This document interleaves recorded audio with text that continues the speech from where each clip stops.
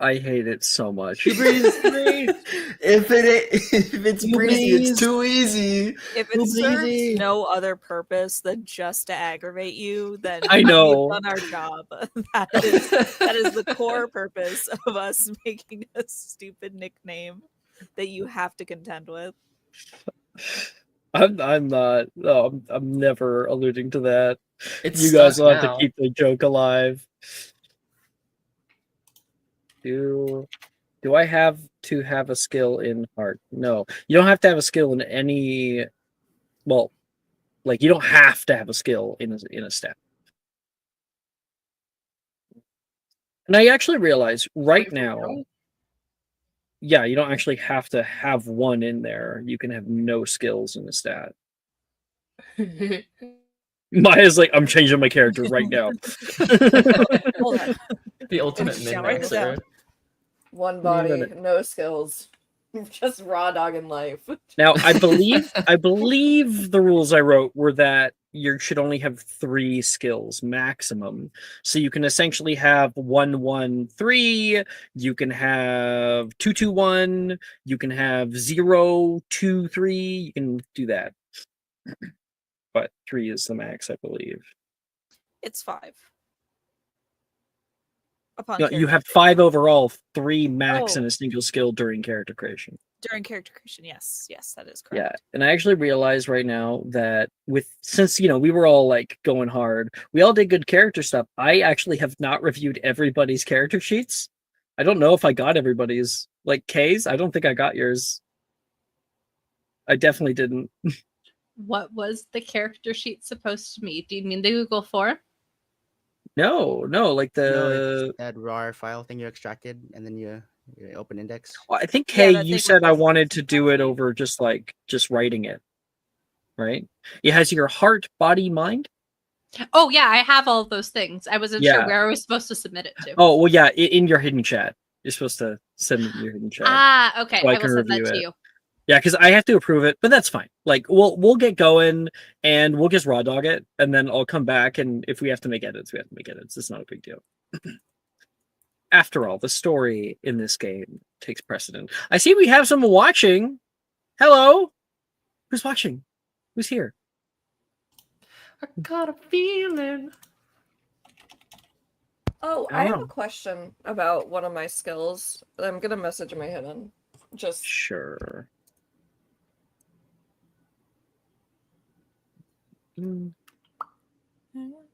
That's cool. Okay.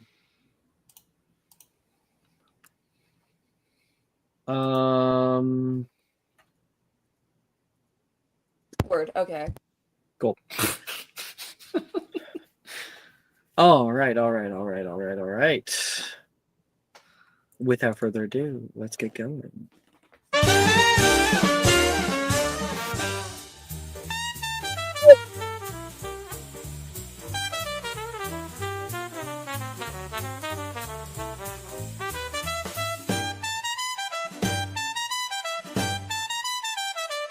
Welcome, everybody. Welcome to Wednesday afternoons, our very, very first episode.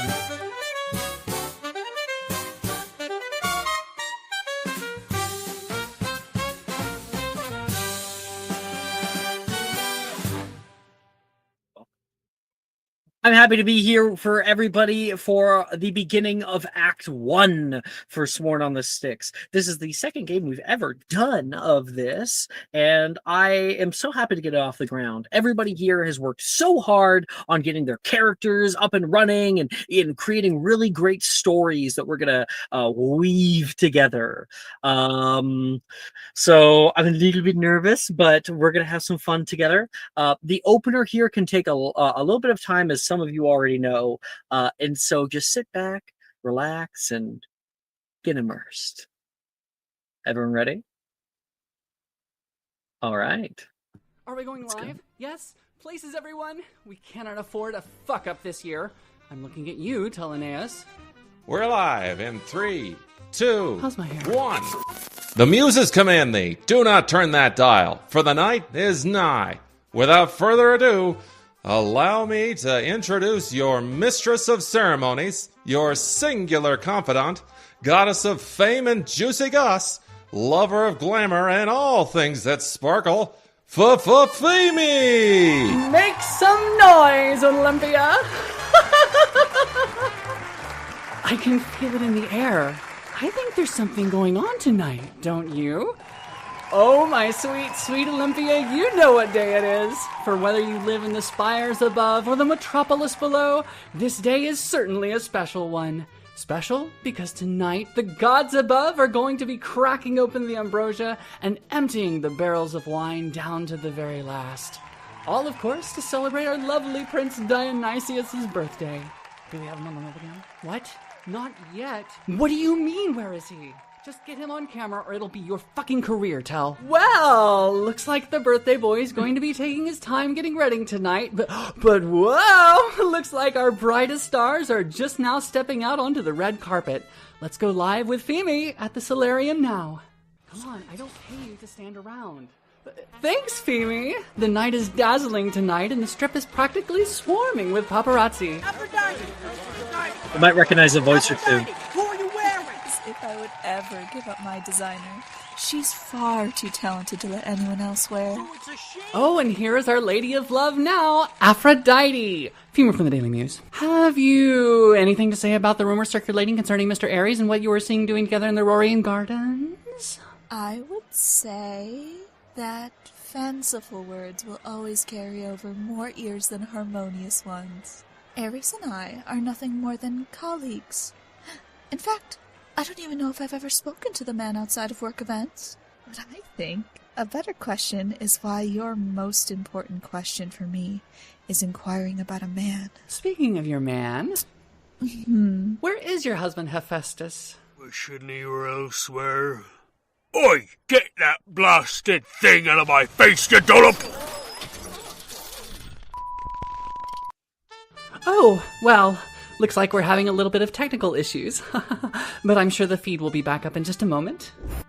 Someone order a grande decaf white chocolate mocha iced half ristretto in a venti cup, 3 pumps sugar beer, vanilla, 2 pumps caramel, 1 pump hazelnut with 3 cream cold foam, and extra caramel just no whipped cream with soy milk and light ice. Oh, that's me! My god, Hermes! Femi? Hiya, what are you up to? We're doing the show. Oh, really? I couldn't have possibly known. Hi. What are you doing out on Dionysia? Oh, just burning daylight. Which I hear is going to be coming by very soon. Ta-ta!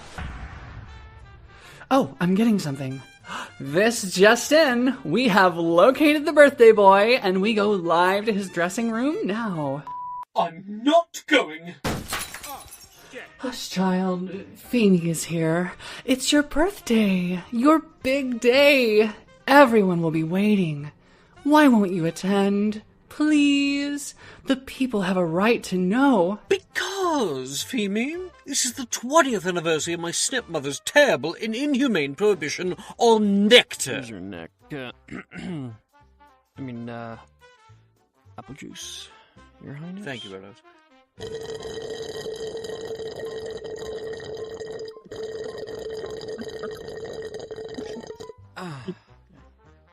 As I was saying, mortals deserve to enjoy themselves for the short time they have on this plane. And as I hear it, they certainly won't be getting any even in the underworld. Tragic. Simply tragic. Not even in death do mortals catch a fucking break. And to top it all up, apparently, mortals don't even live that long.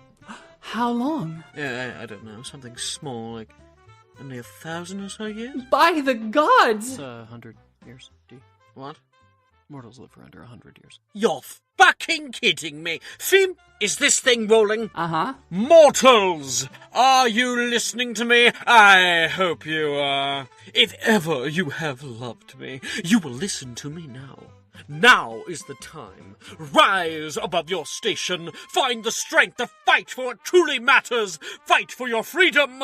Fight for your booze. Breaking news. Riots have broken out all along Enchantment Row in the Athenaeum. Citizens smash windows and break down barroom doors. Thank you, Dionysius. Well, your absence will surely be felt. Where is he? Dionysus! Queen Hera!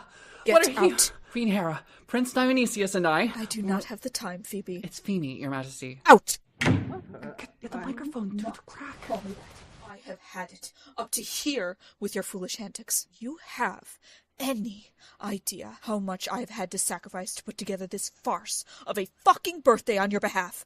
You look at me when I'm talking to you. Prohibition isn't going anywhere. You, however, have been utterly out of control for the past few millennia. I will not have our high-born name tarnished by an ungrateful, sniveling layabout who... Wait. What the hell is that thing? Cover blown! Back to the red carpet. Run! Breaking news. Rioters have been sent home and the fires have been quelled thanks to the frosted winds of Demeter. There will be no fighting. Ma'am, put down the television. If he broke it, I'm building the city. Oh, we're back? Greetings, Phoebe. As you can see, the resident king himself has come down from his ivory tower to grace us. Thank you.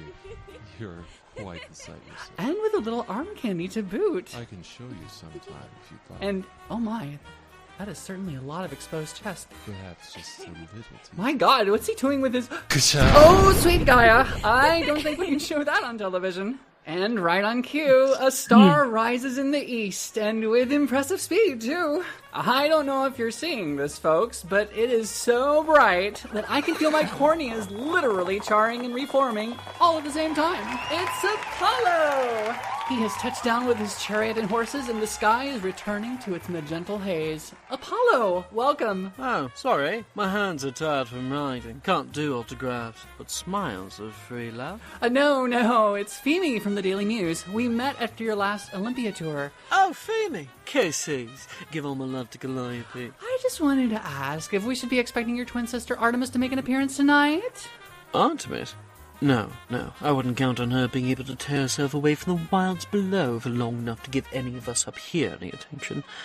Fingers crossed, though. I do sorely miss her. Now, if you'll excuse me, I see my favourite gambler, Ceres! Long time no see! You radiant star, you! You still owe me for that race of Pyrus one last. Well, looks like our local artist is already making friends. Feemy with the Daily News. Back to you, Feemy. A lovely start to tonight's festivities, Feemy. Thank you for your hard work and dedication. I know all of us up here appreciate it. We'll be back after these messages. Has this ever happened to you? Try working a little harder by being a little smarter. Introducing Athena's Handy Helper, a round-the-clock helper who's certainly a hoot of a time. With only 12 installments for $9.99. The light between television screen and your own hollow reflection fades with the click of a dial. Their eyes meet their mirror in the glass behind it. In the blissful silence it blooms like a daisy grown through cracks in the concrete. Your gaze narrows, as if trying to find something you don't remember losing. You search for that immutable spark between them. The moon is fading. A crow caws on your windowsill. And you stand upright with a following stride. After all, anyone could see the soul in your chest is at the very least painted upon every surface of your home. Papers left on the dining room table. The ring of coffee staining the ceramic underside of your sink. The plants that press against the windows, trying to break free. You grasp onto your jacket as if it's been awaiting your departure eagerly, throw it over your back like a shackle, and lock the door behind you in a single habitually rehearsed motion before setting off to find that which you seek to seek, just like everyone else in the city. I have a link for everyone to open in the background, sending in music. Open it up, and what I want everyone to do is not to play it, okay? I want you guys to make sure there's no ads, get past any ads. And then I want you to make sure it's at 00 and paused. And we'll all click on my mark. Hey, you turn off your camera. I just want to make sure that you're still here, not BRB. Are you here? She's Yeah, muted. sorry, I was playing around. I needed my character. All good. So I need to hear that everyone has that at the ready before I start. I have it. Okay. See? Yeah. I has. Awesome. Anna? Okay.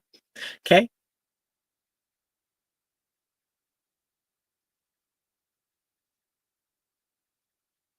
Sorry, guys, I'll get faster between all these tabs. It's all good. Totally good. I used to have a one monitor situation, which required me to do a lot of back and forth. Never again.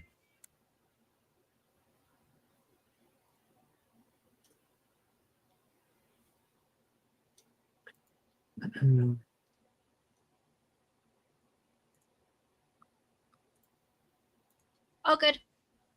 All right. Outside your doors, the scent of morning travel greets you.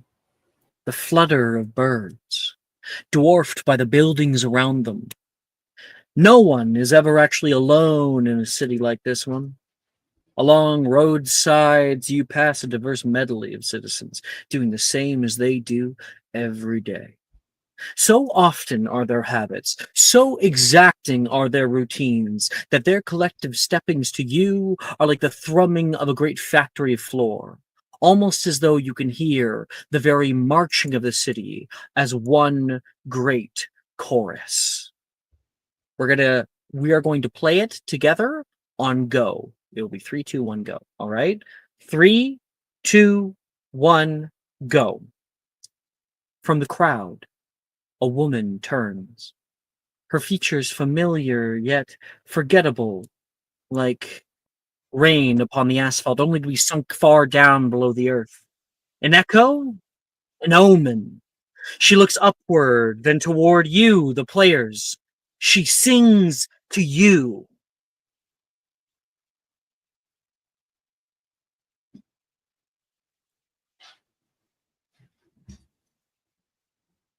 Who is she?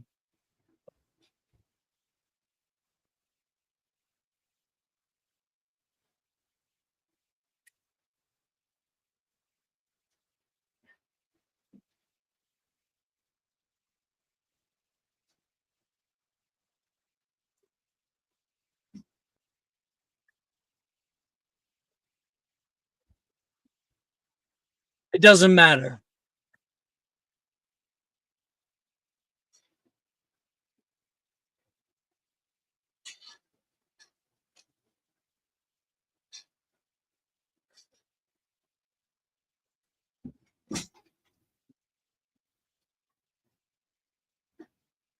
The city sings.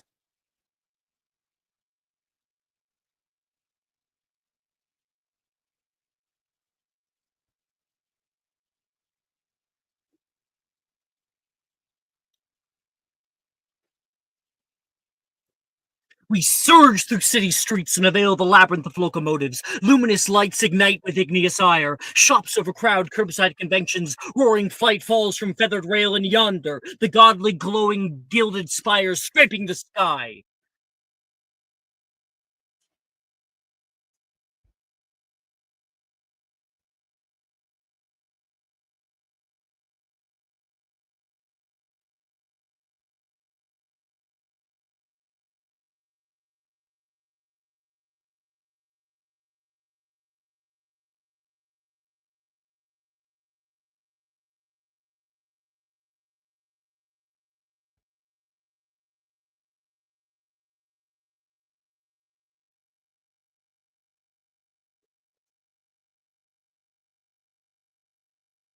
The avenues are alive this eve, and the city sings out as one.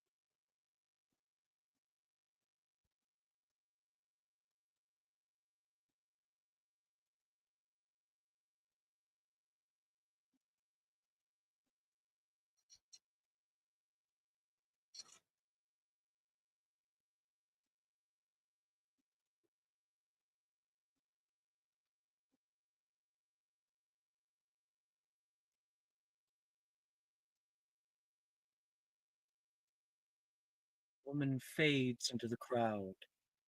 The sights and sounds dim as you reach your usual haunt. Good thing, too. From a few stories up, a storm cloud coalesces onto the high rises. Simeon, a harsh line of rain rolls toward you, and you take shelter from the weather within the warmth of the Calico Club.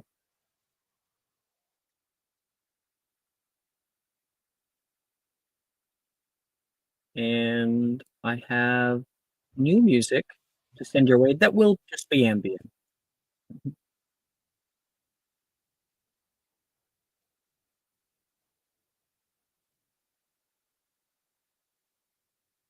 Okay.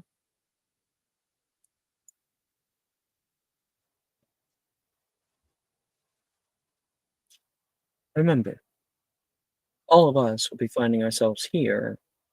I'll be giving reasons, but all of you have your own purpose for being here. Likely one that can be completed within the hour or so visit. Inside the Calico Club is a refuge for the downtrodden and transitory. The ceiling arcs into a dome of hanging sconces. You admire the aged oak, sourced from a far bygone era. I have art, and also sort of a thing for it. There it is. A little collage.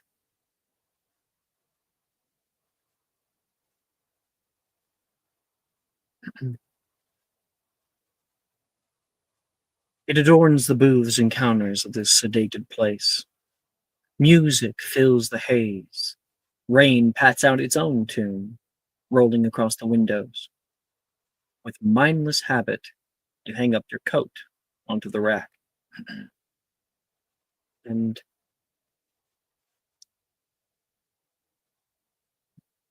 from within, you hear the augmentation of Wallace, the establishment's manager behind the counter. You blind? I ordered 12 crates. This here's 3. Where's the rest of them? Diantha, can you give a description of your character? Absolutely. Diantha is sort of above average height, young woman. She has long red-orange hair that cascades down past her shoulders in chaotic curls. She wears these like dark purples and reds that kind of fall across her shoulders in a big purple cloak and some red clothes with a large leather belt around her waist. She has a purple leather quiver thrown over one shoulder. These very pale purple, like lavender eyes, and 2 very noticeable, very obvious goat horns that sprout from her temples and curl back over towards the back of her head, like an artistic halo almost. And you're not alone. Your sister pushes out in front of you. Sorry, sir. This is the only ones you got. We were told that if we brought these here, that we'd be able to talk to the mistress. Maybe if you bring the whole thing, though. And then he notices Simeon. Oh, Simeon! Lovely to see you. Wallace's demeanor shifts to a softer exterior. Wallace, lovely to see you.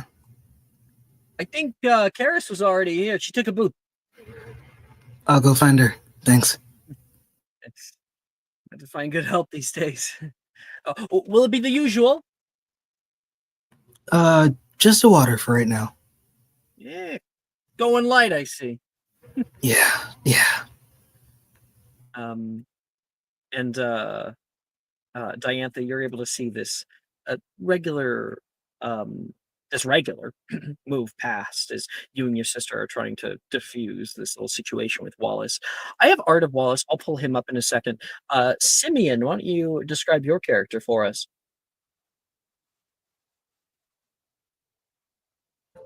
So, walking past Diantha, about 6 foot, young, dark skinned man, boy. It honestly depends on who's looking at him, really. A little bit of a 5 o'clock stubble kind of mustache goatee situation going on. In the light, his hair, though it appears black, when he passes under the overhead, you see that it's like a really dark kind of like uh crepuscular sky blue, that kind of dark right at the edge of night before it like truly goes to full black. Deep brown eyes that are kind of just like very single-minded on Karis, who he's trying to get to in the bar right now. His brown coat, well, not brown coat, he took his coat off. His brown sweater is kind of like a little darker because of the rain, and his boots are kind of making a squish sound because they've gotten some water in them. So he's just like kind of squishing his way towards the table wherever Karis is at. I have a picture of Wallace, by the way. Just pulling it up. This is Wallace behind the bar.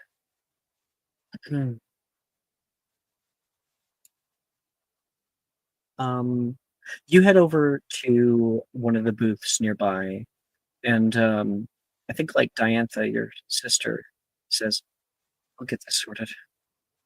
Lots of weird people here. I know they're all staring. Let's just get this over with.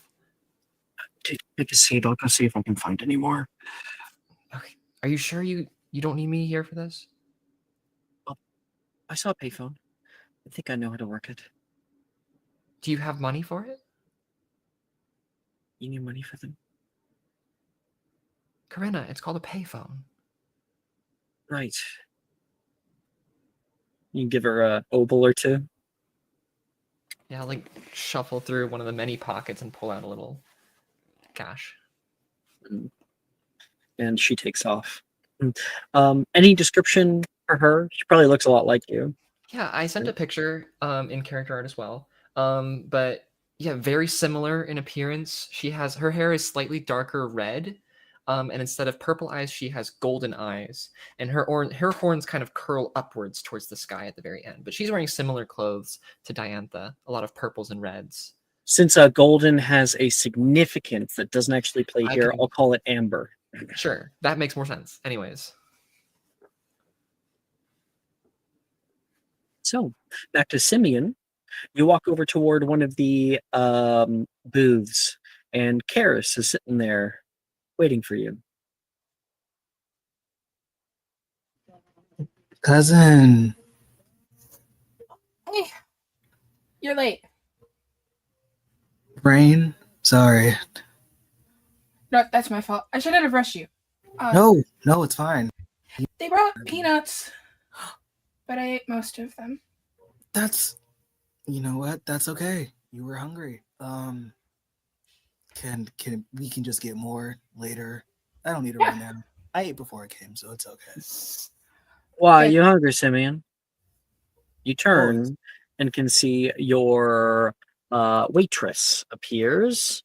I was trying to find art of her, and I'm actually kind of struggling to find it. Trying to find her name. Yeah. Oh, it's QY. That's why I couldn't find it. You would know them after being here for so long. This is Kirith.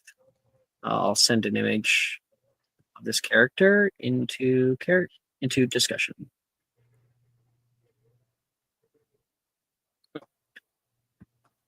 I got your water. If that's all we're ordering tonight.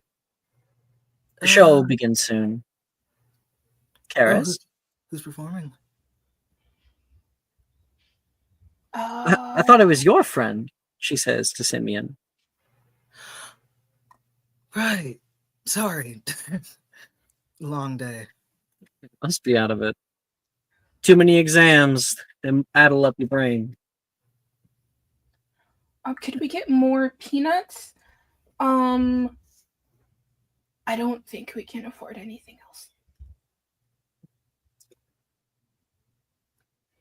Maybe I'll grab a little appetizer for me. Call it a regular special. Thank you. Bless you. She's gonna go get you guys calamari, Yay.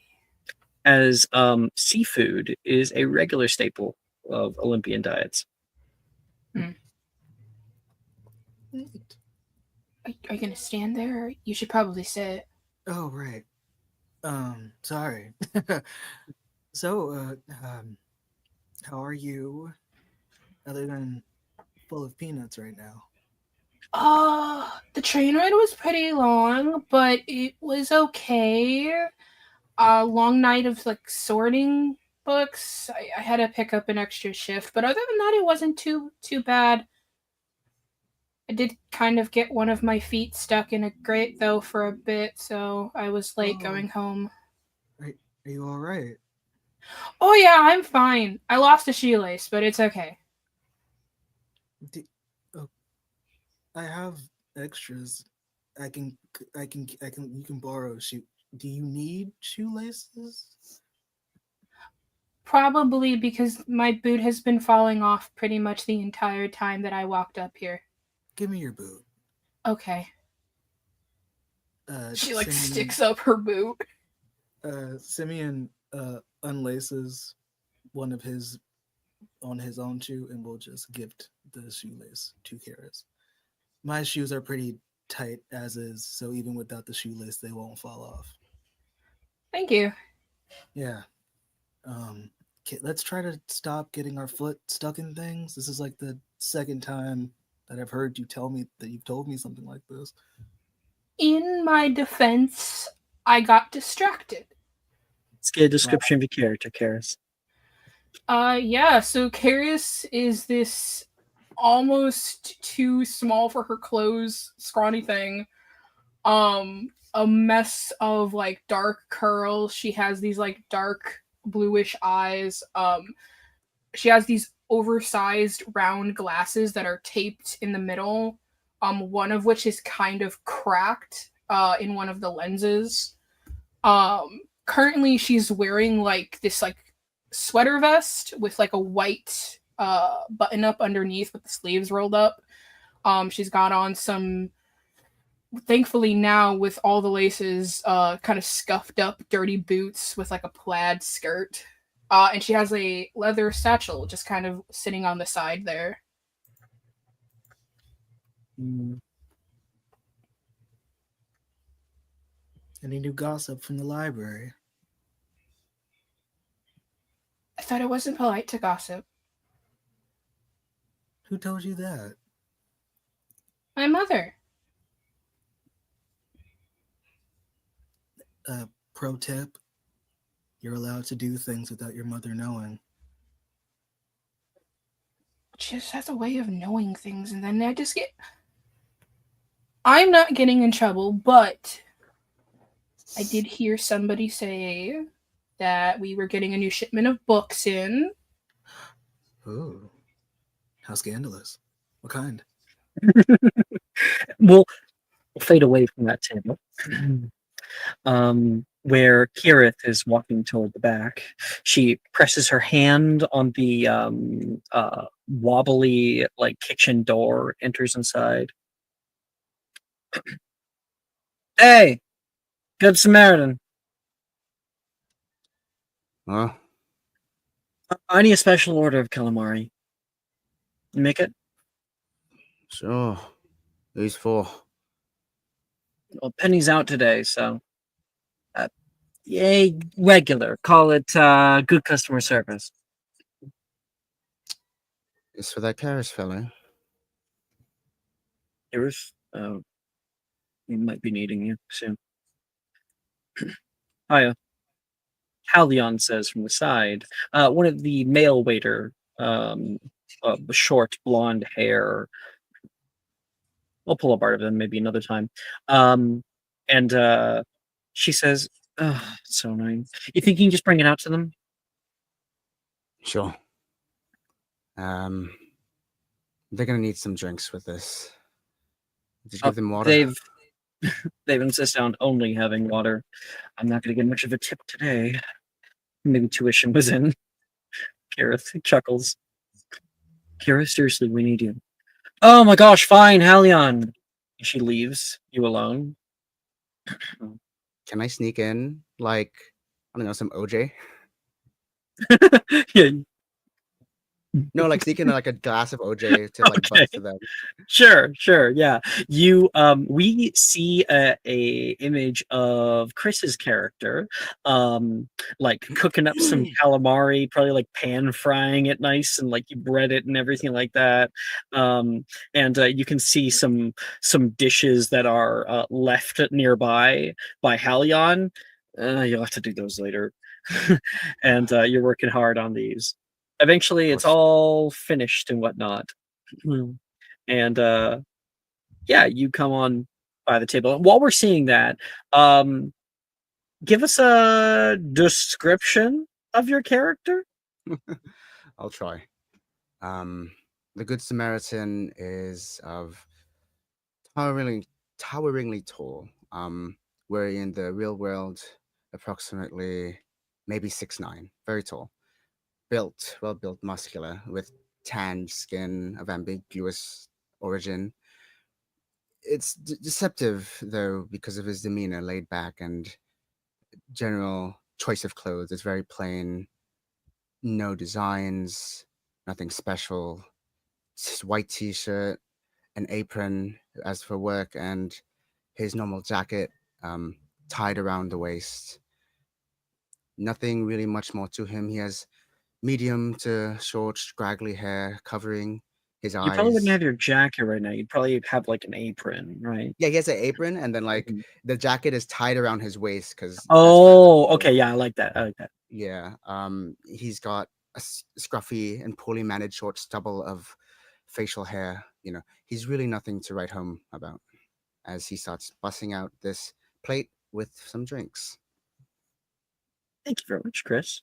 I also have art of Halion, the boy waiter that showed up a minute ago. So I'll send that image.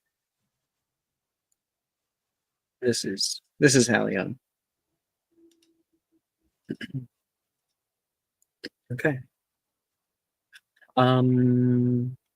Yeah, I think our scene will carry with Chris's character for a little while.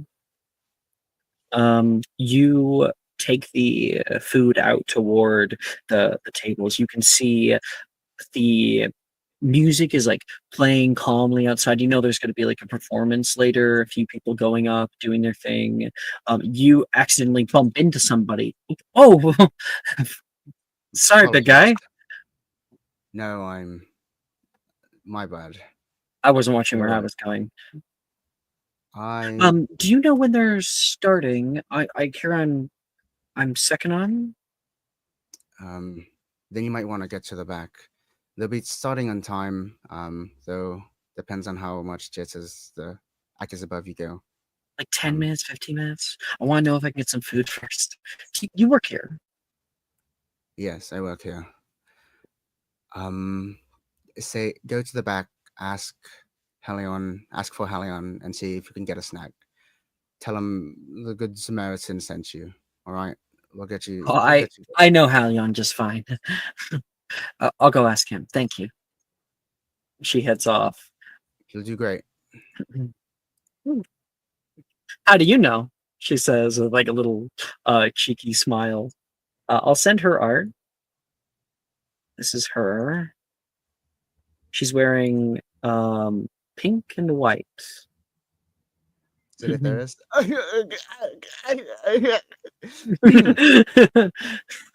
Oh, real as hell. Down. Real as fuck. I believe in you. And so should you. Thanks. She leaves. Coming through. Ooh, you kind of like carry things over people's heads and move over toward Karis's table with Simeon, and you're able to disembark the plate of calamari and slide over some orange juices over toward them. Calamari for the kids and some drinks on the house from a Good Samaritan. Enjoy your food. Thank you. Bless you, Aios. He And bows, he lingers, but he leaves.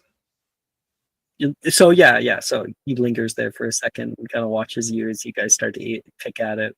Then he turns back around, starts heading through. As you're walking, just then, wind whips into the club through the door behind you. Rain beats to its own tune and is muffled by the murmurings that begin around the room. But, oh my goodness, do you see? You look to see what everyone is on about and see unmistakable, like a pearl necklace in the columns, the opulent frame, the head held high with greater purpose and poise and presence. And unmistakable of all, the twinge of gold that glows from their eyes. A god, here of all places. Agape, can you please give a Hi. character description?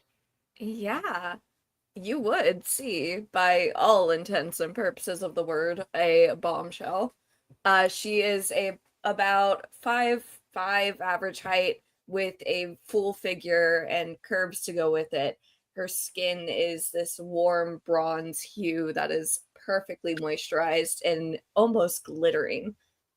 Her hair is a deep crimson that fades into a sunset orange and is set into larger than life curls.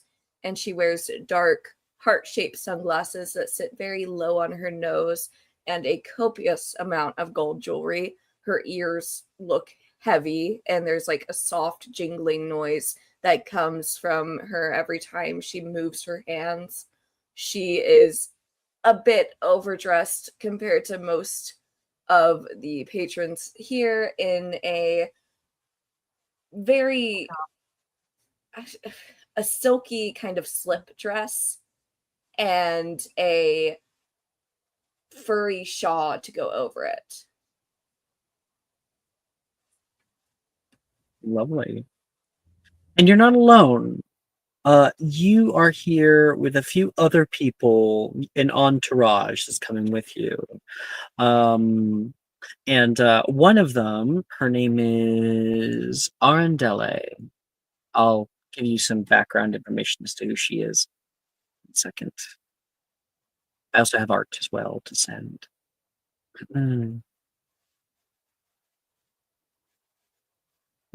Throwing into discussion. This is Arendelle. Oh my gosh! Agape, where did you hear about this place? Oh, you know, it was just some word of mouth thing. It's like a speakeasy almost. You have to hear about it to get invited. Love it, she It's says. so small and quaint. It really gives that mortal feel. She is a very, very minor god. She is the great, great, great granddaughter of Melepimene. So one of the muses. It's probably how she probably acts with you here and there.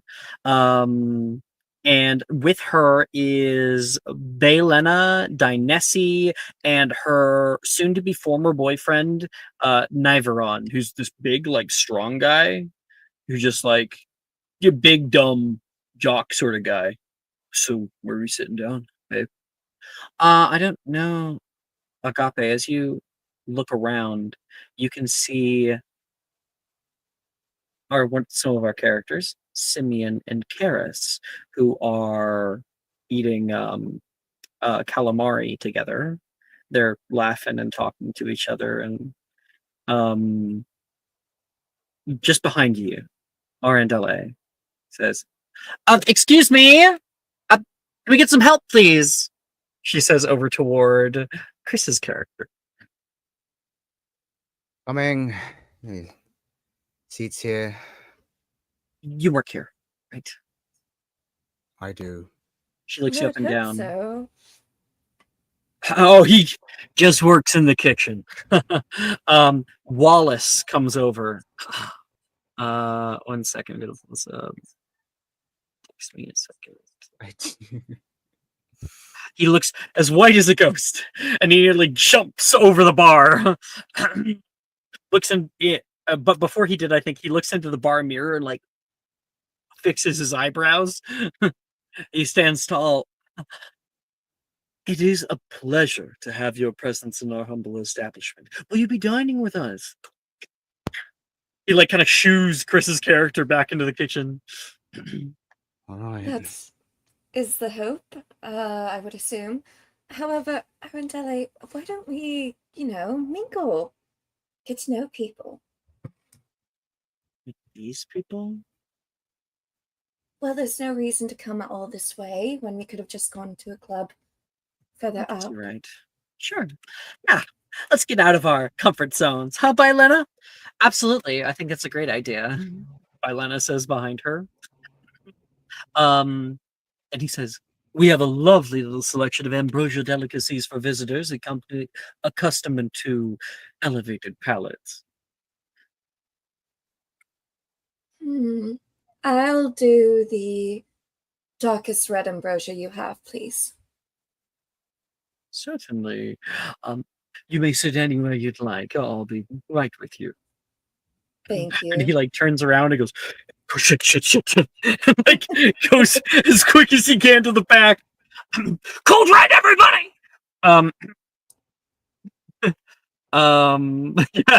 Yeah.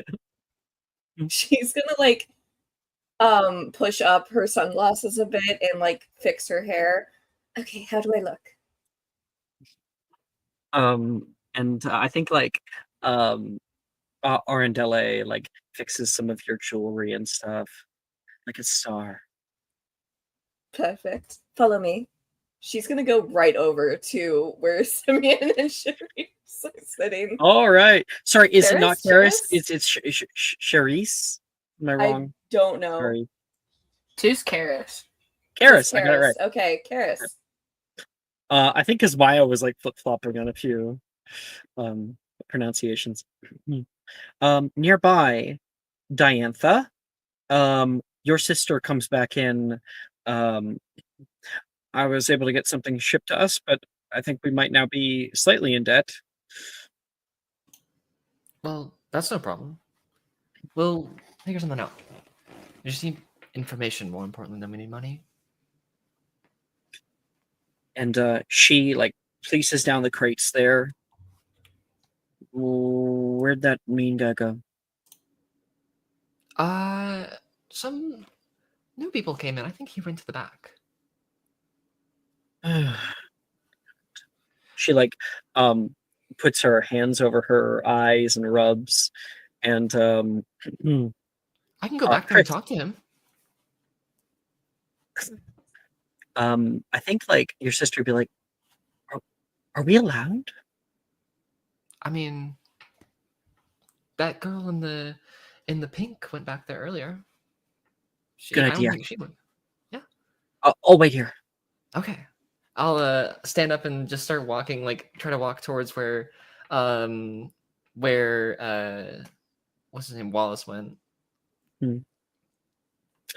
You end up not going necessarily where Wallace went, where you think he went. You enter into one of the back rooms, and when you like turn open the door, you find yourself in like a little hallway, and you can see a door that's partially ajar. You give it like a little knock, and it opens as you do, and there is a sudden woof. Whoa! You look down and can see a dog staring up at you with this kind of very focused gaze. I jump back and I immediately go to reach for my bow, but then I remember it's back at the front counter.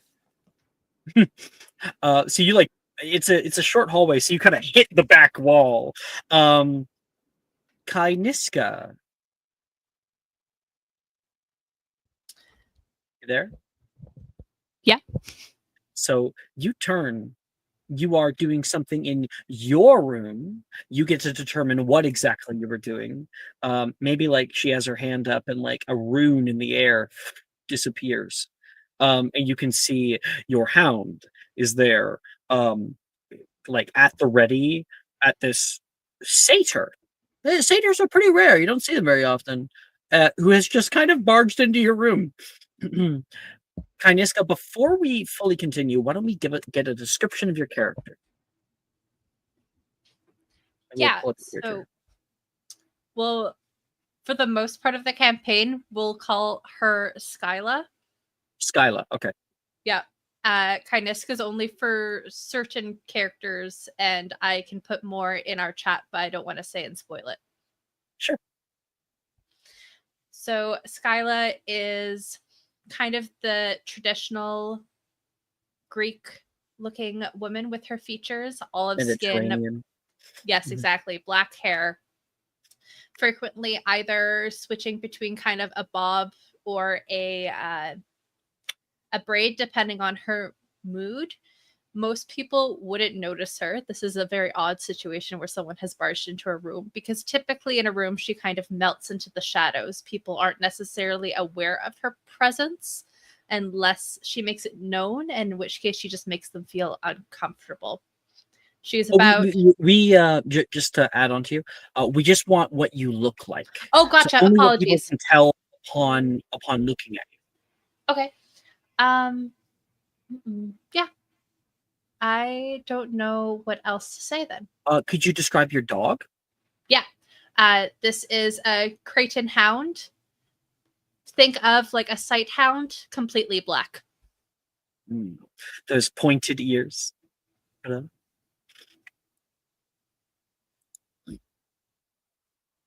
So it barks out at this satyr character. What do we see that you were doing, Skyla? I think runes in my hand. So that disappears. And are you sitting at a vanity? Are you in the middle of the room in like a chalk circle? Where are you in the room? I am standing in front of a large mirror that is kind of at the one wall of my room. So I'm looking at myself, and you catch in the reflection. The reflection seemed to have been talking as well, but all that disappeared when the stranger came into my room. And so that dog barks, and Skyla, you're able to turn and see them. Continue. Who invited you? Sorceress. My apologies. I am looking for the one in charge of this place. You're going to need to be more specific. I was sent on a mission to bring some crates in. I just wanted to talk to the one in charge. I need some information. Your hound begins growling. I go for the knife that's in my pocket, but then remember that that's at the front too. Who sent you? I forget his name. Wallace? You know Wallace, Skyla, of course. Okay, if Wallace sent him, then sent them. Sorry, that's what I was meant to say. Then that makes more sense. Although Wallace should know not to barge into your room. Who did Wallace send you to? What did he say exactly?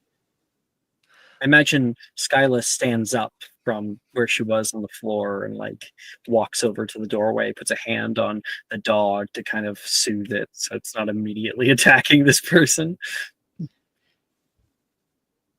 I send the dog to the bed, and then the dog sits on the bed lying down, but continues to have their eyes trained on the intruder. Mm-hmm. You've tamed this beast. Interesting. The hound barks once in protest of being called a beast. I would watch your manners. He understands you. So he does. I'm not here for a fight. I was just looking for Wallace. Well, this is my bedroom, and Wallace is not here, so I would suggest that you take yourself elsewhere.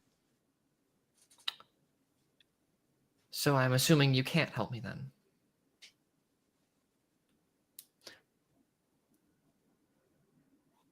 If Wallace invited you here, I didn't know about it. In the hallway to your left, there was no one there a moment ago, but like you haven't been looking that direction, but there is suddenly a very tall woman standing, staring down upon you. I will grab her art. Send some characters. You can see the glow of golden eyes, a tall, thin woman in a long black dress, pointed nails, and short black hair, pearls that drip off of her. We ought to have a talk with him about that. You're from the wilds, aren't you? I don't see how that's important. It's important because you stepped upon my ground. That put you under my purview and my rules. This is also her. I'm just looking for information. Let's enter back into the club. You're not permitted back here. I'll walk you. She puts a hand on your back and, like, without really, asking for permission, pushes you toward the door you came in from. My jaw clenches, but my hands kind of ball into fists under the cloak so that she can't see. I As didn't you know guys you are- got back, she says toward you as she walks past. Do you need my assistance with this, ma'am? I should be just fine. Thank you. I may need it later. There's a meeting we're having. So, be at the ready. I await your call. And she will take Diantha back of the club. Why don't we start with a name?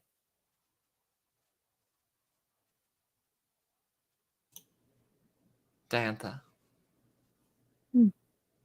Beautiful. You may call me the mistress. This is my place. My establishment. Would you know That more? means you're who I'm here to talk to. Are you able to read? She says, like she stops like at the door you walked in here from, and she like taps her nails twice on a little sign that says employees only. I can read. I didn't know what employees meant. Fresh off the colony. Let me get you Excuse a drink me? then. You're from the Seder colony. I wouldn't call it a colony. That sounds rather demeaning. Well, what would you call it? Home.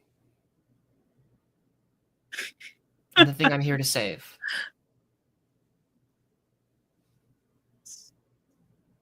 She looks confused. Let's get a drink. The show's Only going to if- begin soon. Only if my sister can come with me. Your sister. And we walk over toward the bar, or Wallace is really trying to help out Agape, who's probably sat down with the rest of them. We'll return to that scene in a little bit. But we find your sister over there, who's currently talking to somebody that you did not leave her with. Seraphia. Can you please describe your character?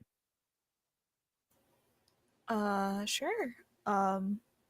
Seraphia is kind of a willowy looking person. She is Where's the most recent character art? it's in character art. All the way at the top? Not all the way at the top. Oh no, I think I found it. She has, and it's not well represented in this, but she has kind of grayish olive tone skin, very long, kind of a dark auburn, to like a rich red, kind of cascading down her back in very loose waves. One might say just a touch messy. She is, I think the most notable part about her is that she is not wearing much.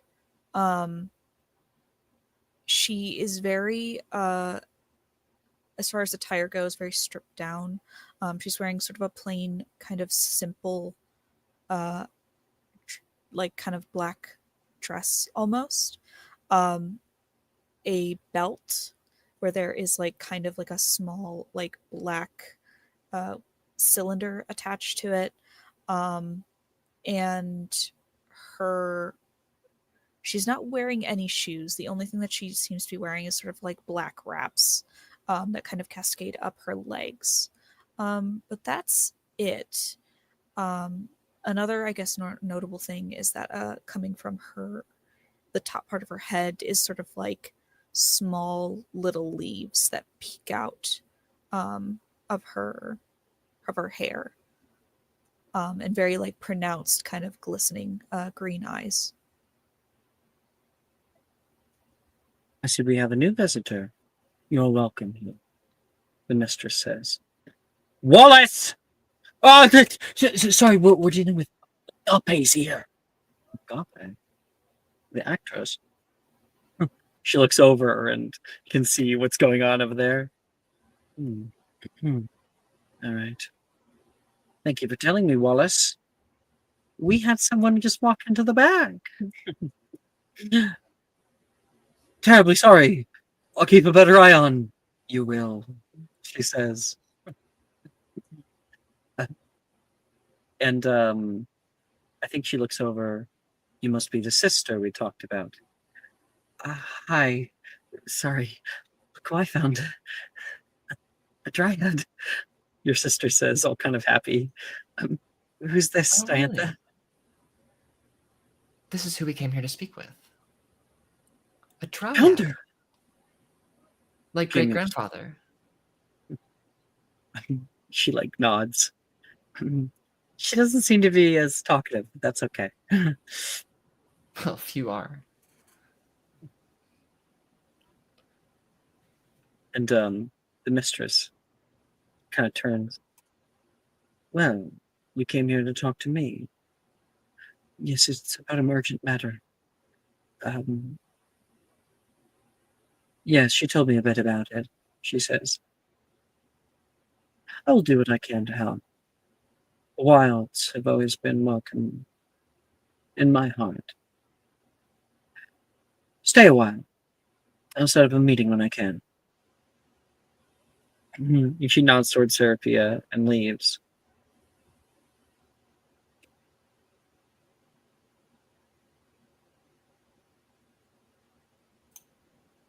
Finally, we're getting somewhere. We had to take some odd jobs just to get enough money to come up here. Seriously, the things that people will pay for to get done, of all places. Why do you live up here? Karina says to Seraphia, like, don't you need like earth? Yes. It feels weird, all the stone on our feet. Feels better than the earth. At least the earth that I came from. Karina looks over toward her sister like, I don't know if this person's cool or not. Really not talk much, do you? Should I? In the background, Wallace pops into the kitchen. Hey, buddy, I need you out of the kitchen. I'm going to be bussing things through. I need your help with that. And if you see anybody at the bar, help them. All right? All right?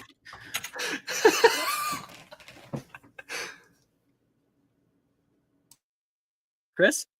Sorry, I missed that. I was in chat. All What are people right. saying, chat? She's so dark and mysterious. Sorry, could you repeat that one more time? I was distracted. The fuck does that mean? I don't even want to get into that. Oh boy. So, um, so, it was Wallace who came in and was like, "Hey, buddy," talking to you. um, we got some special guests, so I'm going to be focusing on them tonight. Kirith is going to be bussing things around. I need you to be making food, and if you see anybody at the bar, get them what they want. All right? Understood, Wallace. And he leaves. You can see the mistress walking back over. I think she stops in the doorway. Mistress. Or card. Right. I think he just pops a gum, just like pulls out a packet of Mentos, and then just like flicks it up, and then like noms it and starts chewing. I thought he said gun. That's what I got you. I got the gun. He pulls out the strap. Anything you need, mistress. All the What's famous senses were gods. He wastes everybody in the building. Yeah. If that's what you want, mistress.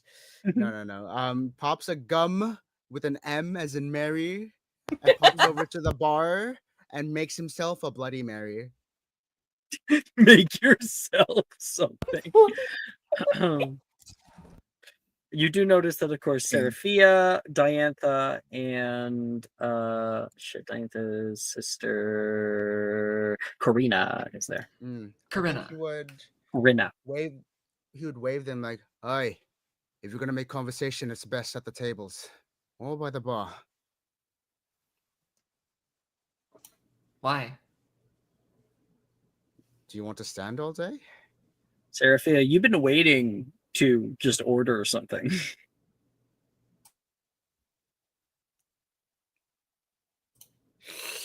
Seraphia? I mean, I'm used to standing all day. I don't see the point in needing to sit down. Take a load off, why don't you? You seem antsy. I have every right to be. All right. Seraphia, is there anything you want to order? I was informed that I was talked to, and I was looking over at Pinterest very pensively and did not hear it. I kept waiting for Anna to say something. Nope, didn't hear it. Chris's character is here. You've been waiting for somebody to order from. You know your friend, is here. You can choose to go over there or not, but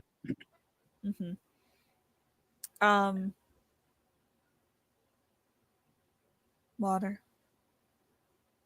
Water. Anything else I can get for you? Do we have to sit? Do you want to stand? Preferably. We'll get you some standing tables. He just like finds an empty cup. He's not often here, but he knows what he's doing. Pours up some water. Yeah, on the house. That's a joke. The water's free. I understand the joke. Thank you. Oh, rough crowd. She'll take it. Hey, She'll... we getting any service back here? You can hear a big voice. Seraphia, you turn around and can see who you've been staring at this whole time.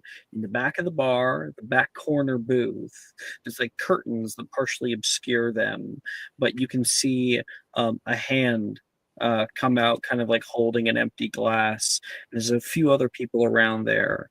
They bend down, stare over toward the bar, over toward Chris's character. Hello. And you see one big eye staring out toward you. It is a Cyclops. He doesn't shy away. Takes the harassment to the chin, pulls out a pen and paper from the back, and goes, "Coming right this way, sir. How can I get you?" And so he heads off. Seraphia, you see them while they're working.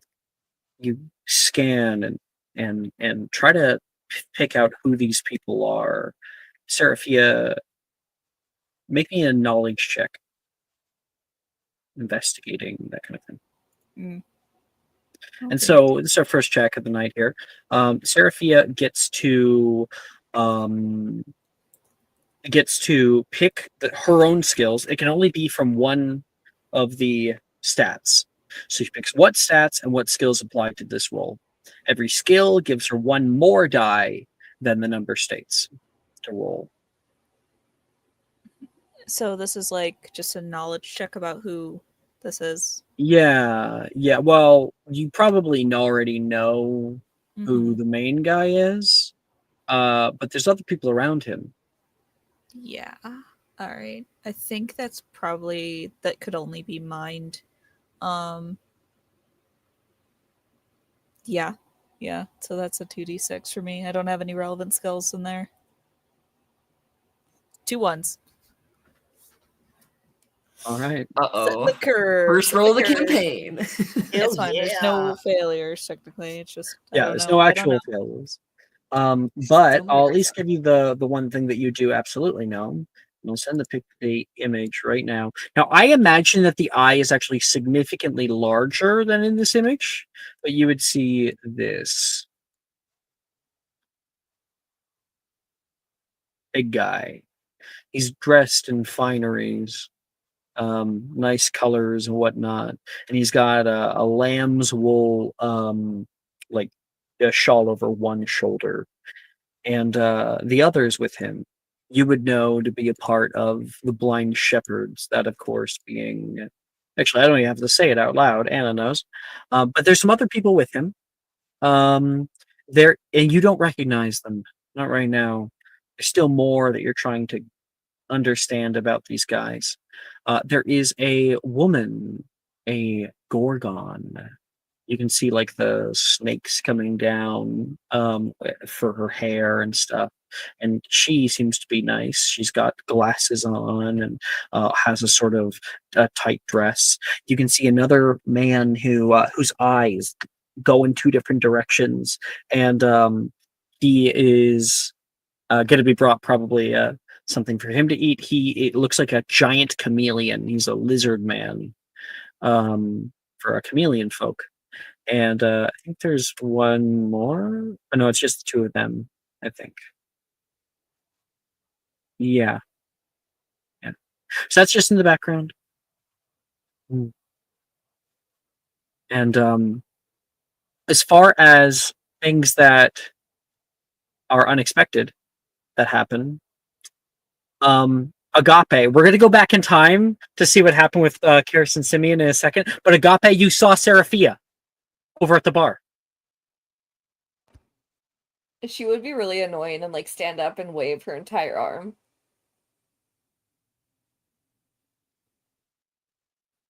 Seraphia, over here. Hello. I think Seraphia would be obligated to go over to her. Yeah. Mm-hmm.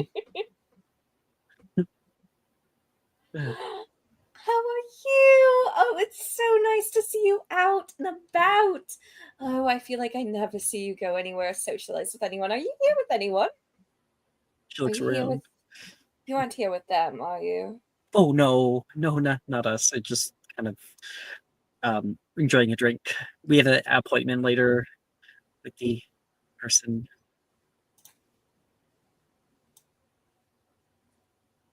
We're here on business.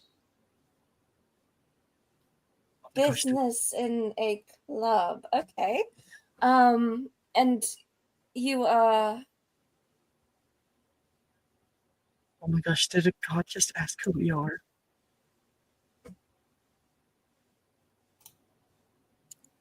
I guess.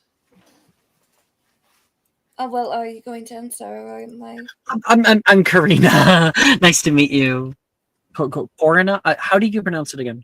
Corinna. Corinna. I'm Corinna. Nice to meet you. Lovely, and you?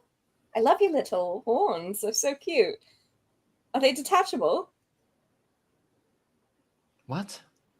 The horns, are they like on a headband? It's really funny. No. I'm Dantha.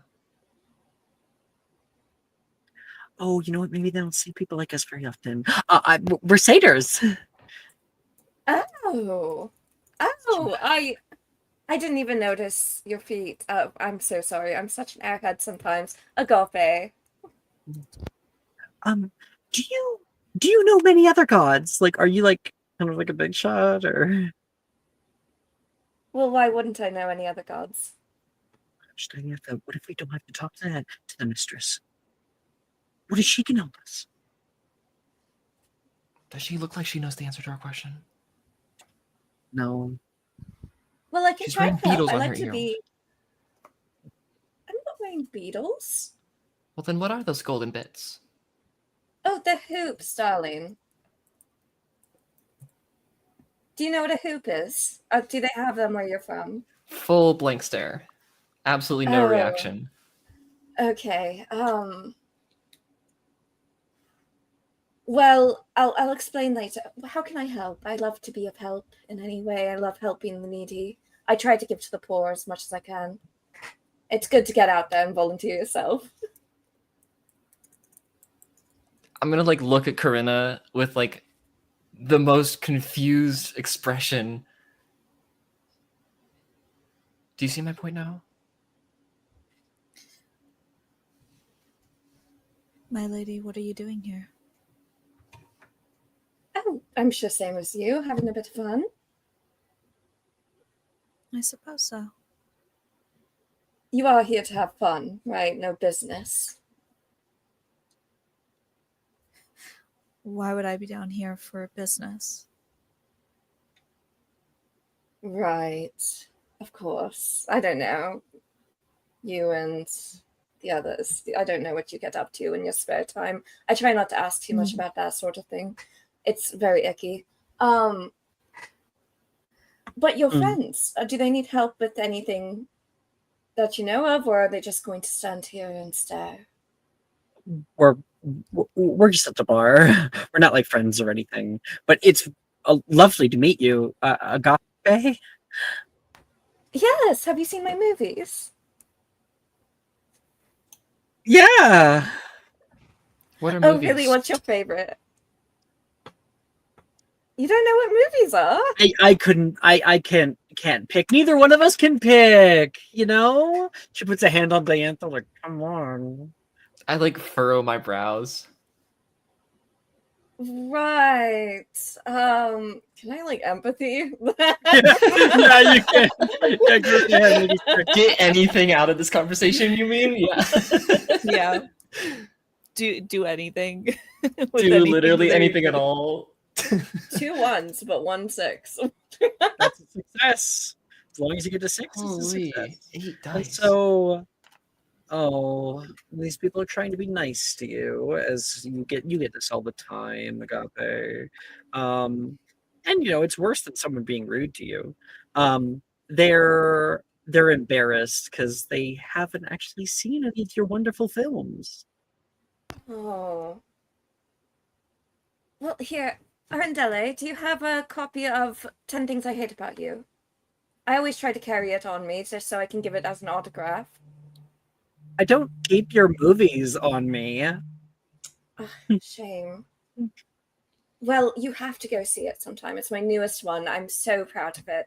It's just, it was such a work from the heart, and it was a passion project of mine, and I just really got into character for it. You will absolutely adore it. It's very earthy and down to, down to earth. I know you say it is like.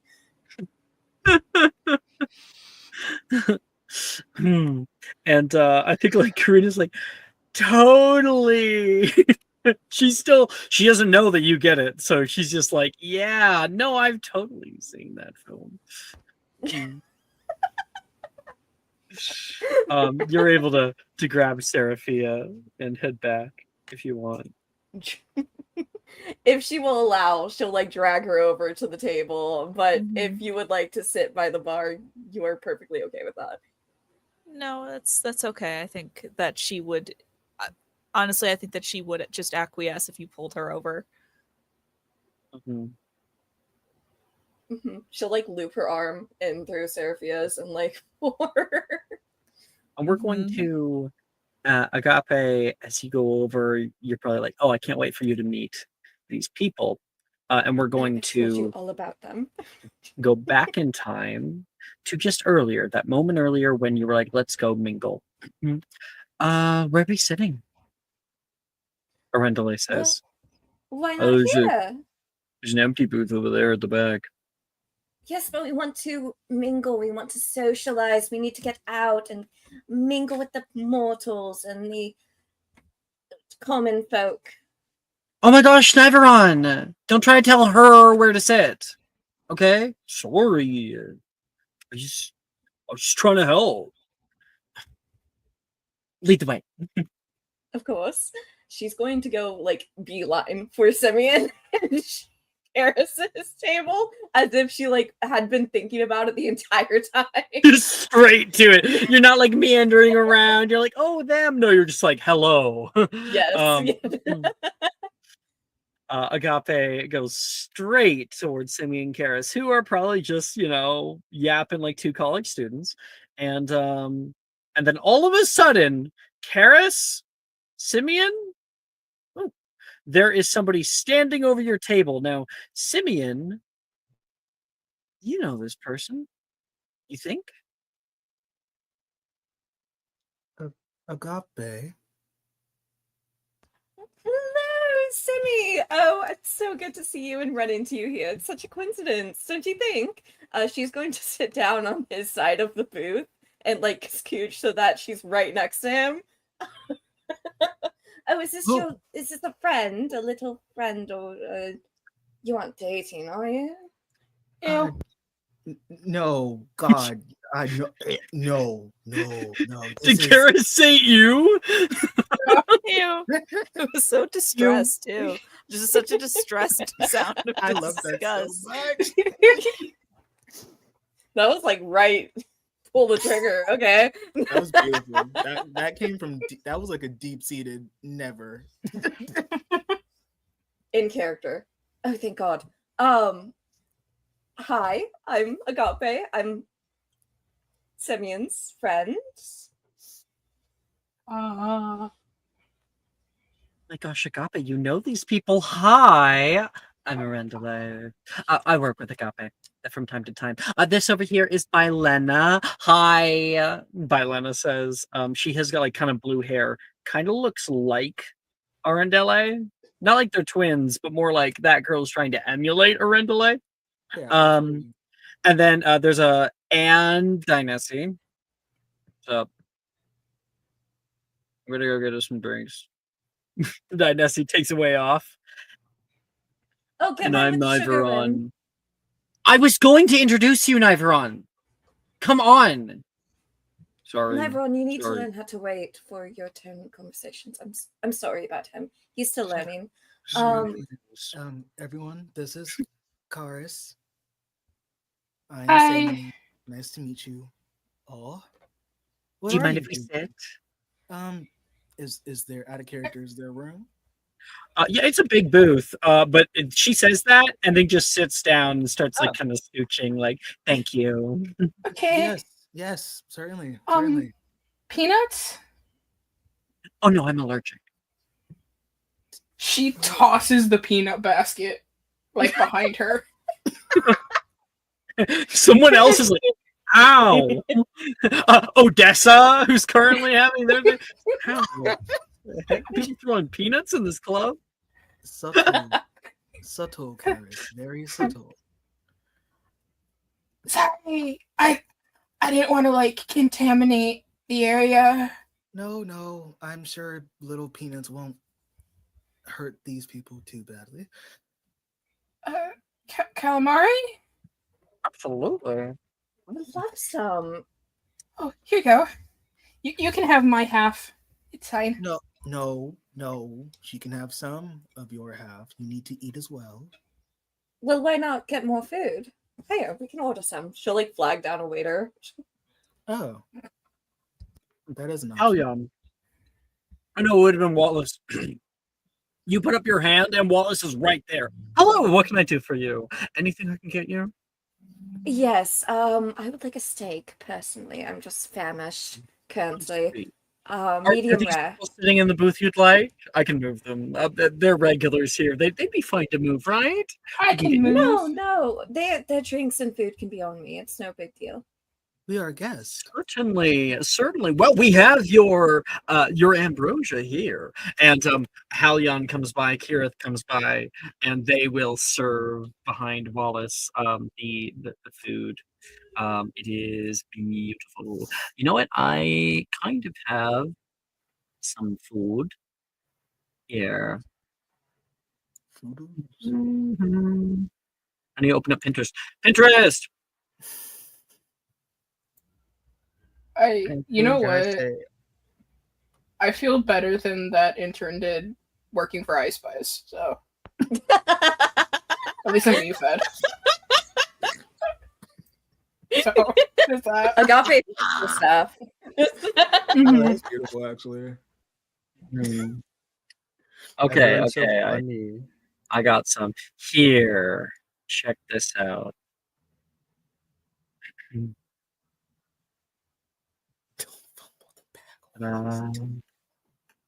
Beautiful ambrosial delicacy.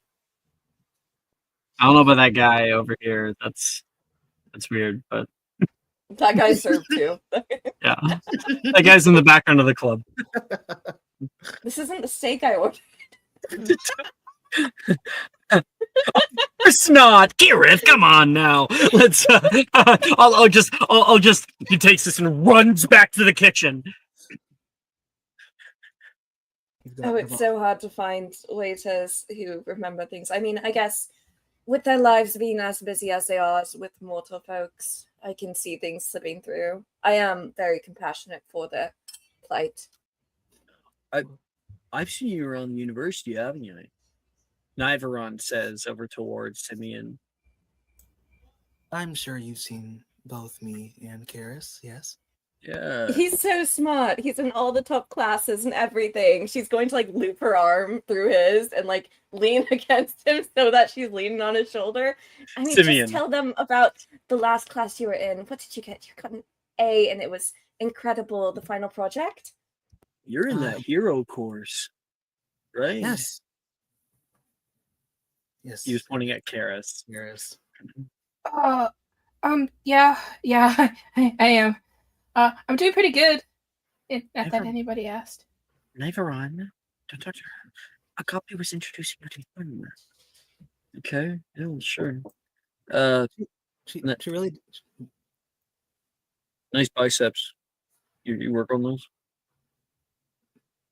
Did he say that to me? Yeah. No, genetics. But Stop truly commenting on people's bodies. But truly, Karis doesn't need the classes. She's more heroic than most people I know. I try. Cute. Are you going to be like a Greek hero, like Odysseus? I hope. Though I would prefer not to, have to wait 20 years before I go home. Wait, you said the name Odysseus? Oh no! No! There's a head that pops out of his booth. He activated the sleeper agent. Oh no! Hey, I need your order. He kind of sneers. And then he'll pull back in the booth. It's just like a little behind thing. He doesn't cause any trouble because he was just. My life just like flashed before my eyes. He was hoping he would actually walk through the door for round 2. Mm-hmm. I wish he'd try something. Oh wait, I forgot. The eye. He's blind. I forgot about that. I actually have a kind of thing. He's looking the wrong direction. He's like. No, there will be an eye there, but it's made from metal. Ooh. That's cool. No, I think it might be in the other board. It's made of meth? Challenging. Yeah, it's like an eye. Yeah, there it is. There it is. Here, check this out. It's like a giant metal eye patch over him. Fuck yeah. Mhm. Oh, that's Yeah. sick. So he pushes his head over, and you can see him like turn his ear over, but he doesn't hear Odysseus's voice. He pulls back in. Just a background thing. You know, you didn't hear this from me, but they're making a movie on him. I can't imagine how entertaining that will be. I mean, just 10 hours of going back and forth from the ocean to the beach. It's a lot of information because like 20 years and he had to go home and he fought a lot of people. Right. I'm like, how are you going to make that into an interesting story? There's no, you know, what they call it, je ne sais quoi. Oh, fuck, God, I just You just knocked over your own like really expensive ambrosia like all over the table. Just wasted I the feel whole like thing of ambrosia. I feel like elsewhere Polyphemus having to hear this is like holds on to the side of the table with two of his forearms, and it's just like bearing down on the fucking table, carving So grooves from you'll his have to fingers pay for into any it. damages to the property. You're making a movie on him now. Love you, Christopher Nolan. Shout out. So are you like in movies? Well, where else would I be? Surely not behind the camera. She doesn't take all of them on. You know, some of us need more work than she does. But the movies that she does take on are always a masterpiece when they're finished. Yes, Although, have you seen Some Like It Hot? Some Like It You're actually doing it? You're actually Yes. doing the thing I Yes. said? Okay, cool. I love that this is the bit that you're going with. Oh, you might have heard of this other one. It was this really indie piece. We had to film the columns for like 2 days. It was really it's called Twilight. No. I can't say that I've is seen it. exactly when you notice Seraphia over at the bar. Oh, I just noticed I'll be right back. Just 1 minute. Okay. Seraphia! Hi! That happens. So she like leans over to Simeon and she's like, "Are you two married?" No. We passed each other at a theater, had a nice conversation, and now she is in. Did you have a conversation or did you have So- a conversation? I want to add a little bit because when me and Brooke were doing character creation, we came up with some stuff. Yes. I guess Brooke just didn't tell me you. You also have met on various other occasions by Yes. coincidence, Ooh, we keep including Very at much school. like, yeah. Yes. And So she's like, in "Oh, some yeah, of your I take classes. Yeah. Mhm. She sits in the Okay. back though, don't worry about it. Hell yeah. I actually love that. That's juicy. Okay, cool. Yeah. She doesn't sit next to you. She's just in the class. Totally. She's just like aware. Yeah. Head on a swivel. Anyway. So I guess sorry, back to Karis, that little interaction. Go ahead. Yes. Rephrase. We pass each other every now and again, say a couple nice words here and there, but no, Right. not married, Karis. So Not- do you study or do you study each other? Well, I study. And she studies you? Feels like it sometimes, but she's got a good head on her shoulders. That seems like a lot of information. I don't. I mean, you don't. I'm sure she won't tell you unless you ask her. That you two are apparently in a relationship? Why do you think we're in a relationship? I don't know. She was like holding your arm like she wanted to kiss your face. You hold my arm when we walk home. Well, that's because it's dark and I slip. That's just how sick. That's just how Agape is. She's like that with everyone. Dalgon said, well, no, it wasn't Dalgon. It was Dynesi says. Oh, so I'm not special. That's unfortunate. Two people are. I guess that makes sense. So, what do you all do? I'd say to the rest of the gods at this table. Oh. Well, I work. I should go first. Arandella says, "I'm an actress. I do singing and whatnot, like tragedies, things like that. I love it. Just can't get enough." Anything I would know? Do you go to a lot of theater? I do. That's where me and Agape first met, actually. Oh, was that at Where the Wave Hits? I believe so. It was. Yes. I also say I Oh, believe so. glad to know that she was having so much was so attentive to my work. She looks a little hurt. She had dazzling words to say about you. Of course she did. I thought you were lovely in that one. Thanks, Sniveron. I've never seen a theater show. So I didn't really get like the plot much, but like she was super hot. So I have that same problem all the time. I just don't always understand things. But right? Like I like zone out. And are you talking to other girls? I know. He says. I kind of like Sorry. this diva. I'm not gonna lie. I'm sad that I wrote her for the first episode last time. She just never really came up.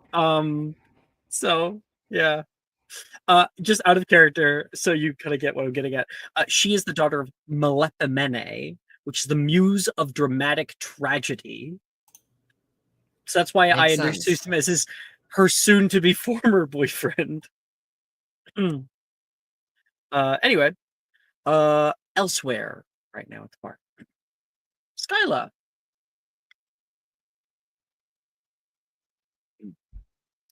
I'm kind of wondering if we should make the dog talk. I don't know. Why not? Fuck Why it. not? Just Do turning it. into Scooby-Doo It's a magical video. world. Ruh-roh. We need talking. Whoa. What in there, Becky? Oh no! Oh no! I hate If you it. gotta like, like go down new this route, versions of it. I'm not voicing the dog, so this just means that you have an extra character to voice. Everybody has characters, okay? Diantha has her sister. You know, we got Arendelle. Actually, I put that one on, but yeah, everyone I has feel somebody. like, yeah, there's two ways to do this: either goofy voice or this is an adult man voice. This is an adult man. Absolutely. You know the like with the, formal grammar. Like the Yeah. one from Up, the super scary like leader dog. Oh, the Rottweiler. Yeah, the Rottweiler, but like it's like a really like high pitched voice because the voice changer is fucked, right? The Lokish yeah. one. We will find him on the island. We will tear him from limb. Yeah, no, that's not gonna be it. Please let Anyway, Peggy voice, please. I um, will pay you. Skyla. I'll actually. I don't pay think you. the dog needs to talk, but we can if you want. Up to you. No, I think it would do something. So, Skyla, you step out into the club. There's quite a few people here right now. It's really starting to fill out. As you know, there's going to be performances and whatnot. I don't do very well with crowds. Dog says. Now, what's his name, Skyla? Do you have a name for him? Hound. I wonder if he has a name. I'm going to look into Greek mythology here. I looked it up. I couldn't find any specific ones, but if you find something, let me know. I think there okay. Well, he might not, but in the Hades 2 video game, which I love, they name him Hecuba. So we'll have his name as Hecuba. Her. Sounds good. Oh, I'm that's going to call her. her Yeah. the one So that's no, a no. girl's Okay, I'm name. going to change it. It's a girl. So I don't do very well in crowds. Hecuba says to you. You can stay back in the room. I'm supposed to keep an eye on you. I wouldn't be doing my mistress's bidding if that was the case. That's not my problem now, is it? Indeed. I'll deal with it, he says, and we'll walk with you for a little while. Do you know who the intruder is? Or who the intruder was? Smelled weird. Like wet earth. Like there's a word like petrichor. I don't know. I don't know everybody, you know. Did she say anything to you? You were there with me the whole time. I know, but the two of you frequently carry on conversations without me. She kind of like humps, and she'll walk with you into the establishment. You move by to sit down. Kira stops by you. Oh, happy for you to grace us with your presence.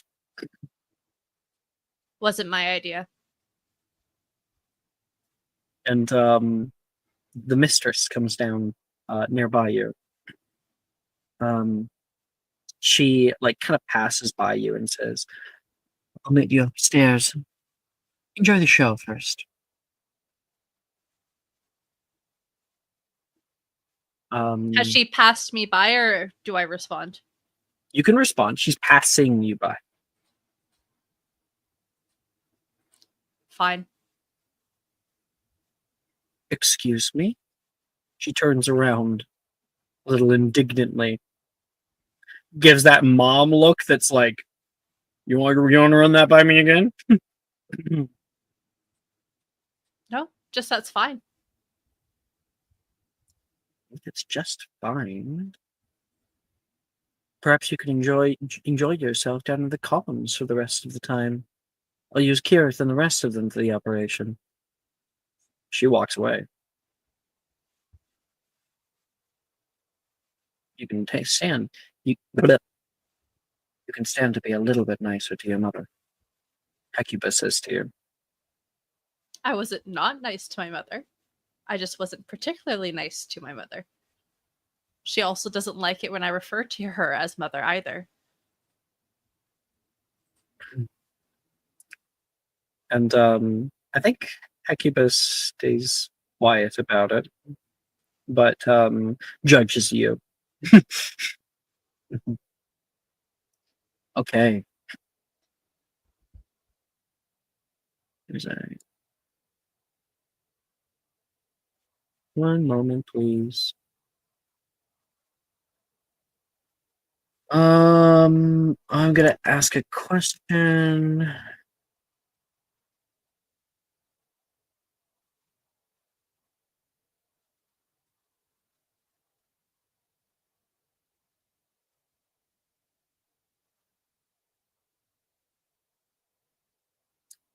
Ja, you here?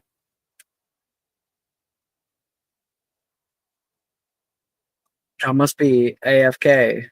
Damn it. It's okay. I'll go into their notes to find.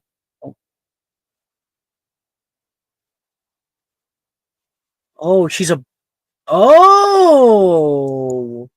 Okay, that's fun. Mm.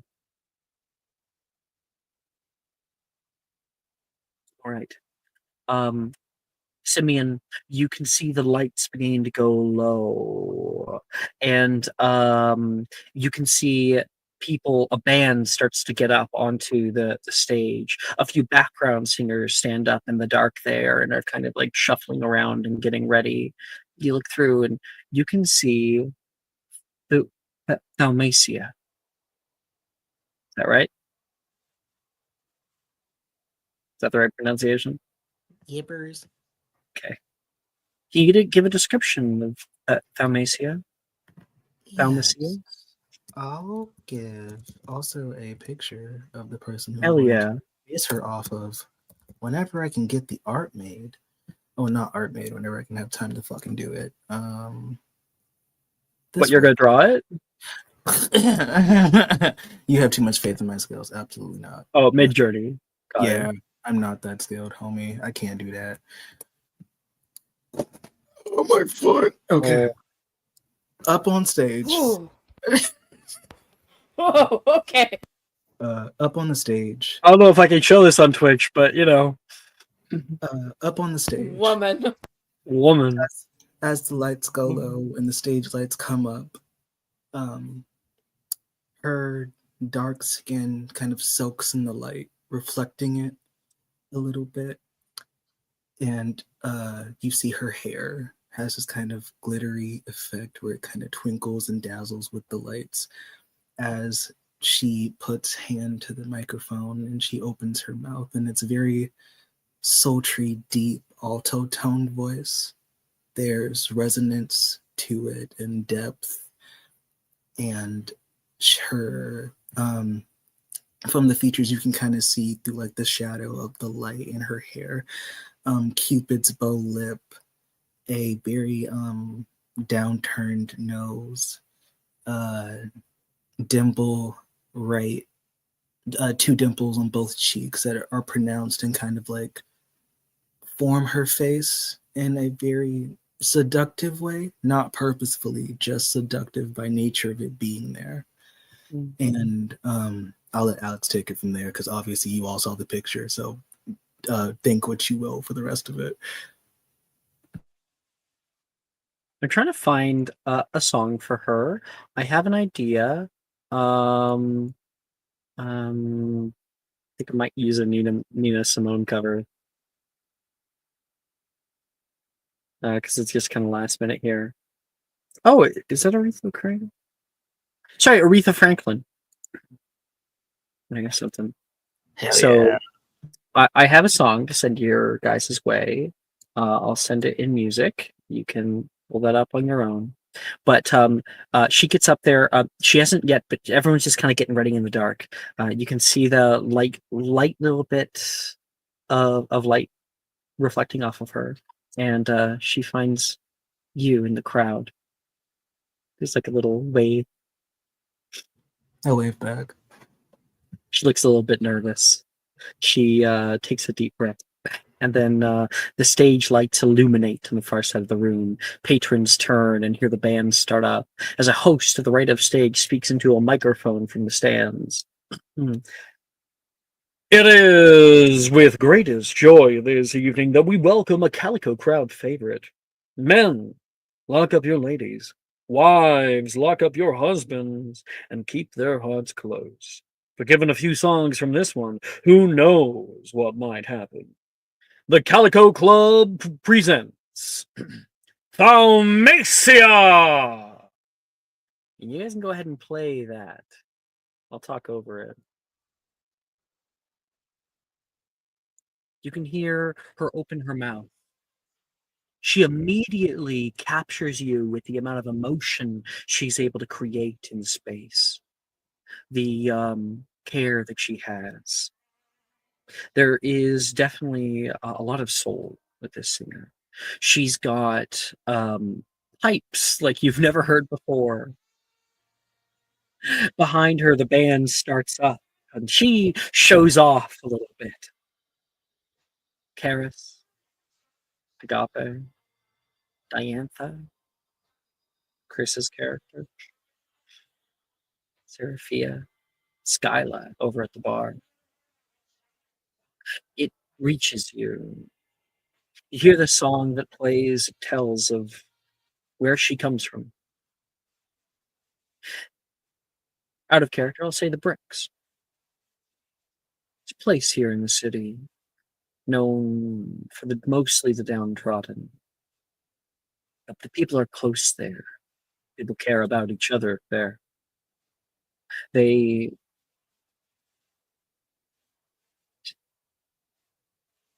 I think the words reach you in a way that you're not able to place at the exact moment. Agape, it's beautiful. You've never heard her sing. Your eyes grace over toward Simeon. Simeon looks. How does Simeon look, John?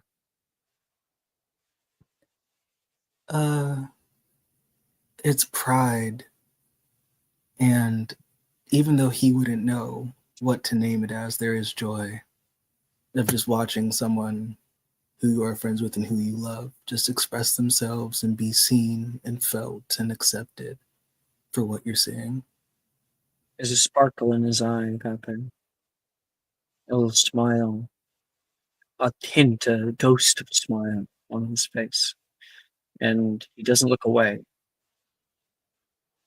How do you feel, Agape? I think her smile that she originally had from like seeing someone express themselves in an artistic form, because as an actress she has the utmost respect for the ability to convey that sort of emotion through art. She's been smiling and it kind of slips a little bit, and I think she feels just a little bit of anger, almost like the kind of envy that is anger, and very godly in the way that it's like, how dare someone not be looking at me in this moment. And so she will like kind of lean back towards him, like to nudge him and whisper, she's very good. Yes. Sorry, I kind of got lost there for a second. Are you all right? Oh, yes, of course. I mean, I've heard better, of course, of being near Polo, but she's quite the star in the making. I mean, there's nothing more better than watching a mortal do their work, right? There's almost something timely about it. It can be lost in any moment. They can't live forever, so we have to accept and appreciate what's there. The desperation of wanting to get it out before you're finished. Exactly. The music begins to fade out. The crowd claps. Chris, you're watching from the you're watching from like the window to the kitchen, like leaning on there, or maybe you're cleaning the bar to your call. You'll put you at the bar, and you feel something when she sings. A change is going to come. Those words. God, you hope. And there's a part of you that feels like crying. There's that kind of like someone has grabbed your heart and is currently squeezing it. You can see the table from before staring out, and everybody is enamored by it.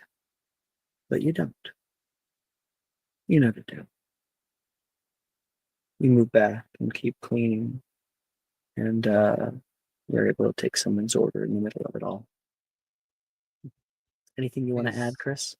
His only response, I think, is like the thoughts come through as they always do.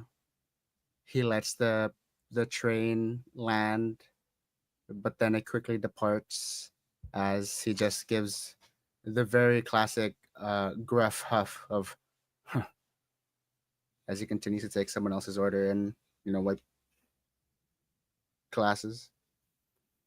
Here's more water for you, sir, for you. 10th bottle.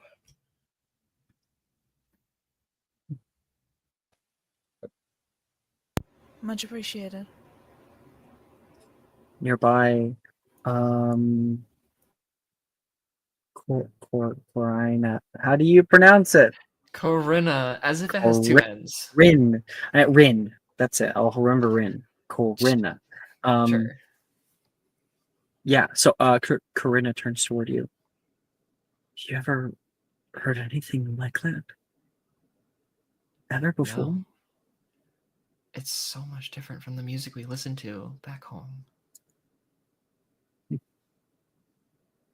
And everyone starts clapping around you, and you guys are like, what's going on? But you start to feel this sort of like zing to you. Clapping. Celebration. Your sister starts clapping too. my hands almost like move automatically to start clapping, like Mhm. almost trying to listen to the band to see like if there's some sort of rhythm that's picking up or something like to make everyone clap or like to figure out what's even happening. Your sister whistles toward the end there. She does a few more songs, but our next one that we'll do is she like thanks everybody and thanks everyone for coming to see her, and she'll get off the stage. It is now, with the Calico Club's greatest honor this evening, that we welcome a performer of rare talent. Men, women, put your hands together for a solely singular rose. Atheres! She calls out. And I will send the music.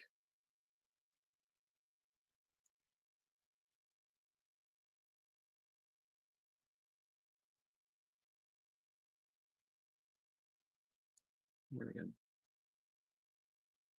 You can hear the piano start up immediately. Harsh. Moving. She speaks out into it with closed eyes, the light glittering around her stark white hair. There's a suggestiveness to her apparel. The jacket she kind of has on slips off of one side. She holds the microphone as she sings. And as you listen to her singing, I put a spell on you. There is images. They flash in your movement. They flash in your mind to the movement and rhythm of the song. Memories. Memories of old love.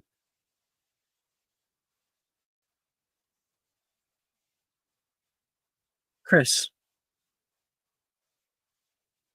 Yeah, sorry, I have tenders. you see her in your mind, flashing in front of you. You feel a amount of desperation, fear come over you. Do you get the hell out of the bar? Or do you I think stay I want to make here? Do you grit your hands? What do you do when this comes? Can I make like a will check? Like, Yeah, make a will check. Yeah. yeah, that sounds about right. No, I can't apply. Nah, I'd win.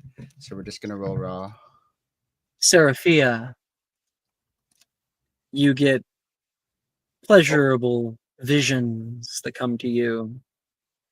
A red-haired man, strong, imposing, holds you close at late nights. Not bad. Chris, 2 successes. So what does that mean for you, Chris? You take the lead. It's Hugh Breeze. So I imagine what happens is he's just been passively waiting for orders and wiping down the bar and glasses, and he hears this and he sees it in the reflection of the bar or whatever he's wiping.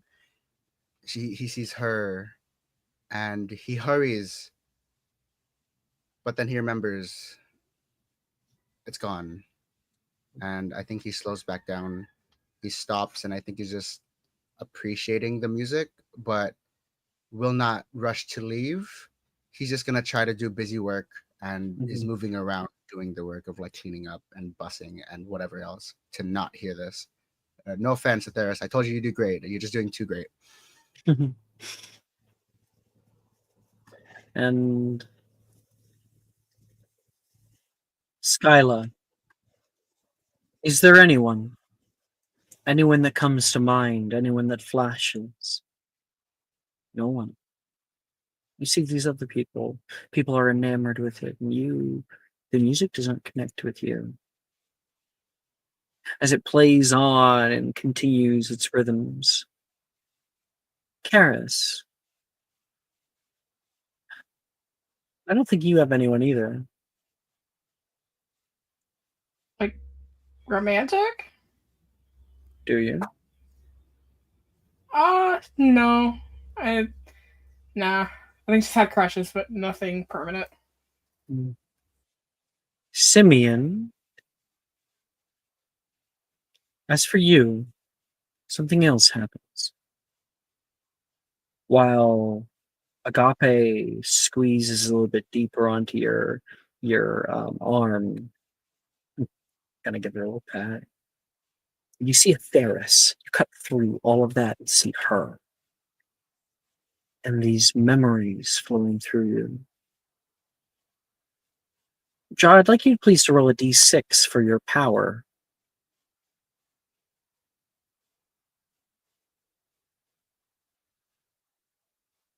Just a single d6, or how? Yep. Single hell yeah. d6. Okay. That's a 1. Oh no. Interesting.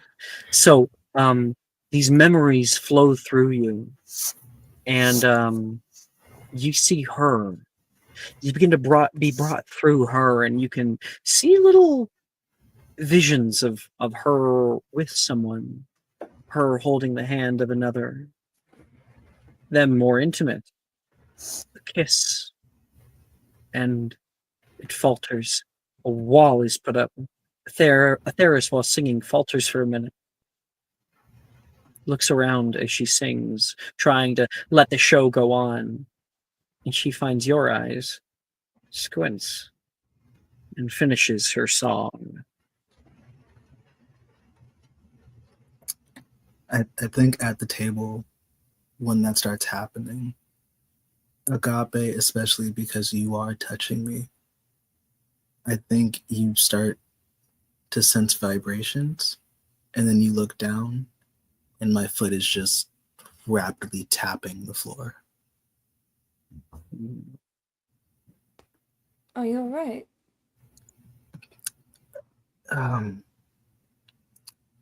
Music just has a way with me sometimes. I'm alright though. Well, Have you let had me any? know if you need to be brought back down. Do you have ways of bringing me down, Agape? I could have one or two up my sleeve.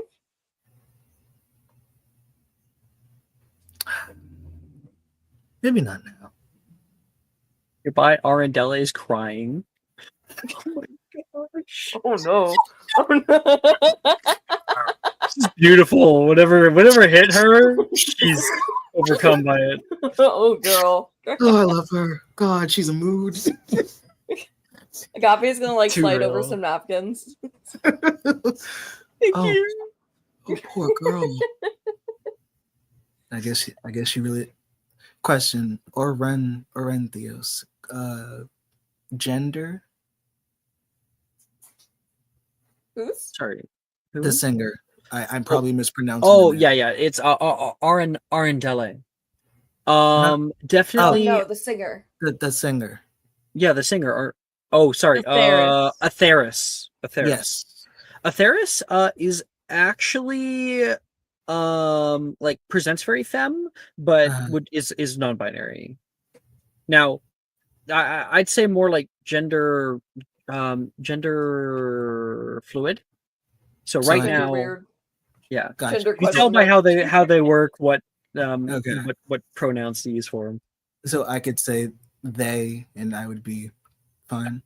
So when you come back to me from giving her napkins, I'll just lean in close and go, I guess they really did put a spell on her, huh? Arendelle cries over nearly everything.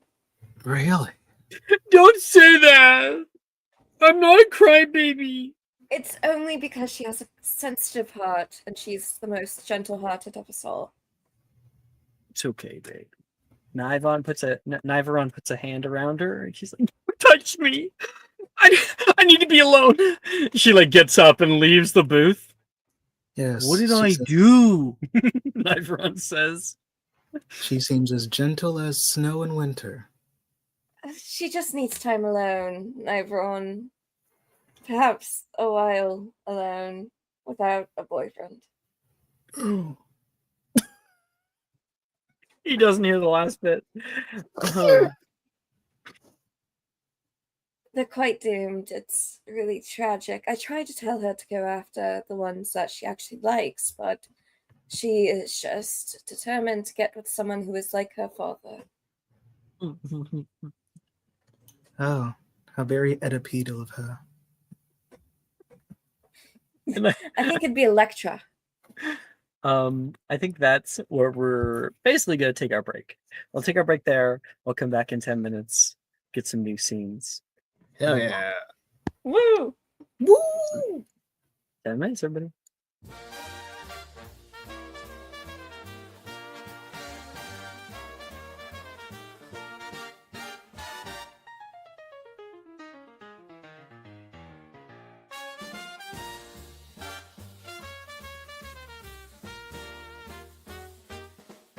No worries, you do you.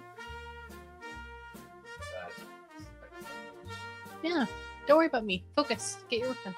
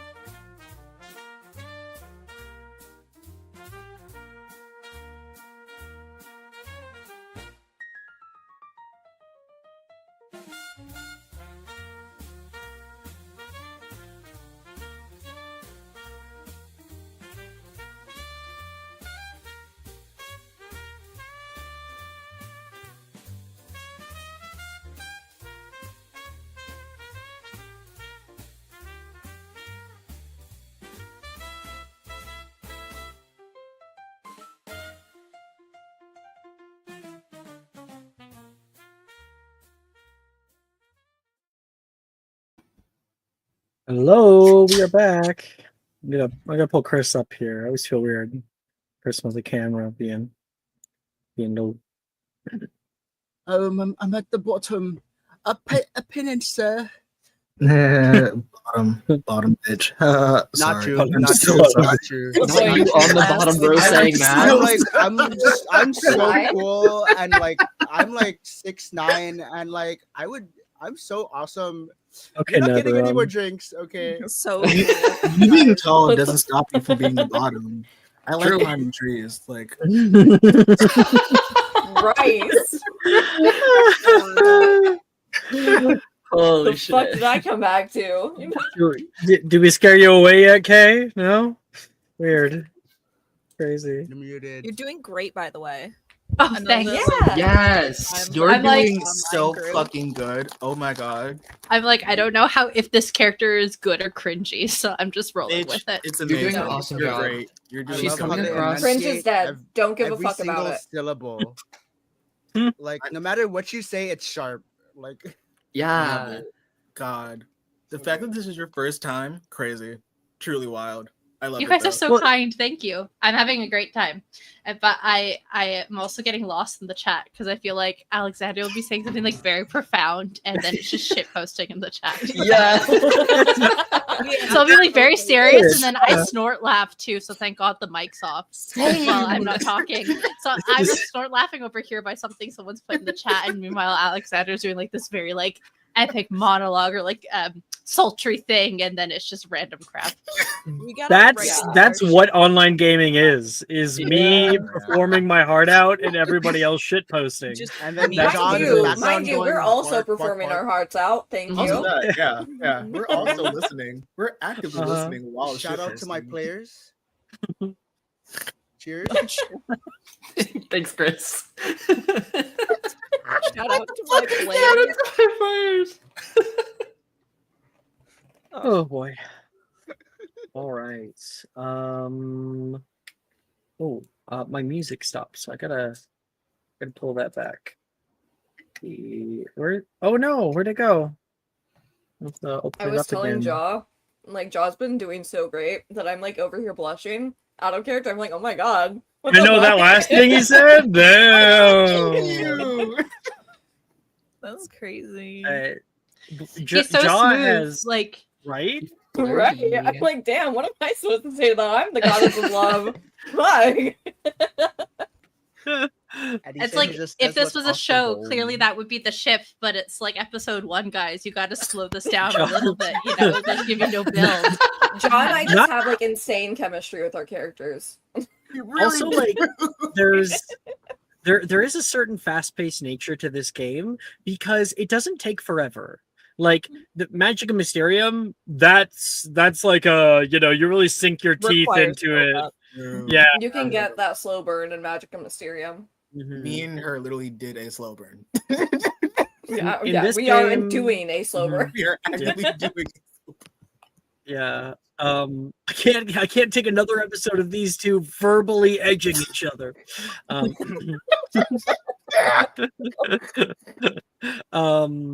Any yeah. session with me and Jaw. Added on top of that, Jaw has flustered me in the past before, especially. You gotta teach me, Jaw. I've been like- floundering. Chris does need a little bit of help, actually. Leave him alone. I'm asking. I'm like, when are your office hours? Like, just let me know. Bet I do have to warn you. Oh, there it's a is- boy! It's a big there is- boy! Hello. Yeah. The hounding question. That's Who is this chunk of my? Oh my god. Sorry, seriously, that's he was demanding attention, and I'm trying to pay attention to what you guys are saying, so I just picked him up. Ignore the hound. Yeah, Chunkmeister. I love him. I love him. God. You should know, Anna, you have one. Yeah, I know. My dog's roly poly. We need to talk Doesn't about help that his he's and short Bunny's leg. betrothal at some point. Yeah, we do. We do. Okay. Let's see here. Okay. The songs all come to an end, and a few more performance go up and go back and whatnot. and everybody enjoys their time. Things drone along, and Skyla, Kirith comes by you. Meeting. No. Did she say what it was about? I'm sure we'll find out. Is it going to change your attendance there or not? No, it just impacts what I bring to the meeting. How many sharp objects? I don't think we'll be needing those, not this time. Lead on. She walks over past the kitchen, pokes her head in. Wallace! Chris, he's not back here. But you are. Okay. Probably like playing with like a little locket or something that you have. Yeah, he has like a locket of an image that's currently censored by the light because we want to reveal that later. And then he just like flips it down, puts it in his shirt pocket. Wallace! I'll get him. Oh, actually, the mistress asked for you. Wallace needs to take over for you. Take over from. Well, you can find him brown nosing with the god. Ooh, Wallace actually walks in. He's got a bunch of like dishes with him. Here you go, my man. You can clean these very, very quickly, please. Actually, Wallace, you're going to be the one to be cleaning them. I'm what? He's The wanted in a smug meeting. grin. He's hands it invited to off. the meeting and not me. Wallace says. You heard the boss. Gets a cleaning. Yeah, good chap. You're like, yeah, you pat him on the way by. Pat. And you walk next to Skyla. Meanwhile, one meeting is being conducted already before we move on to that. Diantha. Sorry. Why do you like a goat? Yeah. It was meant to be a different noise, but it came out like a goat. It's fine. Maple really is in character. The Man. camera turns to Diantha, who is eating a tablecloth. No, she would never. She hates the taste of wood. Anyway. Tablecloth. Wasn't it There in you go. character? Seraphia, I think you need to take like insult from that. And Maple definitely, both Maple and Diantha definitely do eat curtain. I'm not sure. I need to go. I need to go, guys. I need to go. No, man. I'll see you later. I think it's fun. That's why she's How the that analogy is goat. supposed to go. That was bad. Anyways. That's why she's the goat. So, Alex, I'm trying to be in character here. You're making it very difficult. Okay. You find yourself sitting in the office of the mistress. Around you, there is potted plants of that you'd be familiar with. They are plants transplanted from the wilds below. They grow in here without the need of sunlight. And you can see the back wall of this lavish office is like you can see through it. And you can look down into the club below. You're kind of right above where the stage is, right behind it. And there is a very, very nice purple leather couch sitting there. And walking behind the two of you is the mistress. She steps over toward her her desk that faces the couch and the little tables. She leans her butt onto the edge of the desk there and turns around toward you. So, whatever does the kinship satyrs want with me? First of all, I think a good question is to ask how you knew to find me here. Who told you?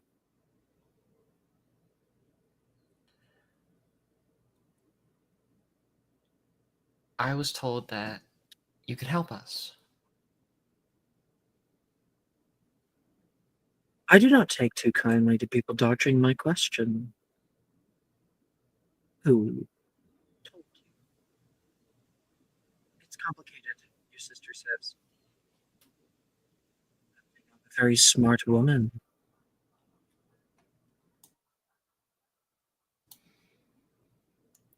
She told us not to tell you. She doesn't want to be known.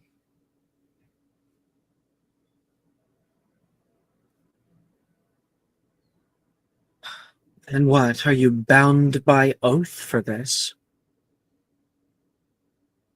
Oh, now. I'm certain that there won't be any harm brought to this person. Not unless, of course, you're here to cause trouble. I made a promise. I keep my promises, regardless of who they're to. Commendable. Must be something sworn on the Styx. Oh my god! Ha ha ha! New rule. Alexander must find a way to work that in at least once per Oh session. no. Yeah, that I Yeah. will approve that rule. Yeah. I don't get to say it too often. It is a thing that can be said in game, and it made narrative sense for her to have said it. So I know you were like giggling to yourself when you realized it. When like hee hoo hoo hoo. Right. Power to you, Hubris. all right then. Keep your secret. Hubris. Well, then on to the next one. What do you need? We need a place to go. Somewhere we can be alone, but safe. Well, there's plenty of places for rent up here. Sure, you can find one like every other satyr that leaves your little home. You know other satyrs? Of course I know other satyrs. Plenty They're of not them live up important right here. now. Some of the columns.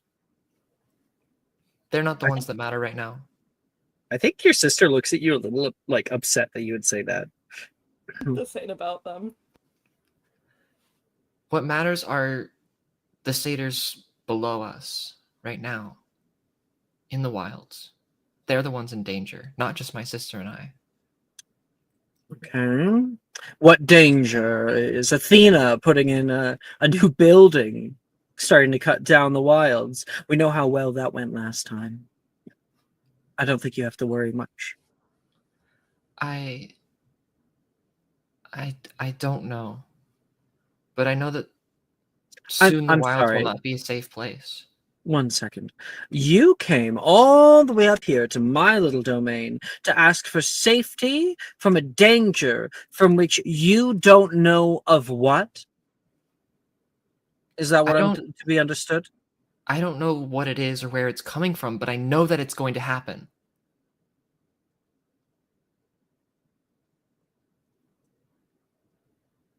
The wilds aren't safe anymore.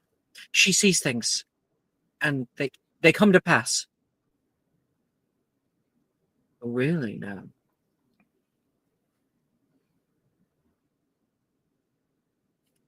You some kind of oracle.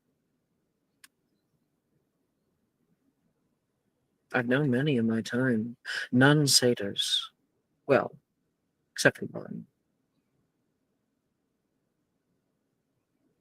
Anne was a lot of fun.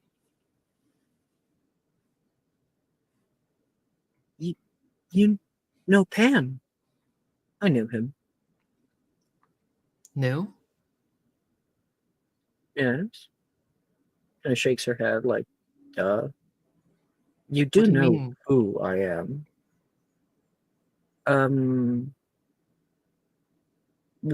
well, not really. Your sister says. We were simply told to come find you. That's perfectly fine. You don't need to know who I am.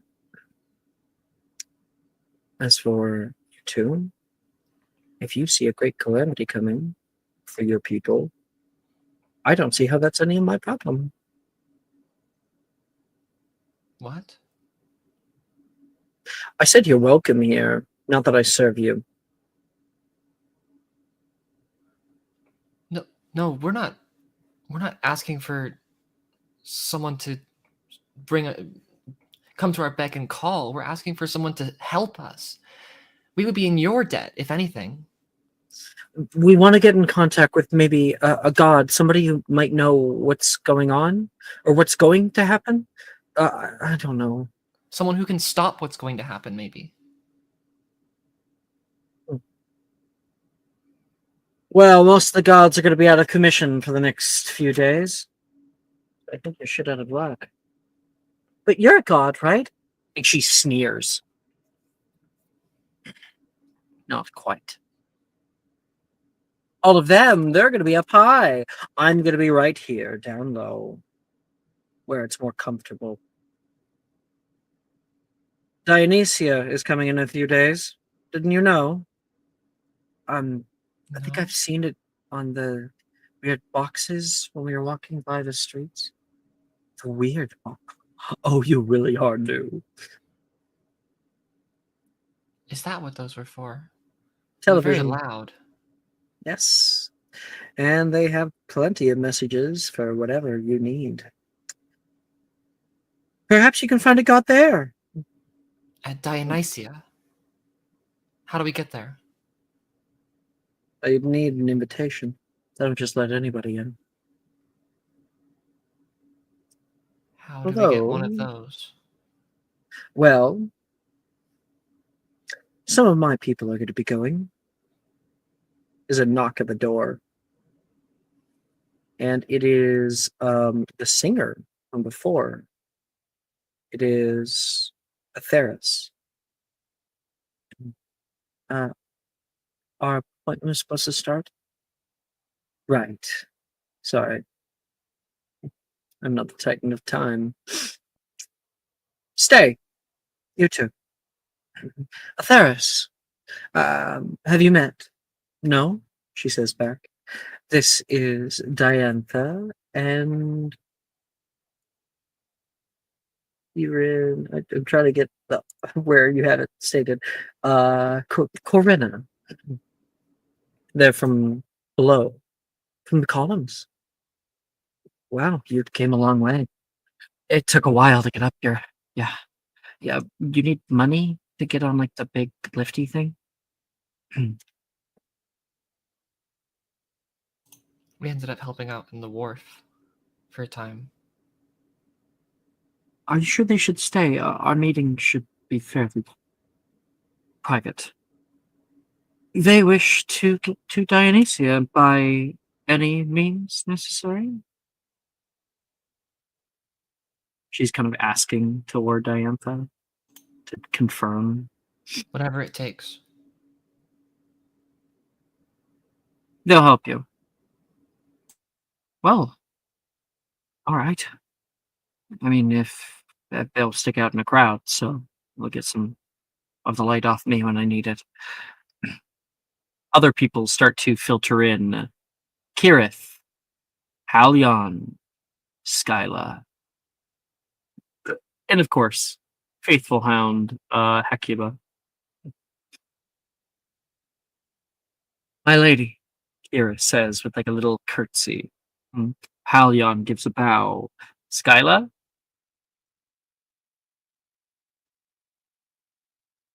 Skyla? Do you? Ma'am. With a little half bow. Ma'am. Please come in. We have much to discuss. We have been investigating something of great importance to Atheris here. Something she wants clarification on. We're going to be heading to Dionysia together. I have been able to award Atheris her ability to go up into Dionysia. She'll be performing there. You two are going to be helping along. More manual labor then. There he is. She looks up. Chris, you enter. You called Mistress. Oh, Take a seat. okay.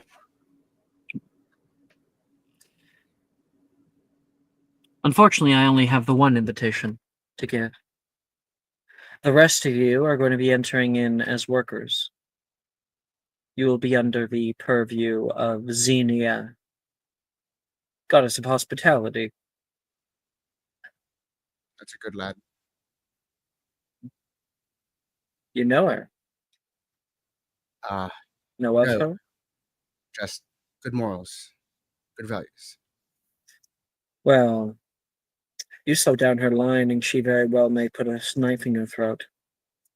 So I would be careful. The gods care very little about mortal life. What is Alion, it? you are going to be moving in on these gods here. She hands in like a little note to give over. Skyla, as for you, you're going to be helping us out by keeping Atheris safe. Babysitting duty. Got it. Whatever you need, ma'am. Alion will be there, under mask, she says. Thank God. Or thank gods, he says. If you need any information, he will be there. Your man to tell you where to go, where anybody is, he will know. Hecuba, she looks down. Have you been a good girl? Indeed, mistress, she says, and kind of like will nod her like little doggy head. You will assist my daughter. Yes, Hecate, she says. Lady Hecate, I think she would say to her. Now, I get the feeling that like no one can understand the dog except for Skyla. Like no one can actually hear her. Diantha, Corinna, this is your chair. Consider it a debt paid to an old friend. We'll need to be able to get you dressed. What you're wearing is certainly not going to cut it. What's wrong with the clothes we wear? They will not be of the proper code. You'll need something more formal. Something you're not used to. Okay, whatever it takes, Karina says. If that just means different clothing, whatever. My daughter can show you to someone who can help you. I'll like side eye Skyla without moving my head. Do you want me to take them to the back, ma'am? Take them over to Caranestra's, will you? Get her to make something for them, something that actually fits. Not whatever this is, she says, gesturing to what they're wearing.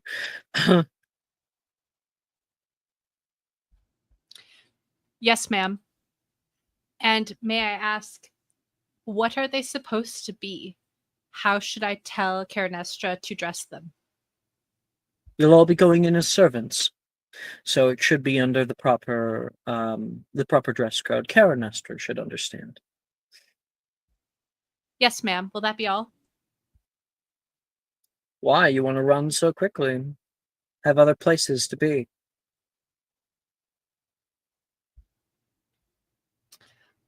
I was in the middle of something before I was interrupted by these ones earlier, and I'm a bit concerned leaving my spells in my room in the state that they are. She gives a big sigh. Haven't I taught you well enough to keep them under lock and key? You let them run wild without you, and go. Thank you. I bow quickly and exit the room. She'll meet you down in the bar, she says to Diantha. As for you, she turns toward the cook. Are you willing to help us? Mistress, you've done me a great service with giving me a shot. I'll help you out. I have a odd feeling. The winds are changing. More crows, fowl have been found up here. I think it is the work of the Morai.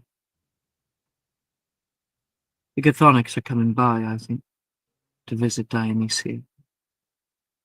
I need you there, working in tandem with my daughter. I know that you're capable of protecting what matters. Those days are long behind me, but if you ask, I will try. I do ask. And should you answer and do well, I may have some help for you. In regards to your issue, consider it done.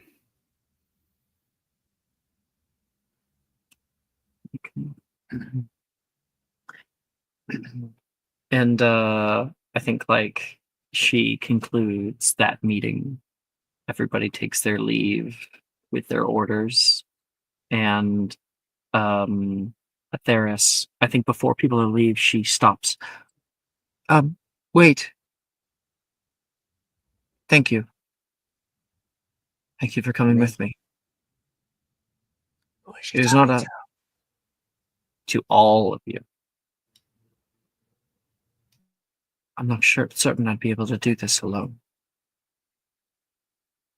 If all goes well, we will have the truth, and perhaps lay low a god or two in the wake. if my informant is correct. Is that new? Like laying low a god, like out of character? Like, is that the first time I'm hearing this? Yeah, that's the first time you're hearing it. Now, she kind of alluded that they're doing an operation.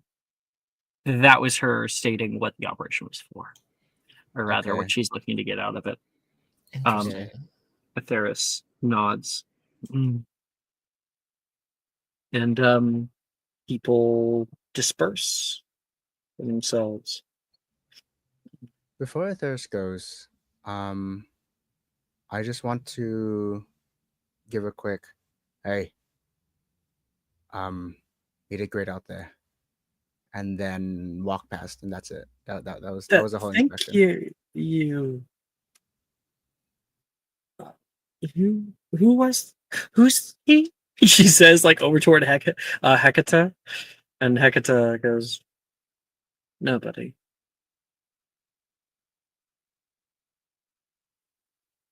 And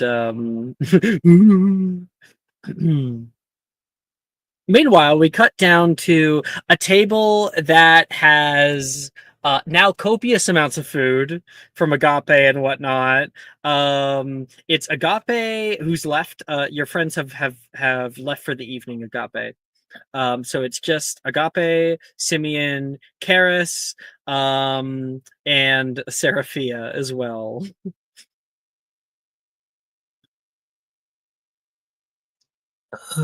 What is this? Samian holds up what I know to be a dolmades, but I don't. That these he probably just doesn't see them often. You've He never says had it's any Don Mondays before. You can hear your friend say, what's her name again? Dalmacia.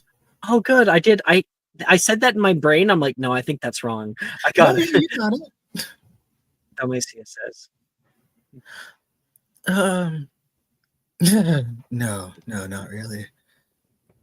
It Oh, looks interesting. you're here already. It didn't take you longer to get out of costume and all. Oh, the stage lights are so hot. You would not believe. I can imagine. You were great, by the way. I mean, you always are, but Thank you. The mistress of the establishment said that she might be able to get me tickets up to Dionysia, even. Could you imagine? Up with the gods. oh, you would sing them to shame. Oh, Amazing. don't say that. Oh, are you kidding me? The muses wish they could sound like you. On the Simeon. side. She like goes down and looks like a little embarrassed, like Simeon, stop. Agave is like on the side. Like, is there anything like I can text with? I feel like there is. I feel like Typhon texted with something. There's on no, the night before. there's no cell phones. I'm There's like sorry. There's I'm like like, something that she can would you- have, which I think is like a Oh, the like a sending communicator. stone, like a communicator, but Yeah, it's not like probably. Is there with any it. way that I could like type on that to send it? a PT. Fine, I'll give it to you. You're the Yes, only one with okay. it, though. You're the only one. Wonderful. I'm amazing. going to send a little instant message to Grandmama and Like, tell under the her table? that this lady is off the guest list for Dionysia. Oh Not Oh no! What have I done? Just, You like, get, What you have get I a text done? back. You get like a little buzz. You like look underneath the table. It says, "Who is this?" crazy. So crazy. You know what? That does make sense. I'll message you, Greg. Hold on. That's so funny. She's not great Wild. with technology, I will say. Oh, it's so So- funny. It's your God. favorite granddaughter? Which one? Oh God no! damn. The strays are crazy. Agave? Oh, Agape dear. It will be done. Thank you. Heart emoji, sparkle emoji, kiss emoji, two girls dancing emoji, exclamation point emoji, and heart with sparkles emoji. And then you get you get a text back like, how do you do that? I don't see it on my keyboard. Anyway, cutting away from that. Karis. Yeah. Oh, He's stuffing her face. in My enjoying. breath's really warm. What is that? Bread? Ooh, Oh, you should try the baklava. It's very nice. It's a bit sticky though, so watch your hands. that sounds like a slur. I'll be happy to. Chris, you're coming down the stairs. You notice, of course, that like you guys are probably closing soon. You can see the guys in the guys in the back, Polyphemus and his group. He's like I think the woman, the Gorgon woman, looks out with like shades on. We're good to pay. All right. You come by and she pays for him. Polyphemus kind of gets up out of his booth. You see this huge man, upwards of 10 feet tall. He's got 4 arms, one big, that metal thing over the eye, and gives like a little nod toward you as if he can see you. And they start to leave. They're getting their stuff on and going, and you're able to check them out. You look around, and there is still one more table. Agape's table. You turn over and see Wallace in the kitchen furiously trying to do dishes, and he breaks one. Fuck!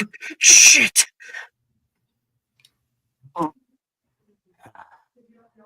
God, how hard is it to do your job?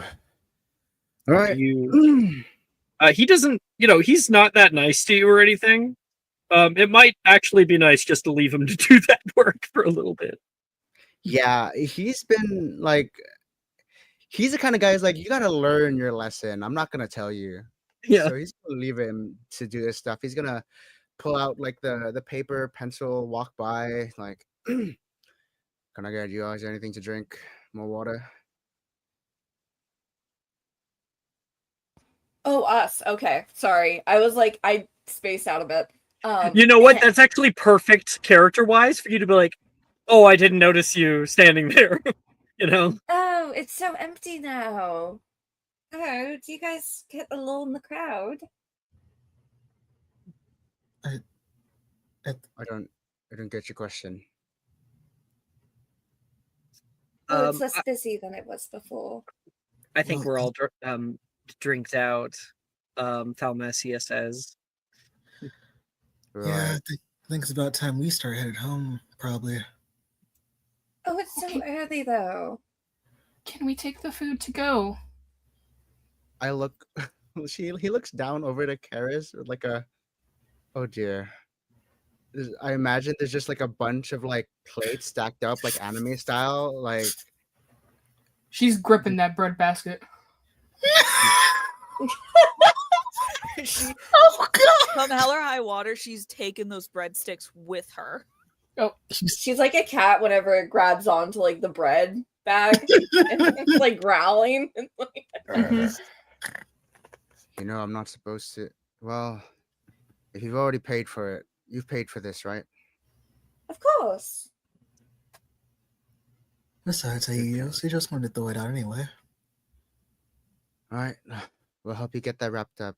No one's going to take that from you, kid. Don't worry. Oh, can you put in another order for sandwiches? I know it's getting late and all, but can we put in another order for sandwiches for them to take to go? Sandwiches. He looks at the kitchen, at Wallace fumbling. Yeah. Sure. A wry smile.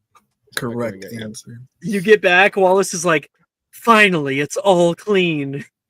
Agape's looking for more sandwiches.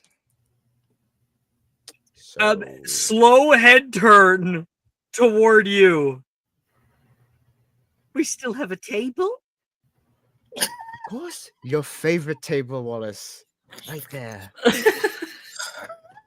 Don't you remember? Miss Agape. Why am I making the sandwiches? You make the sandwiches. I took the order.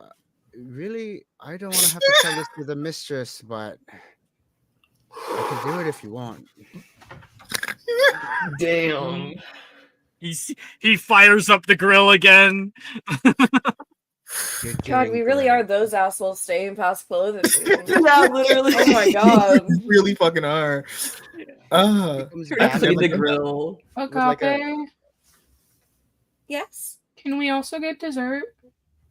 Of course. Well, I was actually thinking there is an ice cream truck right up ahead, and it serves the most divine ice cream ever. It is, I guess, a bit on what you and mortals call the pricier side, but I can afford it. It's my treat. Thank you. I didn't even notice that you were a goddess. Thalmesia says. Oh my gosh, I should I be bowing? Should I? I've never. No. She's came to sit with us. I think it's appropriate for us to just exist with her around. You two know each other? While I say this. Yes, we're very close friends. Very close. Tell me that you knew a god. Yeah, we haven't seen each other in a couple of days, so. A couple days. Dude, I'm like your best friend. Tell me if you know a god. Sorry. She kind of punches you on the side. Sorry. Well, Thalmesia, I don't know if you saw my show. Right. Oh gosh, I can't. I She'll have hold a such hand a out horrid to you. memory. You were put a spell on you, right? She'll take the hand. No, that was the terrorist. Oh, I'm so sorry. I can be so airheaded with these sorts of things. I can't remember my It's own fine. earrings. My song was my favorite. I picked it because it's one of my favorite of Orpheus's old songs. Oh, cute! You still listen to Orpheus? He really sung with the voice of people. I don't know how he did it. Well, I suppose, blessings from gods do have that sort of effect on one's vocal cords. Do you ever sing? Oh, no, I don't have the voice for it personally. I'm an actress. Oh. If you sung as beautiful as you look, I'm certain that it would be good. Oh, it's so complimentary, you mortals. It's I'm blushing all the time. Let's head out before. And then that's when Chris comes back with the sandwiches. All right, the BLT for this young lad. We didn't have a basket large enough, so we've just sort of gotten you a box. We handed to Perfect. Karis. You want me to carry that? I can take it to your container. Sorry, I'm fumbling out of character. Transportation. That'd be great. And then if you want to carry it home, Yeah, totally. That's fine. thank you. Oh, are we taking the sky rail? If we don't miss the last train, probably we might as well. I don't want to have to walk again. Come on. She's gonna put a hand over under Simeon's armpit and kind of pick him up off the table or kind of help him up, and she offers a hand to Agape as well. She'll take it. She'll kind of squeeze a little bit. She's holding her hand. And Karis, you find that you're going back with like way more food than you actually asked to get boxed up. Mm-hmm. Right now, Karis feels like a child in the middle of a divorce case. And dad's new girlfriend and mom are just not getting Such a along beautiful, whatsoever. such a beautiful description. You kids gonna be all right. Oh, yes, I wanted to tip you personally. I know establishments can take it from off the top if you do it all together. She's gonna like rummage through her bag for like some cash. Like takes out an No. obscene amount. It's quite all right. Use that money to get these kids safe. It's like 90 drachma. Jesus. It's really no big deal. I have plenty of it. No, I think they'll need it more. And he looks down to Samayan and Karis, who came in with peanuts. I feel like Simeon. Have you ever taken money from Agape? No. Maybe she's just never. Has she ever offered? I think she's offered, but Simeon always finds some charismatic one-linery way to be like, "No, it's all right." Yeah, I think she's gone from offering money to like just buying him things outright. Like Yeah. she'll pay for his coffee or something. And his At the tuition. library. I mean, shit. I'm not gonna stop. Go ahead. Yeah, you want to pay me there? Yeah, go right ahead. Yeah. Shit, I'm no Room better and than a man. board. Yeah. Man, you're godly. What if? Okay, so you know how like mortals get like godly boons? What if you get a boon from Agape? Like down the line where We you get were to pick new literally powers. just joking My God, we- about like what if Agape just gave like what if we hacked the system somehow? Like we have one mortal in the party and everyone else is gods, and we all just pile godly boons onto one Just person. superpower this one person. I was like, it could happen. I would love Captain it. Planet. Yeah, legit. For one of the progressions, you can just like take a power from Agape. Oh my God. LOL. Please. When you look at Simeon and Cadiz, Simeon is kind of like subtly trying to like look at her shoes, at Kiris's boots, just to make sure they're still tied. You're not gonna trip, right? I make no promises. I'll take it. Sorry if I kind of left you alone for the night.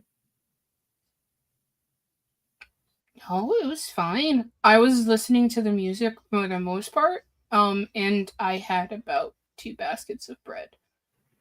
So Since she hasn't talked this whole time, you guys notice that Seraphia is gone. Huh. Who was pretty that? sure there was a ghost here. Who was that? Oh, she's a family friend of mine. Very. She comes and goes as she pleases, usually. She was pretty. Very enigmatic. Yes, she's a very mysterious person. I still don't know much about her, and I've known her most of my life. That just means you have more to learn. True enough. Are you two good to go back home? You don't want me to call you a cab or anything? Us 3 should be fine. We're used to.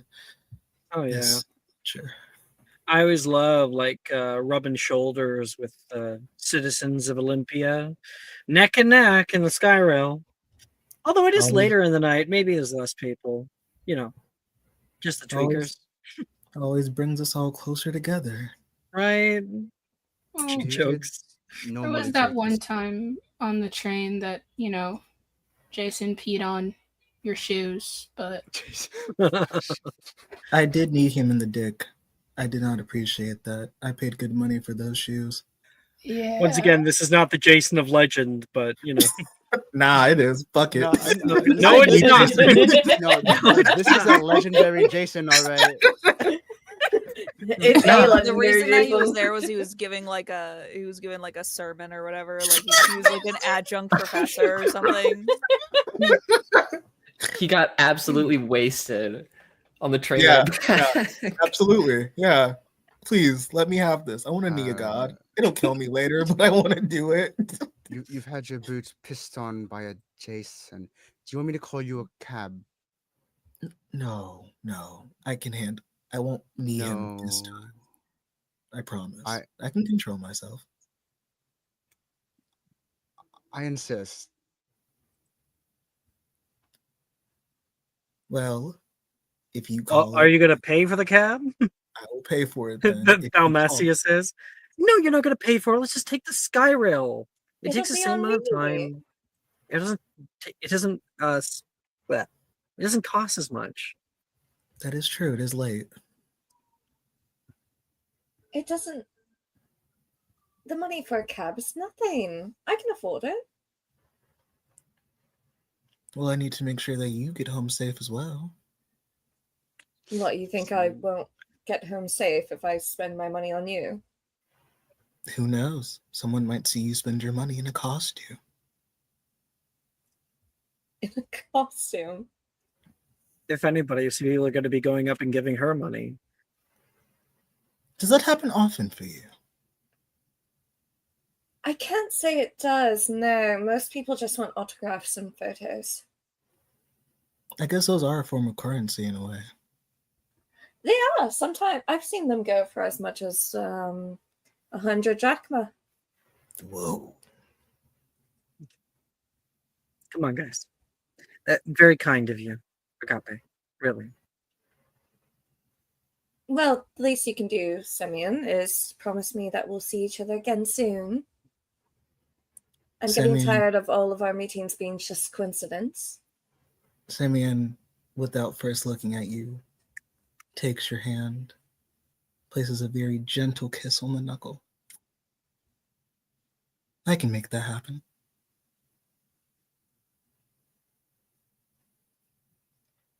Okay, let's And go. Your friend's gonna grab you, Simeon. She's grabbing you. We're gonna leave Holy. Okay. Call me. Agape is all like flustered, like, oh my god. You come visit the Athenium. Karis, yeah, that's how I imagined her too, honestly.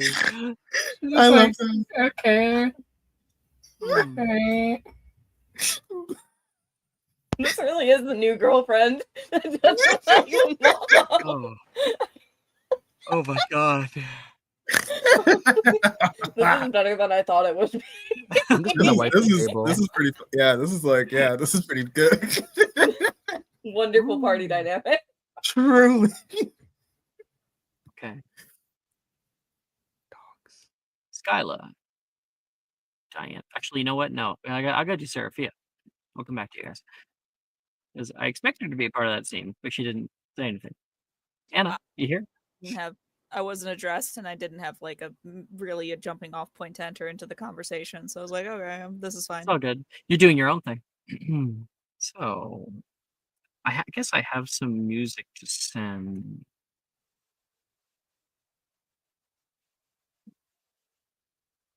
Because you're following Polyphemus's lackeys, aren't you? Mm-hmm.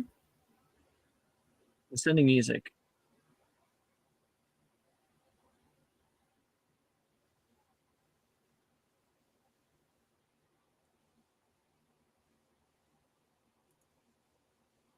Turn off my other music.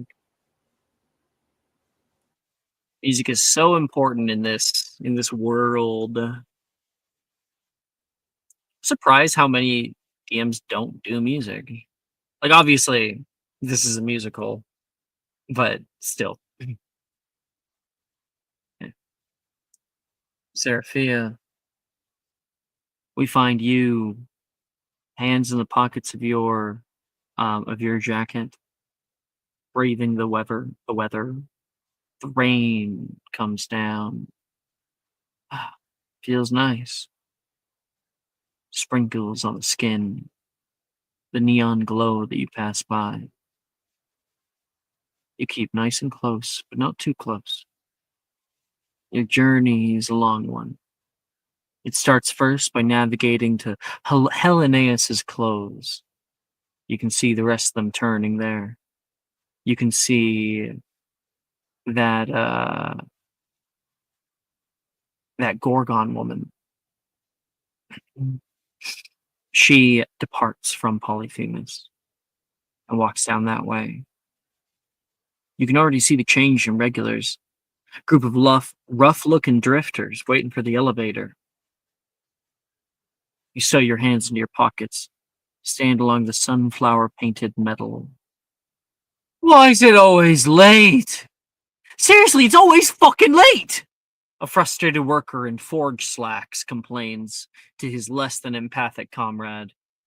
Pipe down, lad. Seriously, it's coming now. Yeah, 30 minutes late! Shut the fuck up! You're not the only one waiting here. You just make it even more unbearable. Are you gonna cut me from a lost wages, you piss stain? You can hear people yelling back and forth. The elevator ascends the street level, and the metal shutters open like the maw of a great beast now vomiting a crowd of workers from its throat below. You push past the crowd. You can see this woman, this Gorgon woman, push into the crowd and people part. Oh, Blind Shepherd, you can hear someone say. She steps past there, confidently, stands in the mist, and everyone gives her a solid 5-foot distance. No one looks her in the eye. You push into the corner, file in. People quickly fill the compartment, packed in like sardines. The man Len grunts near you in the elevator before it descends. Could have been making time and a half. The whole platform shudders with a sudden jolt, and the elevator descends into the hollow below. A thin metal wire lattice is all that separates you from the abandoned buildings and falling into the chasmic streets below. In its way, the surface of this world is an unappreciated beauty in its own right. From this high, you can see the columns, and why it's called as such. Short and ancient high-rises covered in ramshackled additions that jut out from them almost impossibly can be seen all around. The expanse betwixt, mingled with structural support beams that all serve in the end to hold up the streets above like a lid on the world's largest cookie jar. Left to waste, left to be forgotten and done away with. But still, life teems in this old jar.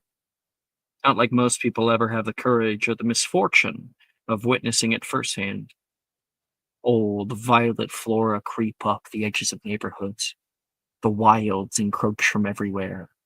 Down here, however, there is seldom light for them, only at daybreak, and as it is right now, setting of the sun. Does light actually grace over the ruins and windowsills for an hour or two? This place.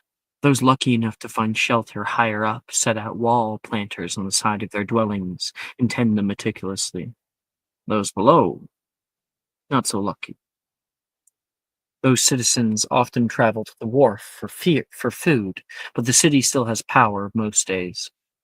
The twinkling lights of the old neighborhoods offer solace to those still with the eyes to admire such humble beauty. You're not sure that you have those eyes anymore. And when the power wanes, there's always the glow of Hephaestus' forge in the city center to keep the streets hazy. The elevator comes to a halt. Crowds come into view. Large pay stations separate the populace like the bristles of a fine comb. You go to follow your mark. And past the barrier, a woman grabs you. Please, I just need a few obols from my son. Won't anybody help me?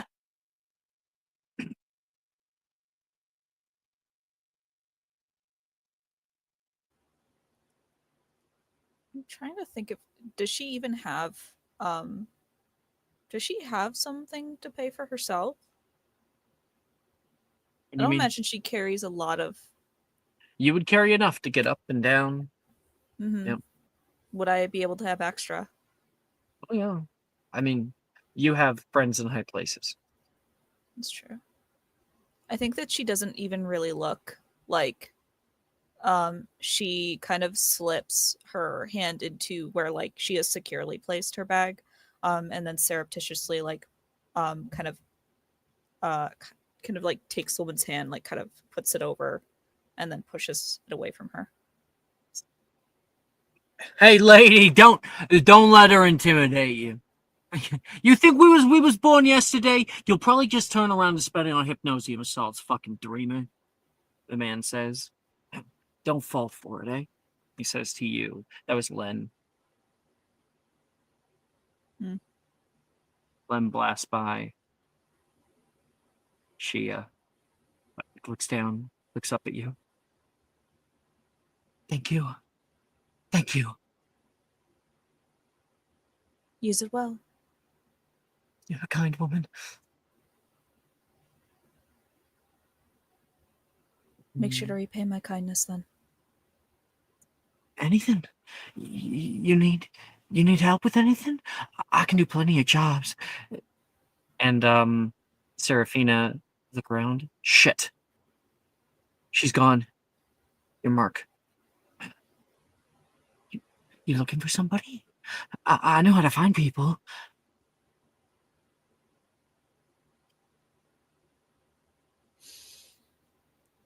Best you not get involved with any business. You should say I ain't. She'll take a step back, accepts your disregard. You got to go find this woman, wherever she went. I mean, she should stand out in a crowd. It's not every day that you see a Gorgon. Mm-hmm. She'll try to make it past, and Best get out of more or here less- before someone picks your pocket. Exactly. They're probably like main streets and such, so she'll probably follow there. She can't imagine that like there's probably a lot of alleys and like windy side streets, but It's like a slum. Yeah. yeah, for the most part, I think like wherever you need to go, you probably stay on the main path first before you go off into the other no one alleyways. wants to go down the small alleyways and might get fucking mugged. Mm-hmm. Okay. You can smell fish. The scent of brine coming up from below. On the edge of one of the streets, you see a railing that has fallen off on one side, but when you look down, you can see streets and streets that surround a large wharf, a market down below. Make me a investigation sort of check to see if you can find her.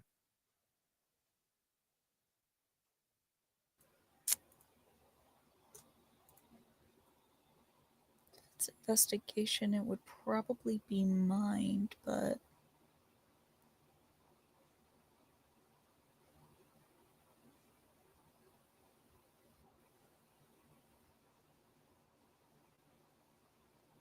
could I make an argument for a heart check? Make the argument.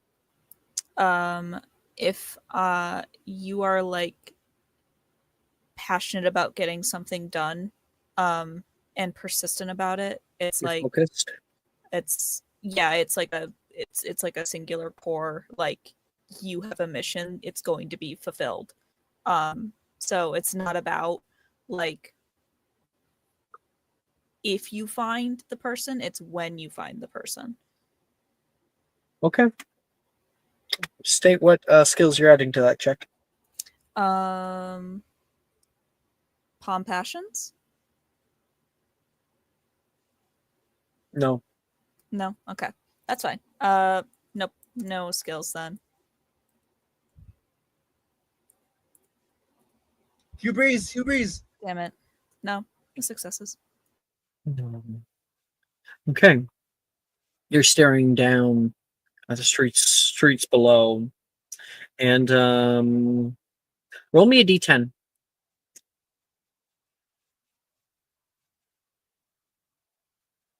Five exactly. Okay. You look down. You don't see her. You head down further, see if you might be able to see where she went. Often the blind shepherds are down here. And when you're walking past the market stalls, you hear one man speak up. Seraphia! Come! I have wares to sell. You hungry? We have fish. This is Fishmonger. Fishmonger is his. I'll send a picture of him, I guess. Fishmonger. You would know this guy. He works down here. Everybody knows him. Sending in discussion. He is quite literally a catfish. Catfish man. He's got a bunch of like fish all over here of different kinds. We just got a new salmon. Plenty fresh. Fishmonger. Long time no see. Yeah, been a while. Sure you came by. You've been up above, haven't you? You smell different. I have. More sun up there. Ortho, you get more sun in the water. Hmm. Do you know the surface can't keep me away from you, Fishmonger? It's fishmonger charm. And yeah, I think he'll because you said something nice to him, he gets like a little take-home dish. It's very small. It's kind of like the size of a side, but he'll cut up some fish into like little nigiri for you.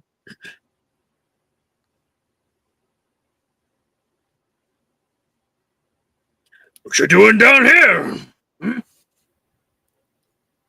Looking for a pet snake. Wondered if you happened to see one. Whole host of them. Came by recently.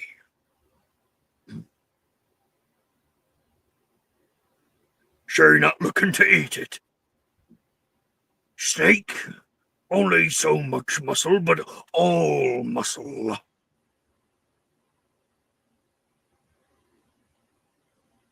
Not to eat, just to catch. I miss her terribly. Fishmonger saw whom you speak.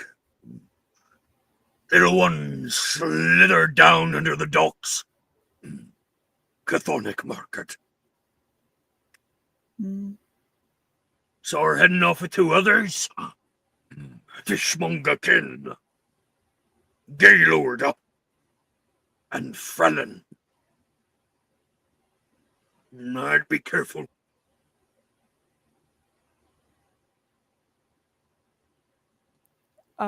She presses her hands together, and kind of like, sort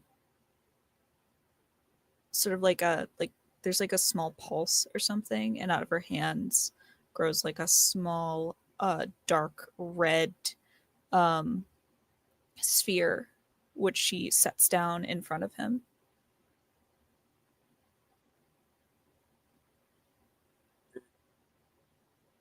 A gift for you. I know it's not much, but I should repay you for your kindness. I think he like looks a little nervous. He takes it and will kind of huddle it very quietly underneath of, you know, he puts it like under his belt, like in like a pocket.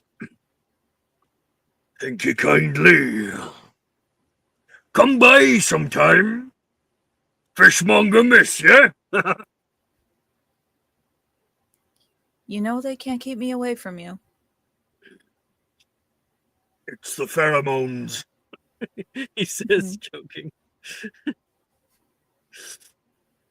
Keep yourself Happy well. hunting. All right. I don't know what Chris's gif is, but you know. Yeah. Don't ask questions you don't want the answer for. If you know, That's you know. crazy. That's all. Yeah. He No, they're is all pre-recorded. He's a merfolk, I think. Yeah. What that mouth do? Oh god. Okay. Serafina, you're back on the trail. And you enter down into the wharf and find a place where like big like sewer pipes are. You know, one of those like huge ones you can just walk right into. Can you give me one moment, please? Sorry. Yeah.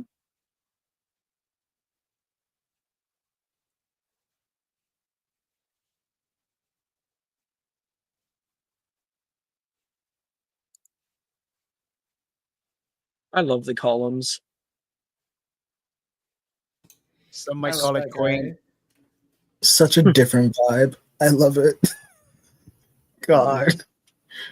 It's legitimately like my favorite setting in this game. Me too. I can't wait I to go love there. it. I think about it so goddamn much. I can't wait to go there in character and be simultaneously disgusted and enthralled. It's so quirky and quaint. I can't wait for you There's to get a mugged. beauty to it. There's a song that I like. I sent Alex a while back that reminds me of it, and it's fucking God. I forgot Sweet its Home name. Alabama. No, Please, no. God. It's Free by Florence and the Machine. Oh, that's a good one. That's a Mhm. good one. That's a good choice. That's a good choice. Well, I'll find one. So there's one that it makes me think about. It's one from Christone Kingfish Ingram. You've been here before. I like that one. That one kind of reminds me of it.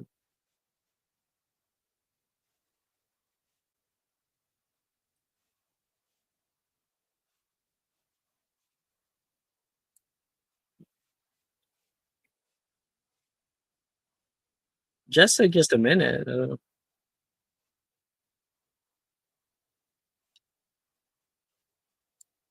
She's going to get a catfish right now.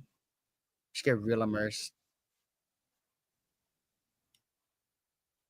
Oh, it looks like the song isn't on Spotify. So too bad. You guys should definitely check out Christone Kingfish Ingram. He was actually in the end of Sinners, the after credits of Sinners. He's in it.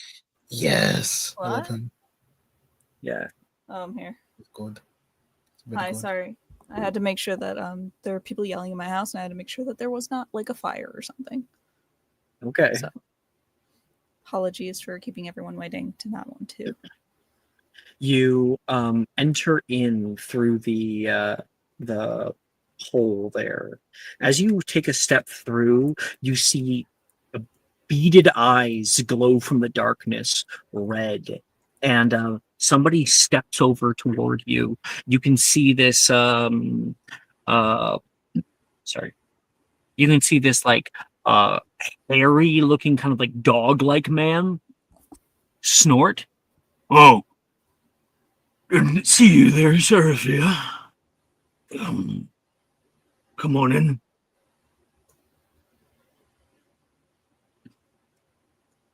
You walk past Expecting him. something else? Just being a good boy. That's what they Keep pay me on it. for. And you walk past and enter down into an underground catacombs. You can see this area is a old kind of rundown area of Labyrinth. It has been repurposed, and you can see the facades of old buildings that have been grown and built on top of. There's a lot of people down here who are buying and selling goods either out on the street or inside the buildings, and it's not long until you are able to find this woman, this Gorgon woman, standing with two others. Another fish person, actually, significantly larger than Fishmonga. Fishmonga is kind of like short, like he's shorter than you. This guy, he named him, kind of funny name, Gaylorda. Gaylor Doe is his last name, kind of. And he is like a whale shark, like big, kind of like dark stripes, like little spots and stuff. And there's a spindly fucker next to him, very very pale, has like eyeshadow on and stuff, and like his hair is kind of spiky, and I wasn't last week. It wasn't this week. So what week's gonna be, huh? Frelin says. Just as soon as I can. I'll pay you back double. You can hear the man say. The woman speaks up. I'm sorry, but when you're late, you're late. If I let you off, do you think that I'd Sorry, 1 second. If I let you off, I'd have to let everybody in this block off. And what kind of business would we be running in that point? Huh? What can I do? I'll pay. You don't have the money. You can't pay. Unless, of course, you mean anything. He looks him up and down. Maybe 2 days at the bottom of Gaylord's stomach. That'll do you some good, right? What? And Gaylord opens up his mouth and swallows the man whole.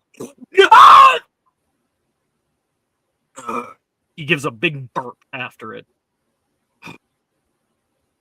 All right, next one. And they keep moving on.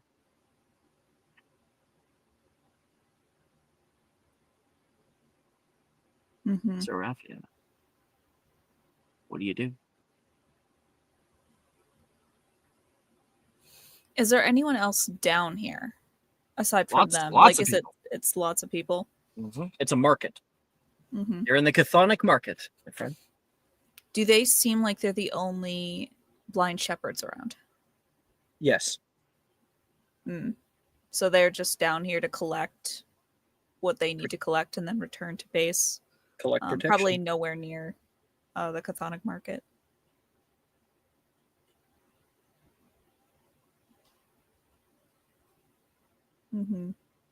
No, they're probably heading back to base. It would be in the chthonic market somewhere. So is that your aim? Are you trying to figure out where their home base is? If that was the aim initially for her, it's no longer after that. Her aim is now to dispatch.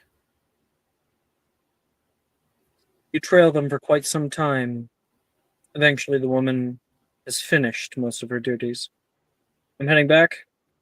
Don't have too much fun without me, she says. Oh, we'll do what we must, Frelin says.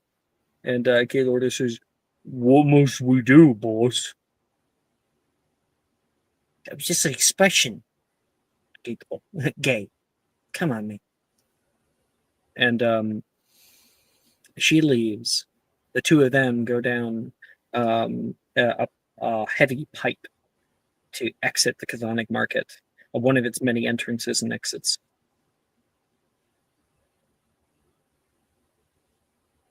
So follow her or follow them. They tip a koboloi who's watching the entrance on their way out. Thank you, sirs. One says, don't go spending all in one place, huh? And you're now out walking the streets of old Athens. Old, rundown buildings from all around. Greenery from coming by.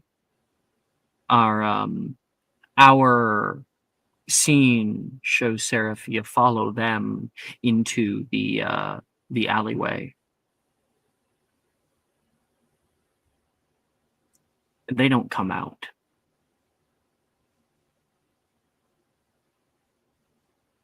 Seraphia, what's on the news the following day?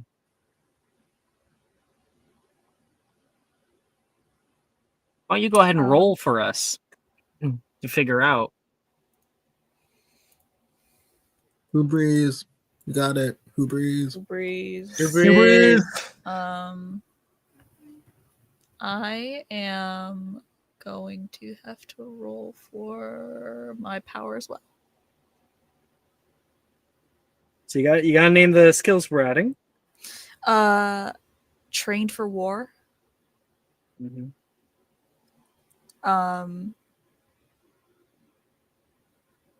And my power. Do I name that as well? Yeah. Fruit to bear, roots to tear. Fucking dope.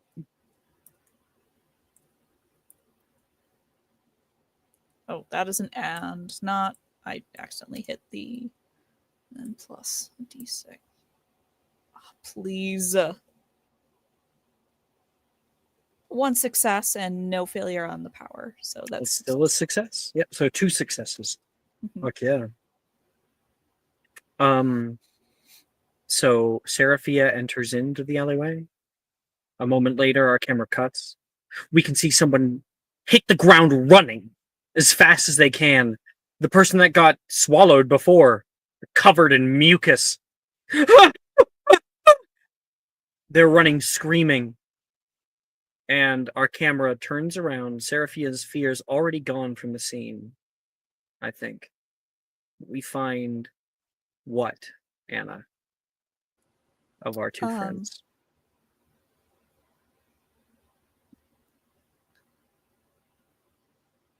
If this is going to make the news, You sending a message? I guess I guess it could. I don't have a direct description, so I'm going to have to.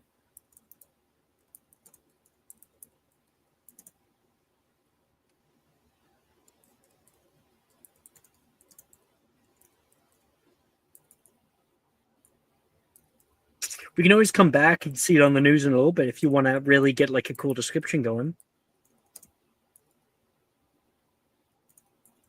Seraphia?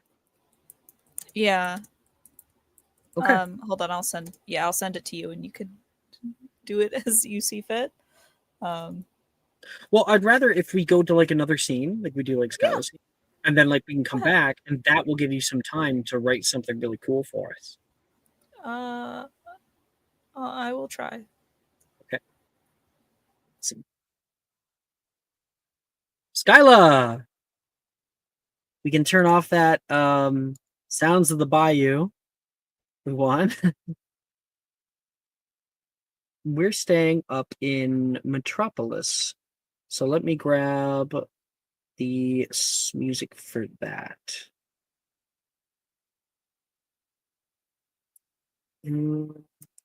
You know what? I think this will work.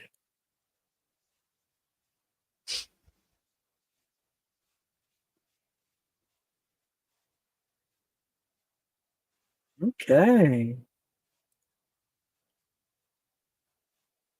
Behold, Skyla, you walk Diantha and her sister out. Actually, also, Buddy would have to go with you. Chris, you need some threads too. It's all 3 of you. Metropolis is caught in a perpetual gridlock. A chorus of snarling engines competing for space like the flock of agitated birds. You guys walk through it. Skyla only takes you a few blocks away. Diantha's sister. I'll get the name eventually. Corinna. Yeah. I got it. Well, I had to pull up the character art to look at the name. Think of it like Anna Karenina, if you're familiar with that movie. Not at all. No, never mind. You Okay, that won't help you. What? No, who's that? You don't? Do you not even know the book? Wow. Uncultured. This is Crazy. embarrassing. Crazy I'm like, word. I'm clutching my pearls right now. I'm like terrified for you. Okay. It's all good. Go back on track. Her sister is looking up. You live here like full time, all the time. It's so big. How do you know where to go?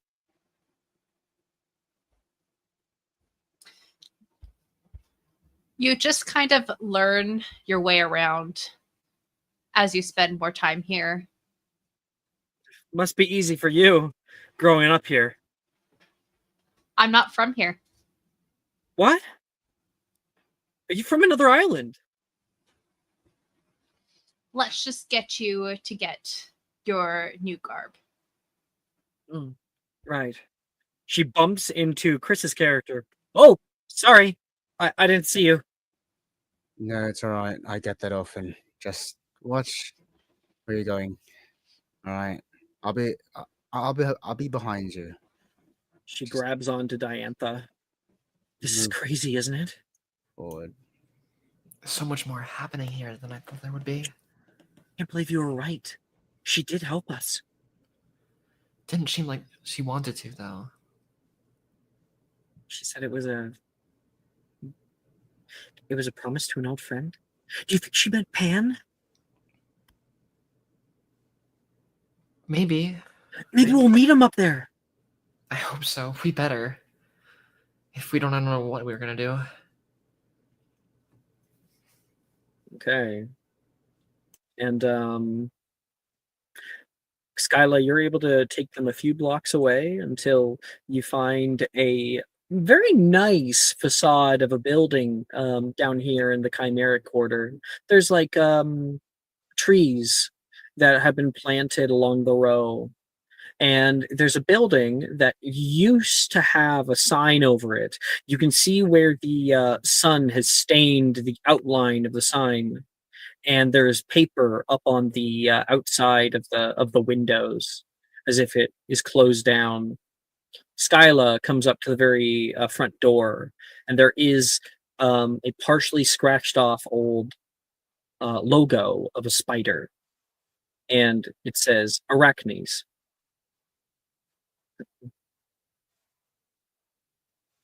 Well, are you gonna get in or are you gonna keep gulping? I open the door and let myself in. Skyla, you're able to pull out a set of keys, special keys, stick it into the lock, and there's a little burst of light that comes from it. And the door opens up into a warm interior. There's immediately stairs that go up from where you are, and on the left-hand side is where there would have been a showroom.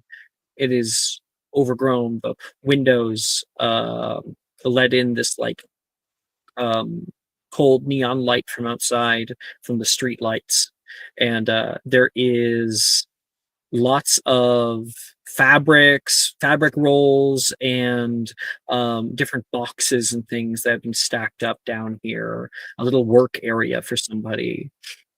You can see what looks to be like a kitchen even farther down.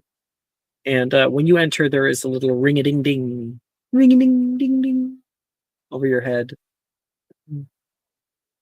There's a creak at the top. Oh yeah. Do your thing. Do your thing. Carenestra, are you in? There's a creak at the top of the stairs, and a woman stares down toward all of you. She doesn't say anything. She holds the railing very, very gingerly, very delicately, like she doesn't know what's going on. I do have art for her.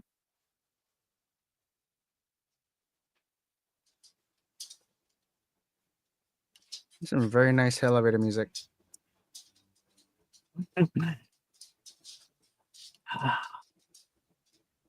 Sending in discussion. Paranestra. She has very, very fine outfits on with like jewelry and things that hang down. Her hair is braided this deep jet black, and she smiles when she notices that it's you. Hello, doggy. Second upper. More babies. Guys, the tagline says ignore the hound. Oh god. He's so cute. So cute. Yawning. Oh, yawn. The floppy Sorry. ears too. Are they a spaniel? Yes, this is Lilo, Cavalier King Charles Spaniel. Aww. You saw Kronk the Frenchie here. Velma, come Kronk here. and Lilo.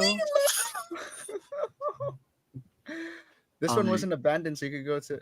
Never mind. I'm gonna stop. Long. Oh, there's Oh, What did I do? Borzoi. Oh my She's god. actually something called the Silken Windhound, so kind of like a fluffy Silken whippet. Windhound. Gorgeous. Oh my goodness. I love you, God. That one's Velma. Are you at a standing desk, Kala? Or Kai? Okay. Sorry, what's up? You at a standing desk? Yes, yeah. Cool. This whole time? No, I was sitting down earlier, but now like I have ADHD, so you get to like 4 hours, and I'm like I can't sit God, anymore. that's So so standing real. we go. Yeah. Yeah. Oh, I wish. So Okay, so Karen she Esther just said stands at hey. the top of the stairs. You said hey. And Karina is like, uh, uh, "Good evening. Are you who we're supposed to be here for?" She like shrugs, like she doesn't say anything still. Carenestra, Mother sent us to you to get some outfits for a mission. Her brows raise an expression of surprise. She comes down the stairs and she signs to you, "Of course. I'll get them go let's go to the back." And I think she'd like notice Chris. There'd be like a little like, "Do I know you?" She might have seen you around like the Calico Club or something. She just moves on toward the back. uh what was she doing with her hands? Karina says. I was gonna ask you. You don't know? Carenestra is deaf, so she uses sign language. Oh, she's not deaf, she's Oh, mute. sorry. Yes, thank you. So Skyla says to the group, or to the girls rather, the sisters, Carenestra is mute, so she uses sign language. If you need to tell her anything, let me know and I can help translate. Well, again, they can say things to her. She just Oh, can't yes. say things to Sorry, you guys. my brain. Mhm. I'll let you roll. Mhm. You do your thing. It's all good. It's all good. It's a new character. We kind of went over her a little bit, but like, I don't expect you to know everything in a day, right? So Is this your first times outside of the forest? We haven't had a reason to leave until now. Satyrs don't really leave the wilds. They don't need to. Grandpa always said that it would be our doom. But sometimes things are more important, you know? Right. When doom's already coming. Chipper. What's your name? I've already told you. You did? No, you haven't. I've I told must have both of you. forgotten. No, I get that. I've told you multiple times. I was. You asked for my name when I called you by the bar. I guess No, some we things didn't. don't change. I don't No. think we did. It's okay. My bad. I have a bad memory anyway. Corinne No, says. it's not your fault. He says, waited. Just let's keep moving. It's not important. Okay. Just call me whatever you want. Okay, so like, guy, dude. That works. I will Or answer some- to whatever makes you comfortable. I have gone by hey, you, and asshole. Pardon my French. French isn't real. Pardon, You're Greek. Pardon my Greek. Pardon my Greek. That wasn't Greek. All of what everyone is saying is in Greek. Yeah, I'm so mysterious. It doesn't matter.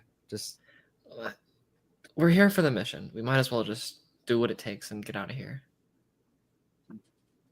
You're right. And so you guys go to the back. Skyla takes you back there. Skyla, you can see Karen Estra has been working on something. You see this beautiful red gown. It has like red and white accents with like gold that is laced within. She turns around and signs, "You'd like." It's gorgeous. Did you make it for Mother? No. She kind of nods no that everyone can see. Did you make it for yourself? She looks at it and like you see this look of fright come over her, like she could never wear this. The let's just say the it's like a heart neckline that goes incredibly deep. So like this is like, high class, big rich person sort of garment, especially somebody who has an incredible hourglass figure. She puts a hand over her heart like, God, no, I would never wear this. Did you make it for one of the party goers? Have you gotten a commission? She nods. And then she signs and like makes a little sign for like a heart. This is for Aphrodite. Ooh. Is she wearing this to the party? Karen Esther kind of shrugs. She signs, I don't know for certain, but I'm getting paid. Don't get paid to ask questions. None of us do in our line of work, do we? Working for Mother. The 4 outfits we need from you are going to be much less interesting. Mother insists that we're going to go to the party dressed up as servants, so we need something unassuming, something to be part of a god's retinue. She nods, and she heads over toward the back. She is able to pull out a few fabrics and whatnot, and she shows you something she's already finished, probably for Kirith or for Halion. They are like tailed suits and dresses. They are black and white. They have sort of like a white top to them that ends in a sort of diamond and then cinches around the waist. And there is coattails that come down the back. They have like one has tights on one side, another one has like half a dress that drails down toward the bottom, and then hanging on the hangers are 2 masks. They look thematically the same, but you can see one is a bird and another one is a bunny, like a rabbit. Is this a costume party, Karen Esther, or are the gods playing a sick joke with these costumes? She looks at you and just gives you a look that says, right? It's a little much. She says, at parties like this, they certainly don't share my sense of taste. Please, can your friends come in?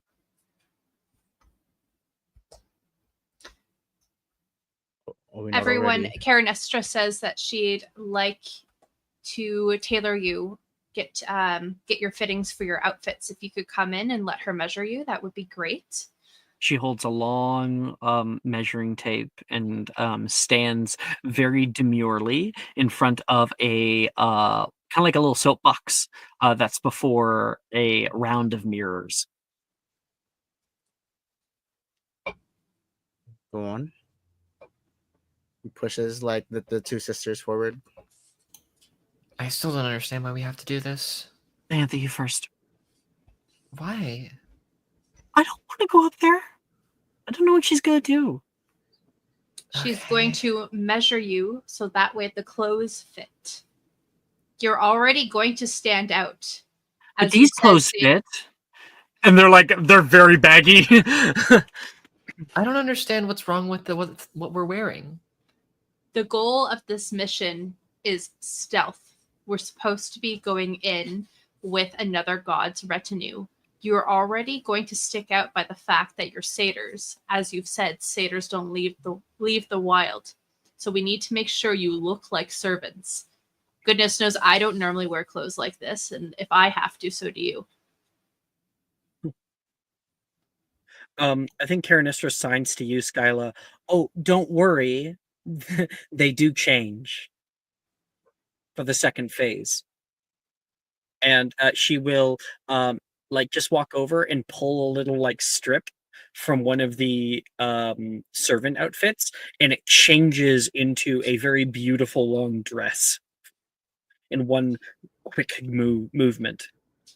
Well, that makes even less sense. But whatever it takes. So I'll go first. And I'll step up to the soapbox. Karen Esther uses her foot to like tap the soapbox. And you step up onto it. I'll just like stand there awkwardly and not put my arms out or anything. And Karen Esther will kind of she's very shy, but she will kind of like pull up your arm and then like kind of cinch the fabric, and shows your form more, this kind of light thing. I think she'd pull up a part of the dress that you have, and we would see the the legs, right?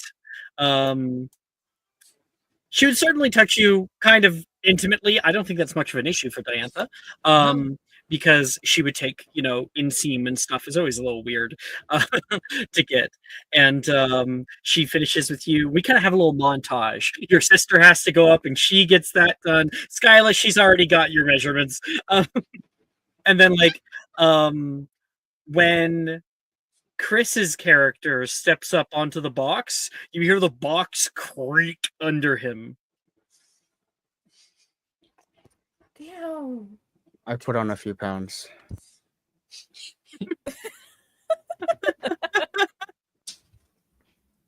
And Karen Esther begins to measure him around the thigh and around the bicep and around the inseam, and we can see her finish measuring. And when she steps away, Skyla, you see her face for a moment, and she is beet red over the cheeks. He's like the whole time he's like awkward and like shuffling about because Dad. Can I tease her for it in sign language so that way no one else knows what I'm saying? Yeah, you can. What do you say? You like? I think it's like, how could one not? But then when she puts down the her little paper and she starts to write it down, she looks back at her paper and this weird confused look comes over her face.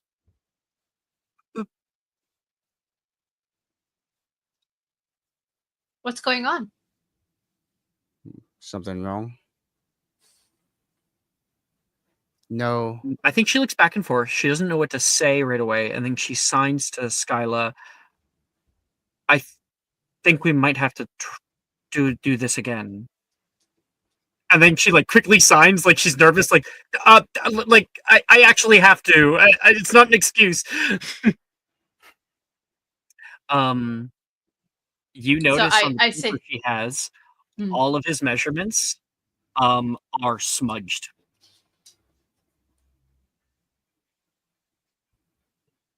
Hey, you. He shakes his head as if he had already expected this and goes, I think. No, go on. Yes, You said, hey, you, Kai. Okay, Kay, what did you say? What were you? Oh, yeah. Hey, you. Yeah. Why is this going on then? That's it, Chris. I know, I'm thinking. He says, lovely weather we're having. Karen Esther looks up at Skyla that's a weird answer. No. I mean, I need more. I need to get groceries. No. Show me how to take the measurements. I'll do it myself. I think Karen Esther will sign, I can just cut the fabric to size. That works. Sorry. And all of you, get ready for Dionysia. All of you will be allowed to decide on what mask you get and what kind of animal it might look like. It's a white mask, made of a sort of a thin felt, like velvet, and they're rigid. They're pretty rigid. And then you get to decide how your outfit transforms with you. It needs to be held. So that's homework for you guys. So we're looking at like a butler, like a suit and whatever Yeah, you coattails. can decide on how your outfit looks too. Just know it's black and white, and it's going to be a servant's attire. Black and High-class white service attire and a white animal mask. So you guys can all decide that on your own. Yeah, I'm getting a bear. Dog. Dog. There you go. 2 out of 7 Oh, done. Yeah. Well, we get like Hecubot also gets a little outfit. She gonna have like the full like. What's gonna be weirder? A dog at this party or a dog in this like suit with a mask? I think that it'll be an attraction. People will be like, "Oh, look at the doggy!" You know? Be a good distraction. People want to get pictures with the dog. Hey, then the rest of us can slip away. Leave her on her own. All right, we're going to transfer Agape. Hello. Hello. Okay, I've got music for yours.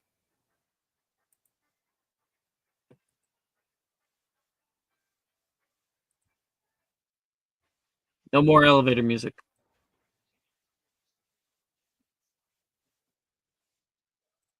Ooh. All right, Agape. Mood, reduce stress, and boost creativity. Agape, you step away from the neon-drenched streets of the mortal realm. You find the door to your 8th floor Model 3 sliding open with a soft hum, inviting you to step inside. The seat conforms to your silhouette, but with a muted hiss, the cabin seals, isolating you from the clamoring night outside. Agape, rather Brooke, did you ever see that thing I sent you on TikTok? Hold on. You scroll up yesterday. I sent it yesterday. Hold on. It's pink car. Pink car. Yes, I see it now. Yeah, Yeah, do you want that? absolutely. Can it be in red though? Like I feel Yes, like okay. red is more Agape's color. Sure. Red's fine. I'm gonna send to you, Agape.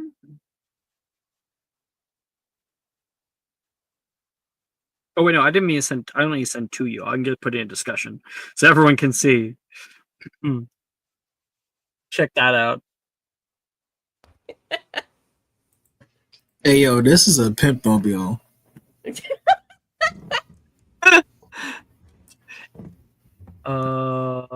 I do that, I think Who needs a Phoenix 9? I'll stop. I'll present screen. It is not a Phoenix 9. You shut your fucking mouth. Phoenix 9 ain't got shit on this. Okay, sorry. There we go. Here it is. There's the Barbie 12. The Barbie 12. Oh, Like, yeah. God. It's not like an interior you can lay down in and stuff. This is crazy. That's This is wild. crazy. Sometimes she sleeps in there when she doesn't feel like walking out of her car into her room. That's so valid. Does she have a license? She Or does she have a sleeps in her chauffeur? car, but in a rich way. It's like glamping. Yeah. It's like glamping. This is where your driver sits, right? Mm-hmm. Jesus. Your driver has to contortion to get into the seat.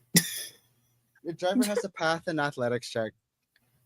Absolutely. My driver is No, bodyguard. no. Your dad is fucking Hephaestus. So you have an automata. Not this bitch got an drives automated you. mobile. That's Right? You She have rich, like rich. a robot. Be driving Family automatic money. cars. Can you name it Jarvis? Just like No, Oh my God. it's Barbie. Jarvis, C-3PO. drive me home. Vargy. goddamn. No, call it Ken. This bitch is a Rochester. This is It's crazy. Ken. It stands for like fucking. I don't even know what it would stand for. It stands for something. No. I'd really have to figure that out. I have no clue. Knowledge enhanced. No, the N is something. definitely navigating or navigation. Knowledge enhanced navigator. No, K. It starts with a K. Knowledge starts with a K. Knowledge. Oh, it does! Knowledge. My bad. My Oh, bad. boy. Damn. Oh no! Oh, damn. I mean, That was no, real. That no, was no. Clip that. That was rough.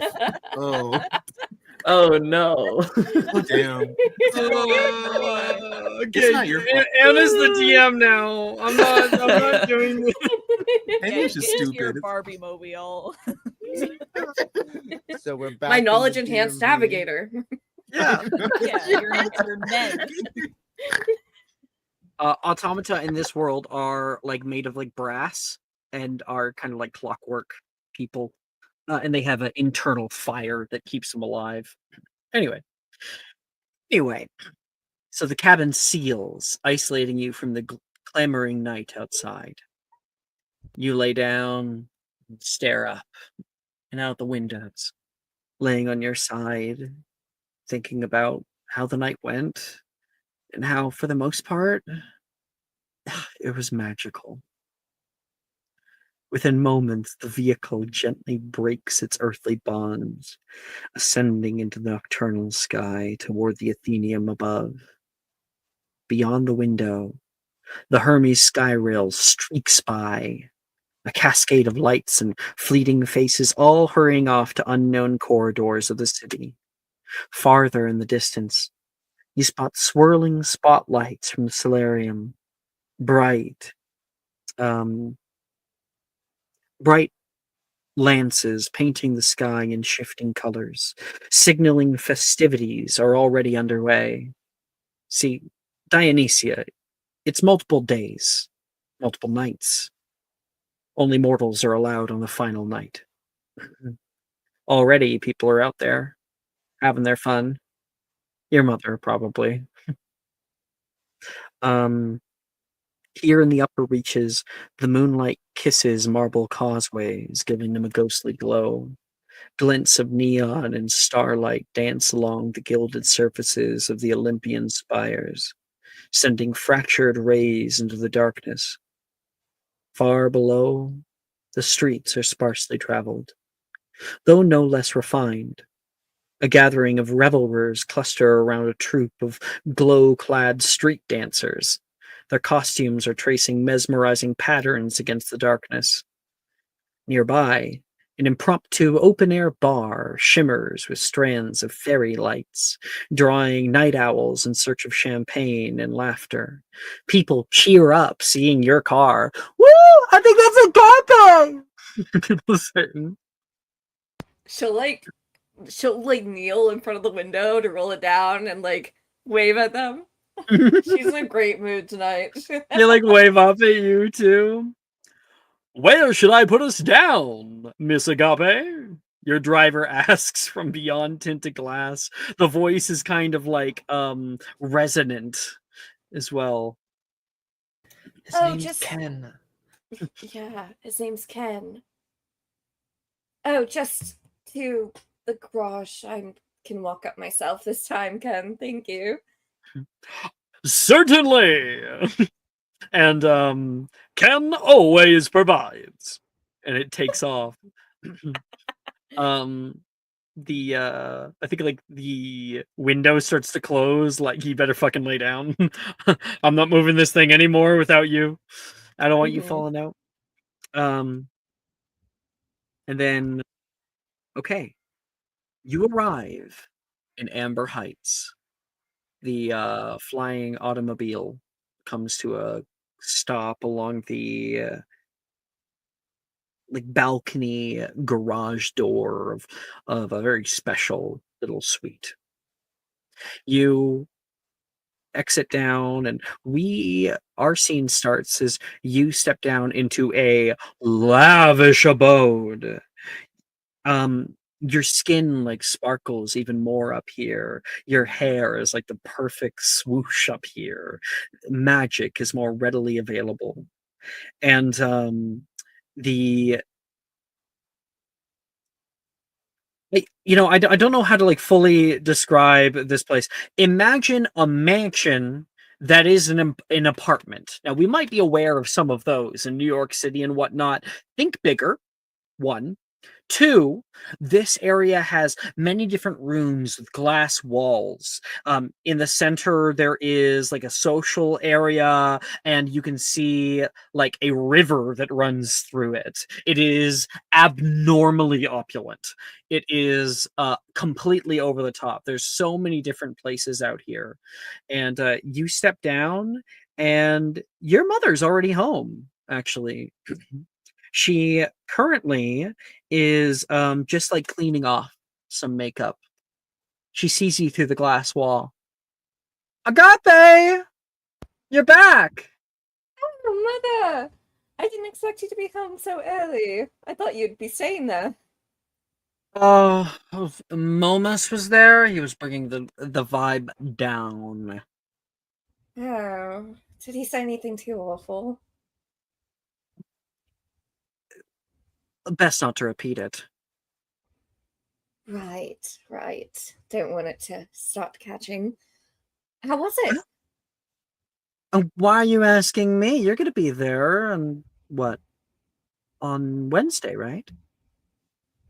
Yes, I was thinking of it. I Well, was thinking of inviting you- a few friends. I was going to ask if you actually worked up the courage this time. I haven't yet. I haven't given them the invitations just yet. I was going to, but then some woman came in and interrupted our conversation. Interrupted you? I hope not. She stands up, walks over, and steps down the stairs. And this is sort of what I imagine Aphrodite with.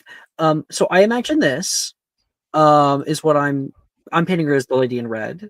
Um, I I wish I could have art of it, but even Midjourney doesn't like doing. I imagine her more plus sized. And I imagine her with like parts of her hair being like white. She has like a little white accent. I think she probably changes this from time to time, but this is the vibe tonight, especially having it be Dionysia. She would be quite dolled up. And she just takes off some of the red lipstick from underneath. Well, it wasn't truly interrupting. I mean, they're friends, I guess. You're too easygoing with these mortals. How are they supposed to respect you if you don't show who you are? Well, I did not wish to frighten him off or anything. If you're trying to find a man or woman, they best not be frightened when you show your true colors. They should accept you. If they're not going to do that, they're not worthy of you. But you haven't met him. You can't say that. Because you won't let me. I don't want you meddling with it. I know if you meet him, you're going to start meddling with feelings and everything. And I just want to do this myself. I believe in you. And you're right, I probably would start meddling. I know how you can be with your ships and everything. I could help, though. With this, what, he has a girlfriend? It's not a girlfriend. Places I down don't her earrings off the side. think. I think she would like to. That's a vibe I'm getting from her, but I'm not too sure if he would go for it. At least I hope he wouldn't, not with me around, of course. Well, there's always a chance either way. Come. Tell me about your night. She'll pat on the bed as you, like, because she lays down on the bed and kind of, like, invites you, like, mother-daughter to come join her. Mm-hmm. She'll hop onto the bed and you can sit crisscross. Well, it started with going to the Calico Club, which is this quaint little spot in Metropolis. I imagine Agape, like, hugging a pillow close to her chest. Yeah.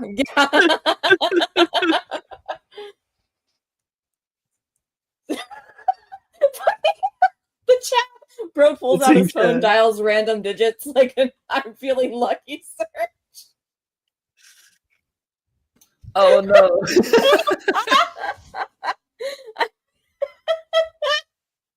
He like presses shuffle on his contacts for who he's staying with in the night. Okay, sorry. Well, we started in the Calico Club, which was this nice little place. I've They never were been. very accommodating there. Oh, I don't think they get gods mostly. I think it's usually mortals. They seemed very surprised when I was there. Where is that? And that would be the Chimera Quarter. It is located in the Chimera Quarter. I It's a love bit out that of the part of the way. city. Probably one of the best. The Herculaneum's like so boring, just a bunch of lawyers running around. You want to find a real man, you go there. I prefer Enchantment Row, personally. I think the plays are very cute. Agape! That's not what you meant. There's a lot of was it brothels in not? Enchantment Row. No. Which one It is is. the It one is with what you the meant. plays? It is. Okay. It is. Oh, Enchantment okay. Row does have Word. plays. It also has brothels. So she's like, Great. agape. And it's not like the high end ones like you get up in the Athenaeum. It's like the those brothels, the seedier ones. Mhm. She's like, shut up. Your mother's no prude, but she's like, there's much nicer brothels up here. Mhm. Not for the company, just for the plays. Sometimes Eris and I go down there. Well, he owns about half of it. That is very true. Sometimes I think he uses visits as an excuse to check up on business. The door opens.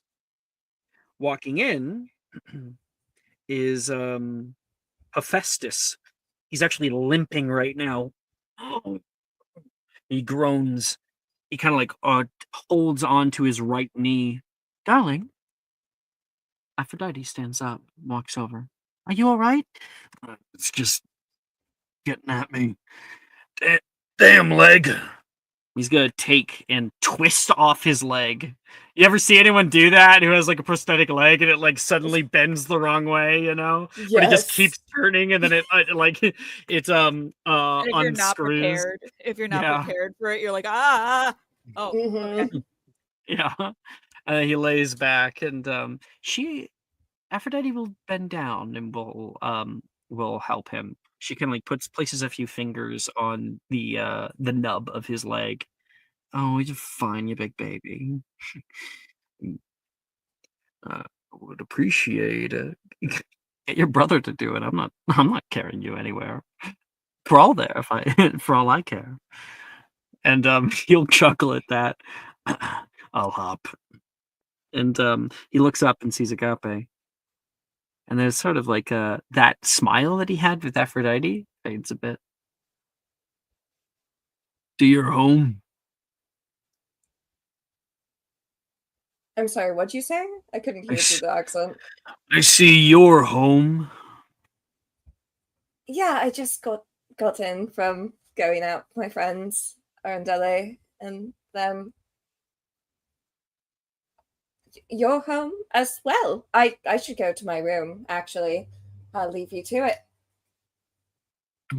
Oh, but we were talk again soon. Of course, definitely. Walking You in both through have the a great night. door, you can hear, oh, leaving so soon. You can see walking in through is Ares. Oh Lord. And he says, you got here in one piece. Two, actually. Aphrodite says, standing up. Here, let's get you to bed, bud. And he'll put his hand up and he'll grab his brother's arm and he'll pick him up and Ares stands there. Ares similarly has short red hair. I guess I have some art of Ares. I also have Hephaestus art. So many characters, right? So that's not who I want. I haven't updated the art on their thing. Fuck. whatever. I'm just going to describe them. So, Hephaestus, if you're not aware, Skyla, has a very unique look for a god. He does have prosthetics. He is missing his right leg and his left arm. He's got a cleft palate, like so that like lift that cleft lip. So like the there's like a little line of scarring there, but he hides it with like a big bushy beard. He's shorter, significantly shorter, even than Aphrodite.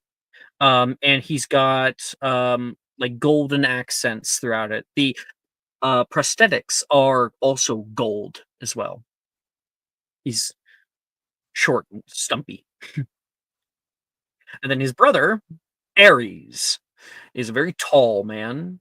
He currently, right now, is wearing an outfit from having been at Dionysia. He has like a big cape on the left hand side of him, and he has short red hair that is well coiffed, and also has those golden eyes too. He, in this context, I think I imagine him as being pale skinned, similar to Aphrodite, and he picks up Hephaestus and walks over past Agape. I have something to show you. Oh, surprise. Just give me a minute. All right. Oh, thank you. Jess sent me a thing. Here, check this out.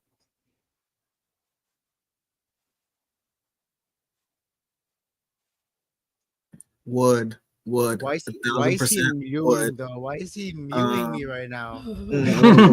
He's mogging you. I want to wet his so badly. Wood, absolutely. Please do not. Please That's do her not. dad. Stacy's dad has got me down bad. It's crazy. Ooh. It's already been claimed like several times over. That don't mean nothing. That don't mean nothing. Okay, so Agape, he puts his brother to bed, and then like puts a hand on the wall, and the glass becomes opaque, and steps down into the place. He, I think, goes past you and kind of gestures. Come on. Yes, of course. She'll like hop up, place the pillow down, and like fluff it. You guys, he'll lead you out to the balcony. Overlooks the city below, and you are kilometers above, a few miles. He, I think, as you find your seat, and so does he. He goes into his suit and says, "Dionysus might be his birthday, but he gave me this." He pulls out a bottle of nectar, golden and glowing from within. One of his last bottles, he said. Don't fucking believe him.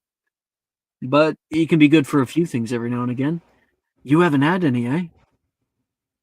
No, not yet. You were born during the Prohibition. You ought to have some. We used to drink this stuff like crazy back in the day. Is it truly that good?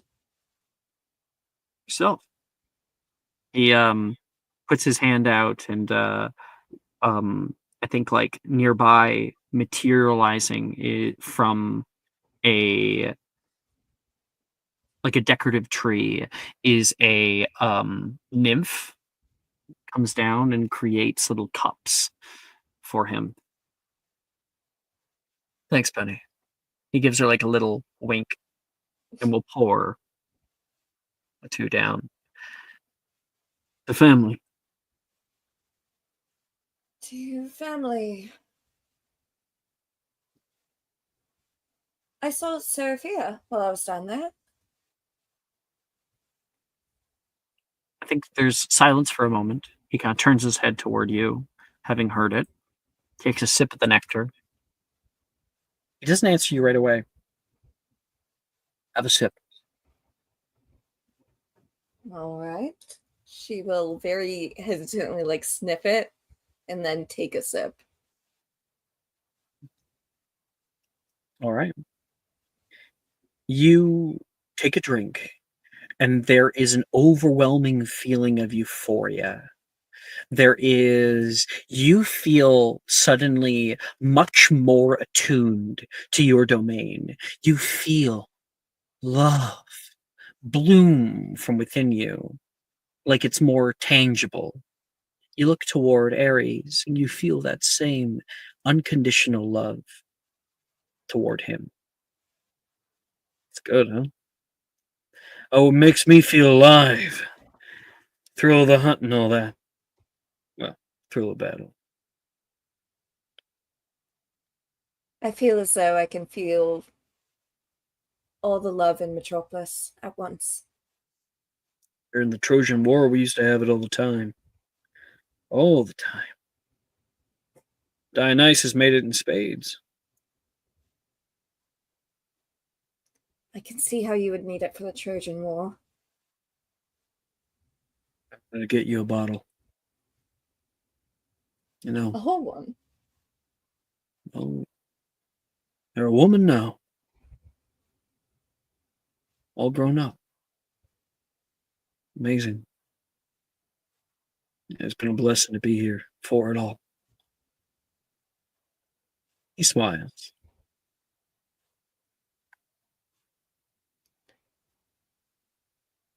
She'll smile back and kind of stare into the remaining nectar in her cup. Why would Hera ever outlaw this if it feels like this? You want the truth?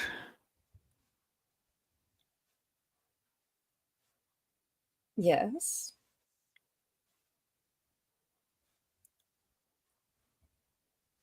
There was a time after the war. Things got rowdy. A lot of souls being born, so to speak. A lot of people enjoying the revelry. War was over. My time finally came to an end. Puts the cup up high and like kind of toast to the Trojan War. Like, damn, those were the days. God, I miss Iraq. Yeah, God, I miss Iraq. Stop. Stop.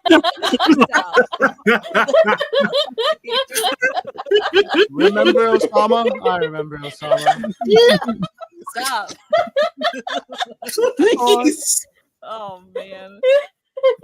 I remember the times I had numb. Yeah, he puts the cup up. Brooke has absolutely no emotional connection to any of it. She was born in 2002. and then he says, after that was all done, time of revelry. People were celebrating for years. There's a long dark war. People wanted levity. And Dionysus got pretty powerful because of all that. His domain expanded. More people into it. Hera, she didn't quite like the idea of Dionysus becoming more powerful than me, so she tried to put a limiter on it. I think it worked a bit. But he still gets days like this. And how did you feel about him getting more powerful?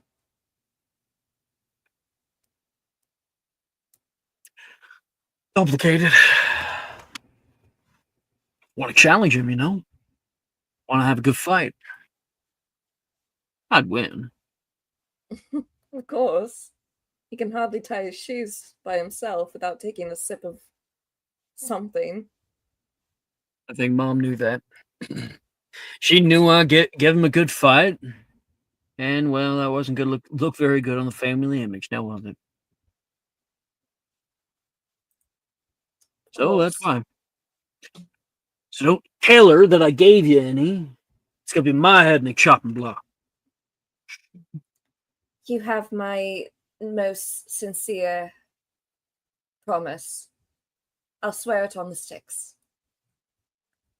I'll drink to that. You guys have a drink.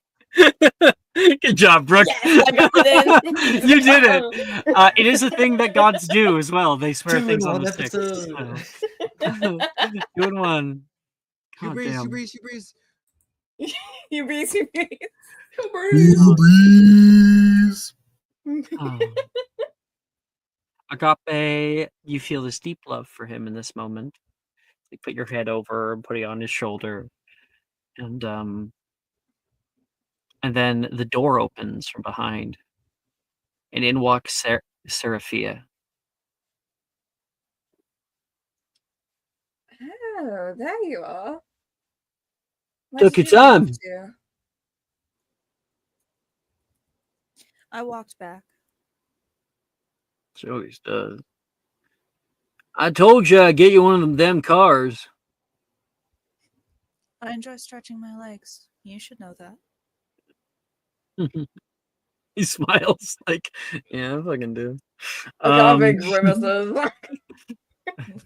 Not in front of the kid. I He thought I says, was a woman grown.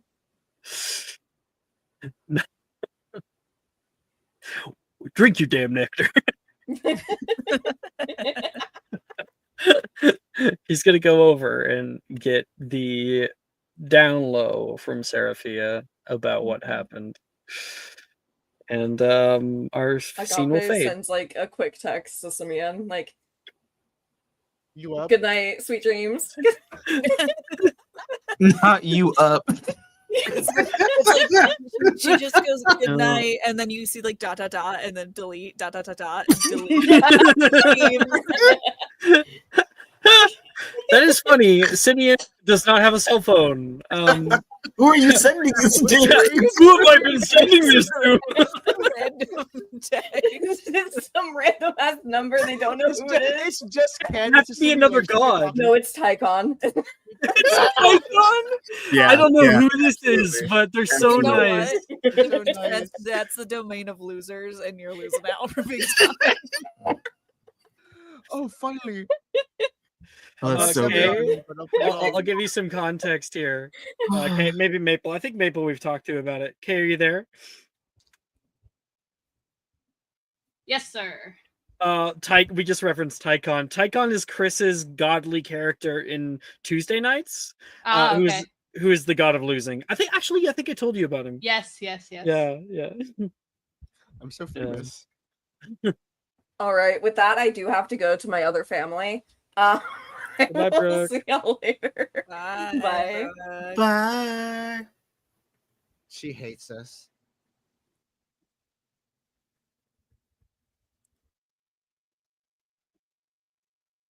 All right.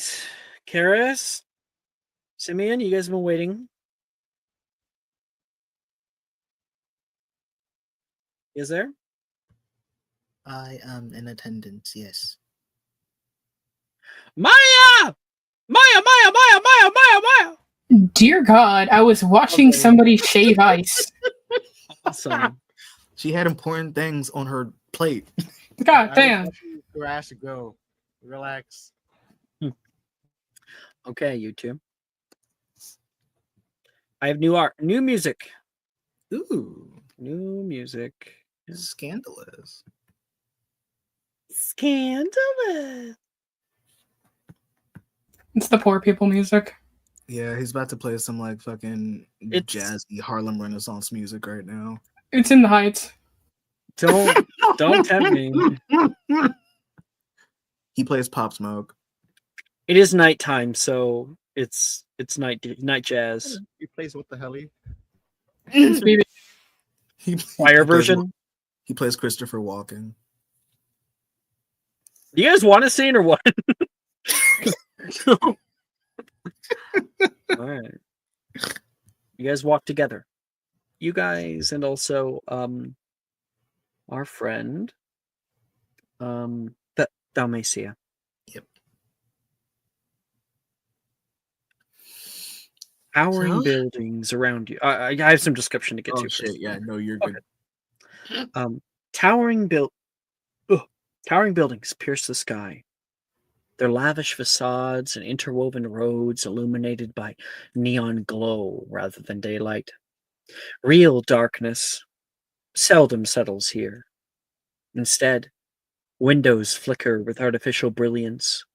Street lamps and the hum of signage fight off the gloom. City of Light, it's been called. Odd, seeing as that name only came out of the struggle to find it. Close above, the sky rail screeches into Westbrook Tower Station, its grinding metal a discordant lullaby.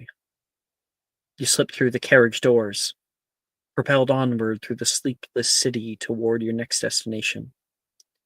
I want to be a little bit more clear about what I imagine. When I said Westbrook Towers Station, I imagine that it's multiple floors up. You ever see in like China when like a sky rail goes through a building and like the train station is in the building? Nobody? Mhm. I have Okay. seen this. So it's one of those. Big old train on or more like a subway, but above the ground, that's connected to one giant rail above it, which it takes.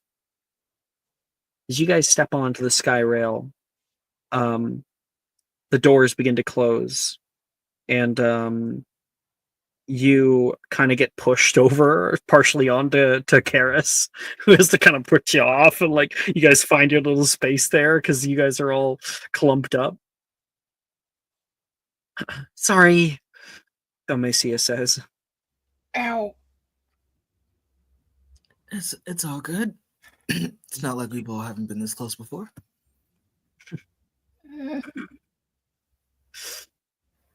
Stop it, Simeon.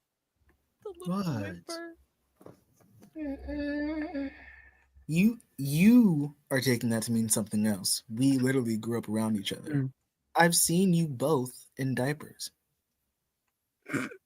I don't want to know what you two do on your own time. I'm including you in this, Karis. We don't do anything on our own time, Karis. Plus, you get him more at university than I. Lucky ducks. You could have come. And you mean you could? It's a I lot don't of have any papers, though. money. I don't have money for that. You think I we barely have got money? anything for. Once maybe I go to Dionysia, if they give me enough for doing that, then yeah. But as far as it is, you guys have a head start on me. Well, it's not too much of a head start. Yeah. And it's not like we won't wait for you.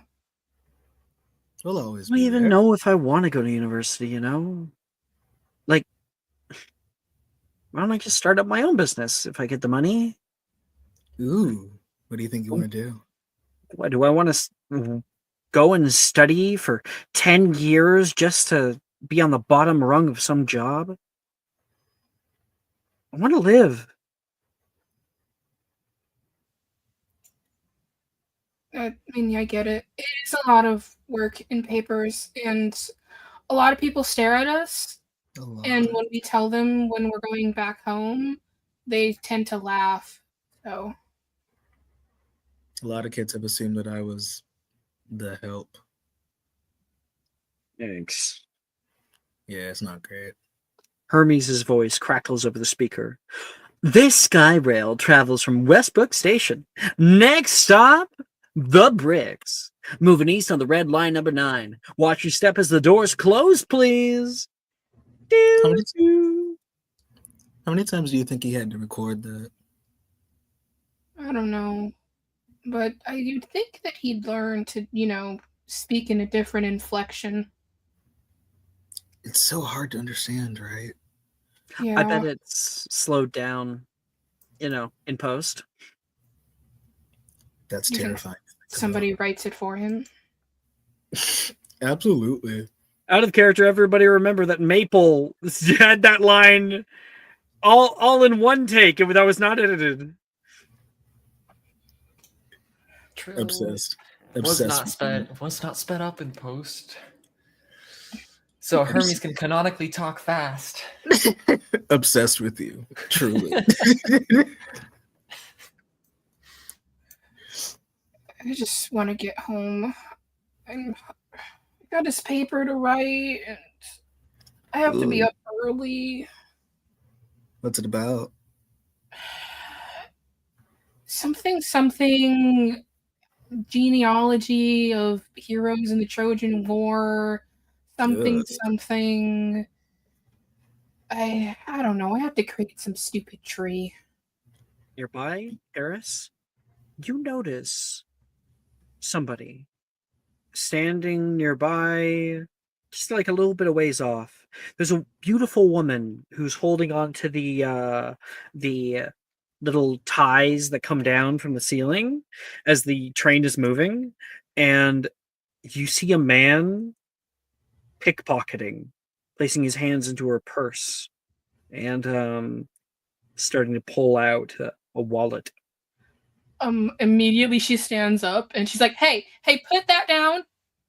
Put it The down." man turns, afraid.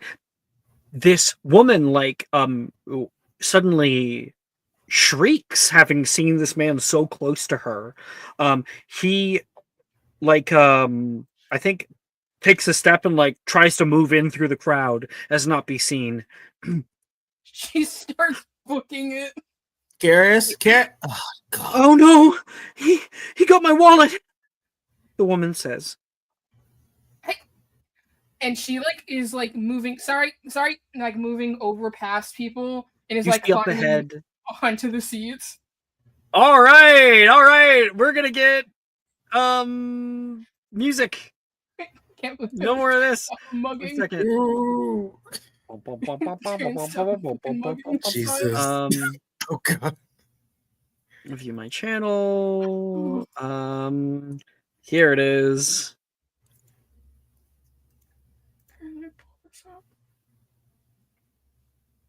Ah, shit.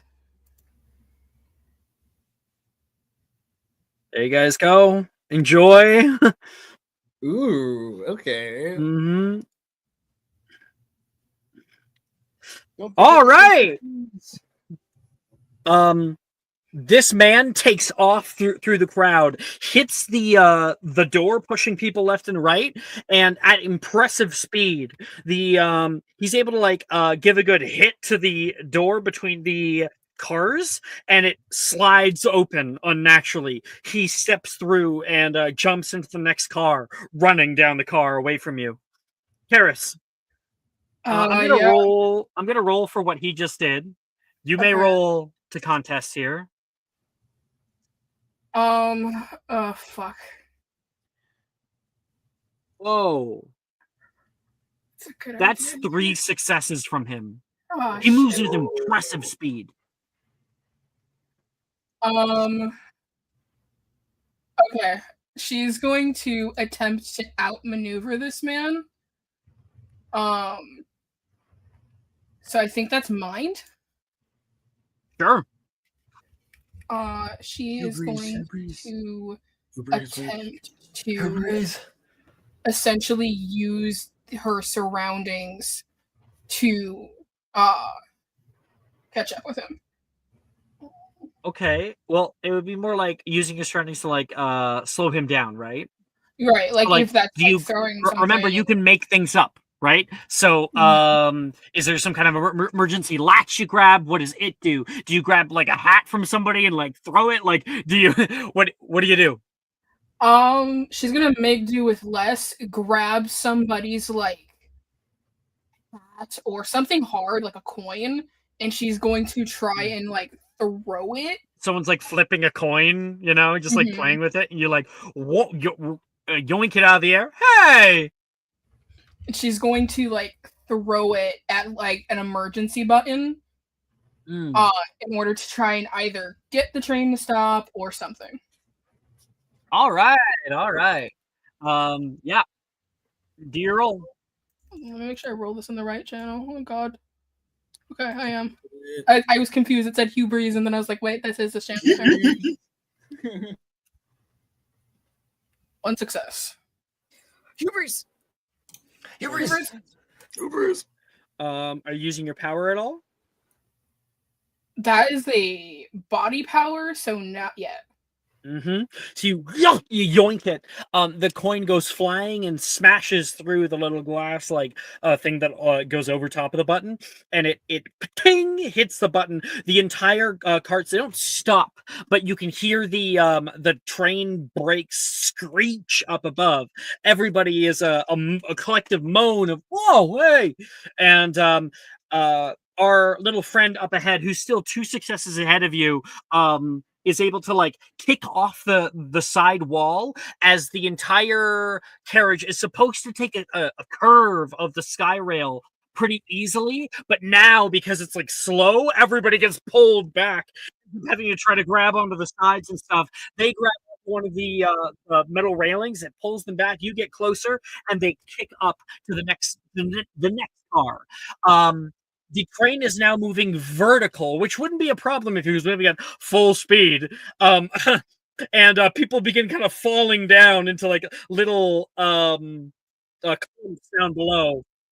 Simeon's trying his best to keep up with you. Right, Simeon? Karis, please be careful. She's back. like full fucking Captain America hoofing it. All right. Simeon, is there any way for you to help in the second round?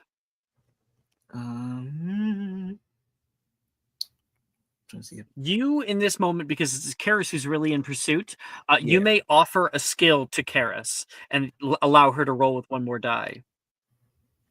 I have a skill, eye for detail. It's mind. Could I try to point out? What could I point out in a train to help you get to him faster? Maybe you can see he's wearing a jacket that has these tassels that come down with little metal rivets. If you're able to grab onto those, that would be like a yank, like a leash. Yeah, I'll just yell, "Don't go for the body, just get his jacket." Right, Karis, you can roll with one more dice. Go ahead, and I'll contest. Oh my. Hubris. Hubris. One success. Okay. One success. Damn, he's still 2 ahead of you, and that's the second round. All right.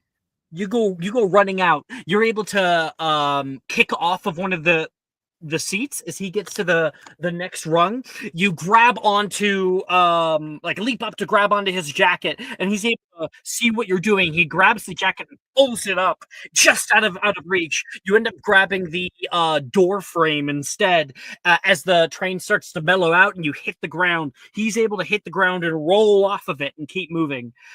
He's huffing. He's really, really out of breath, and he's nearing the front of the train. The hell is he going to plan to do? Where the hell does he think he's going? Right? Karis, you can see up ahead, the station is coming into view, and the train is getting slower and slower as it's probably going to stop before it gets there. What do you do? Is going to use her power. Yeah, she's going to use her power and essentially just make a straight body check as well. All right. What's your power? Her power is I can go the distance. I love it. I love it. Adorable. Yes. Would you like me to describe what exactly it is? Absolutely. Are we still going with that pain thing? Yes. Oh, well, no, you don't need to describe what the power is. You will just describe what happens, right? So it's a body skill. Yeah. No successes. So roll your power. Come on. Don't get a 1. Hubris, bitch. That is a 4. That's a success. Mhm. Oh, it is? Yeah. Yeah, so Ja, with a power, you roll a d6, and it's anything but a 1 is a success. Oh, that's amazing. Cool. Fuck yeah. Karis. Simeon, you should help Karis. Because right now, he's still one ahead. If Maya can't get another success, he's in control of the encounter. Mm-hmm. I have a skill called Steady Hands. It's body. Can I take off my shoe and just chuck it full force? Because I don't have a shoelace on, so it'll come off easily. Yes. Wait, don't Oh my call God. back to the start of the episode. Yep. Guys. Oh my God, you breeze. You fucking breeze, bitches. Okay, Ja, make me a body check with that skill. And this is going to be helping out Maya. All right, let's see. That's one success, baby! That's a success. That's what we needed. Yeah. So Okay. you go for like a good huck. It hits him straight in the side of the head. He goes stumbling a little bit. Karis, what do you do to finish it? Karis goes full fucking Hulk mode. Yeah. She starts running through this crowd with not a sweat on her brow. She is body checking people. She is climbing over things with ease that should not, like, she should at least be panting. She is not. She looks as if she is just taking a simple walk. And at the last second, she kind of leaps from the like seats onto this man's back and elbows him straight in the neck.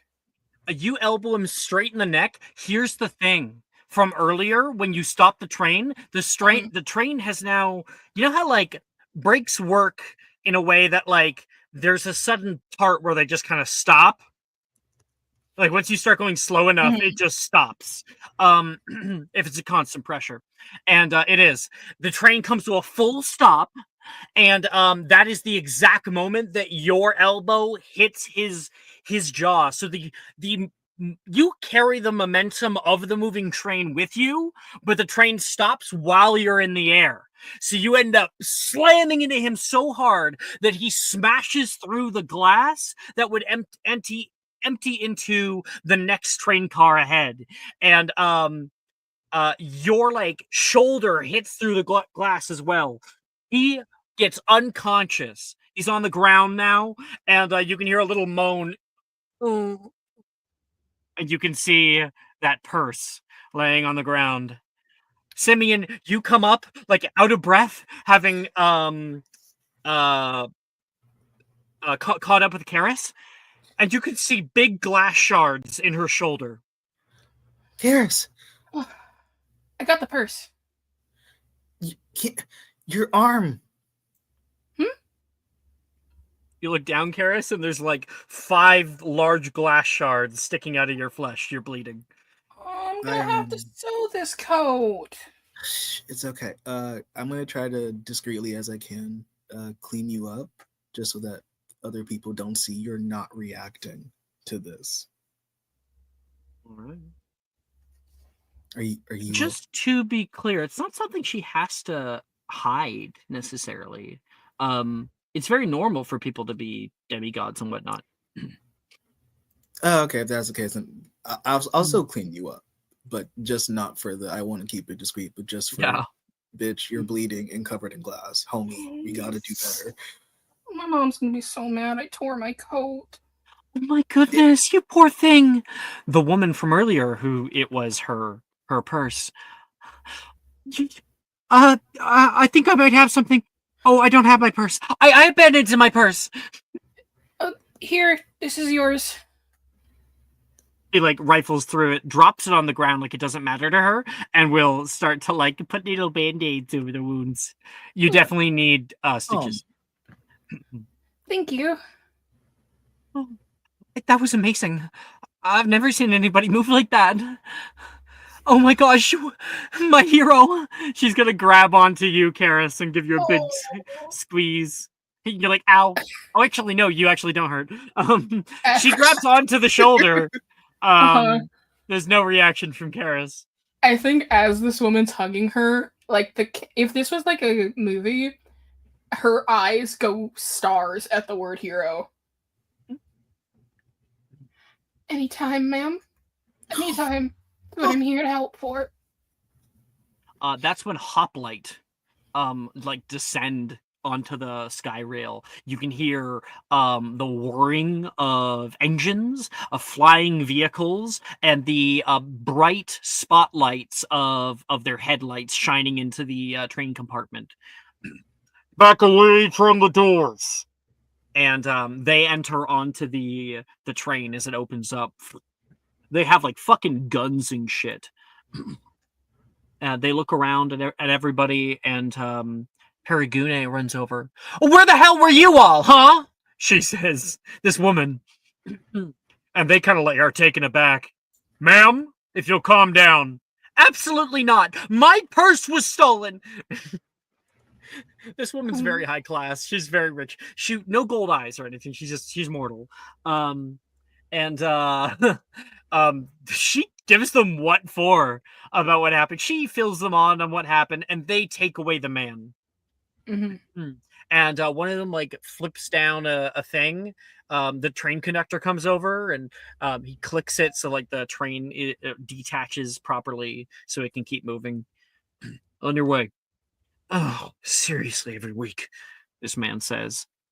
And you guys step off onto you guys go to step off onto the brick station, and Harry I think like I forgot to mention, but Thalmacia definitely would check on both of you and like would be amazed at what happened.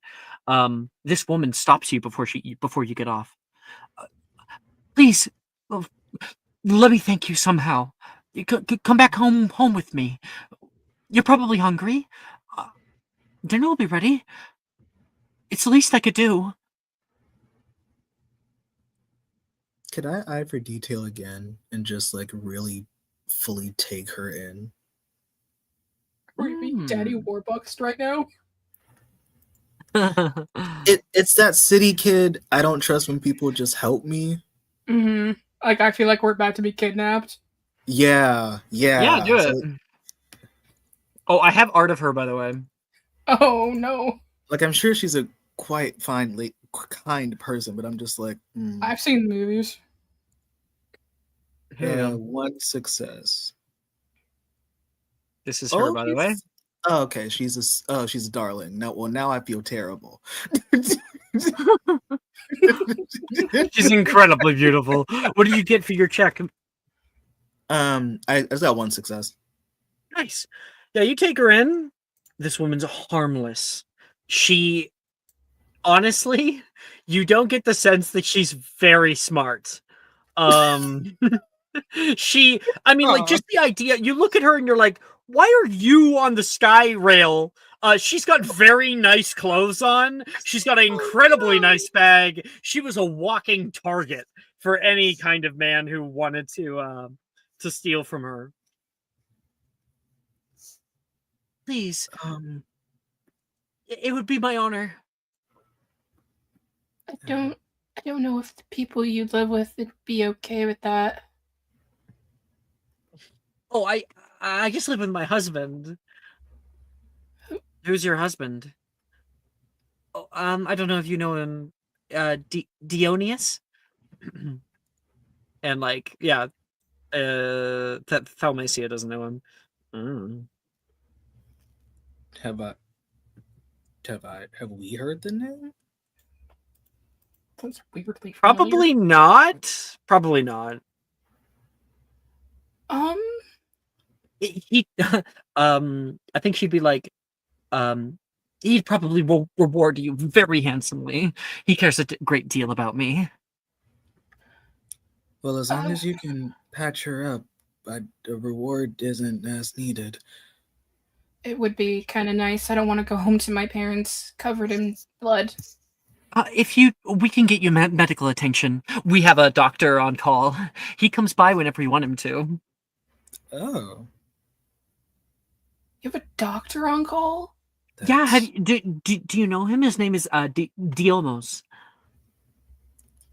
I haven't been to a doctor since I was like 6. I've never been to a Oh my gosh! Oh dear!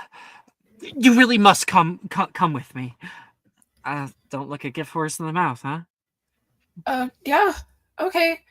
Yeah, that'd be okay, right, Simeon? I go where you go. So, Okay. Damasia, do you want to come, or do you want me to walk you home, or? How rude of me! I don't even know your names. No, and Thalmasia is going with you. Okay, I figured I just wanted to ask in character just to make sure. Oh no, I want to see your ritzy place. She says. I'm Karis. Karis, and the Thalmasia. Simeon. Nice to meet you, ma'am. Simeon. Perigune, she says. And, Beautiful name. she kind of like blushes, and then you can hear the voice again, from Hermes. Where is it? The Skyrail travels from the brick station down to the Herculaneum, moving east on the red line number 9. Watch your step as the doors close, please. Boo, boo. We're on the next stop. The Herculaneum. Whoa. She's Jesus fucking Christ. The Herculaneum is like if somebody Jesus. brought you, if someone was like, oh yeah, let's go to my house, and they lived in Manhattan. Oh wait, Jesus isn't real in this game. Orphic fucking liar. I don't know. Orpheus is liar. Oh my god. I think it would like the closest thing that you could get would be like Almighty Zeus or something. Like Zeus is fucking lightning. Zeus Power of Almighty. Grayskull. Well, I don't want to. I don't want to see a literally living like god that. and summon him. So Oh a dead hey, one safe. I have Skyrail art actually. I just realized. Ooh. Now this may be it's this, but with more windows. Oh, that's beautiful. Yeah. Just trying to find. So I know I have. Yes. We cut to you guys having gone up. You get in an elevator. She's like, "It'll just be a minute," and then you can see the floors going ding, ding, ding, ding, ding, ding, ding, ding, ding, ding, ding, ding, and then one solid choo choo. The doors open up. Welcome home, Perigune. There's a voice in your elevator. Yeah, I know. It's super cool. She says. I love Welcome. I love her so much. This is our new friend. We did see her briefly actually on Tuesday nights. In a very different capacity. Yeah, she's like, can we keep her? And you guys enter into her apartment. Her apartment itself is obviously beautiful, opulent. There is a whole glass curved wall that moves out to a balcony that looks mostly disused. However, there is a pool on the balcony. And then there is like a TV, like flat screen on the wall.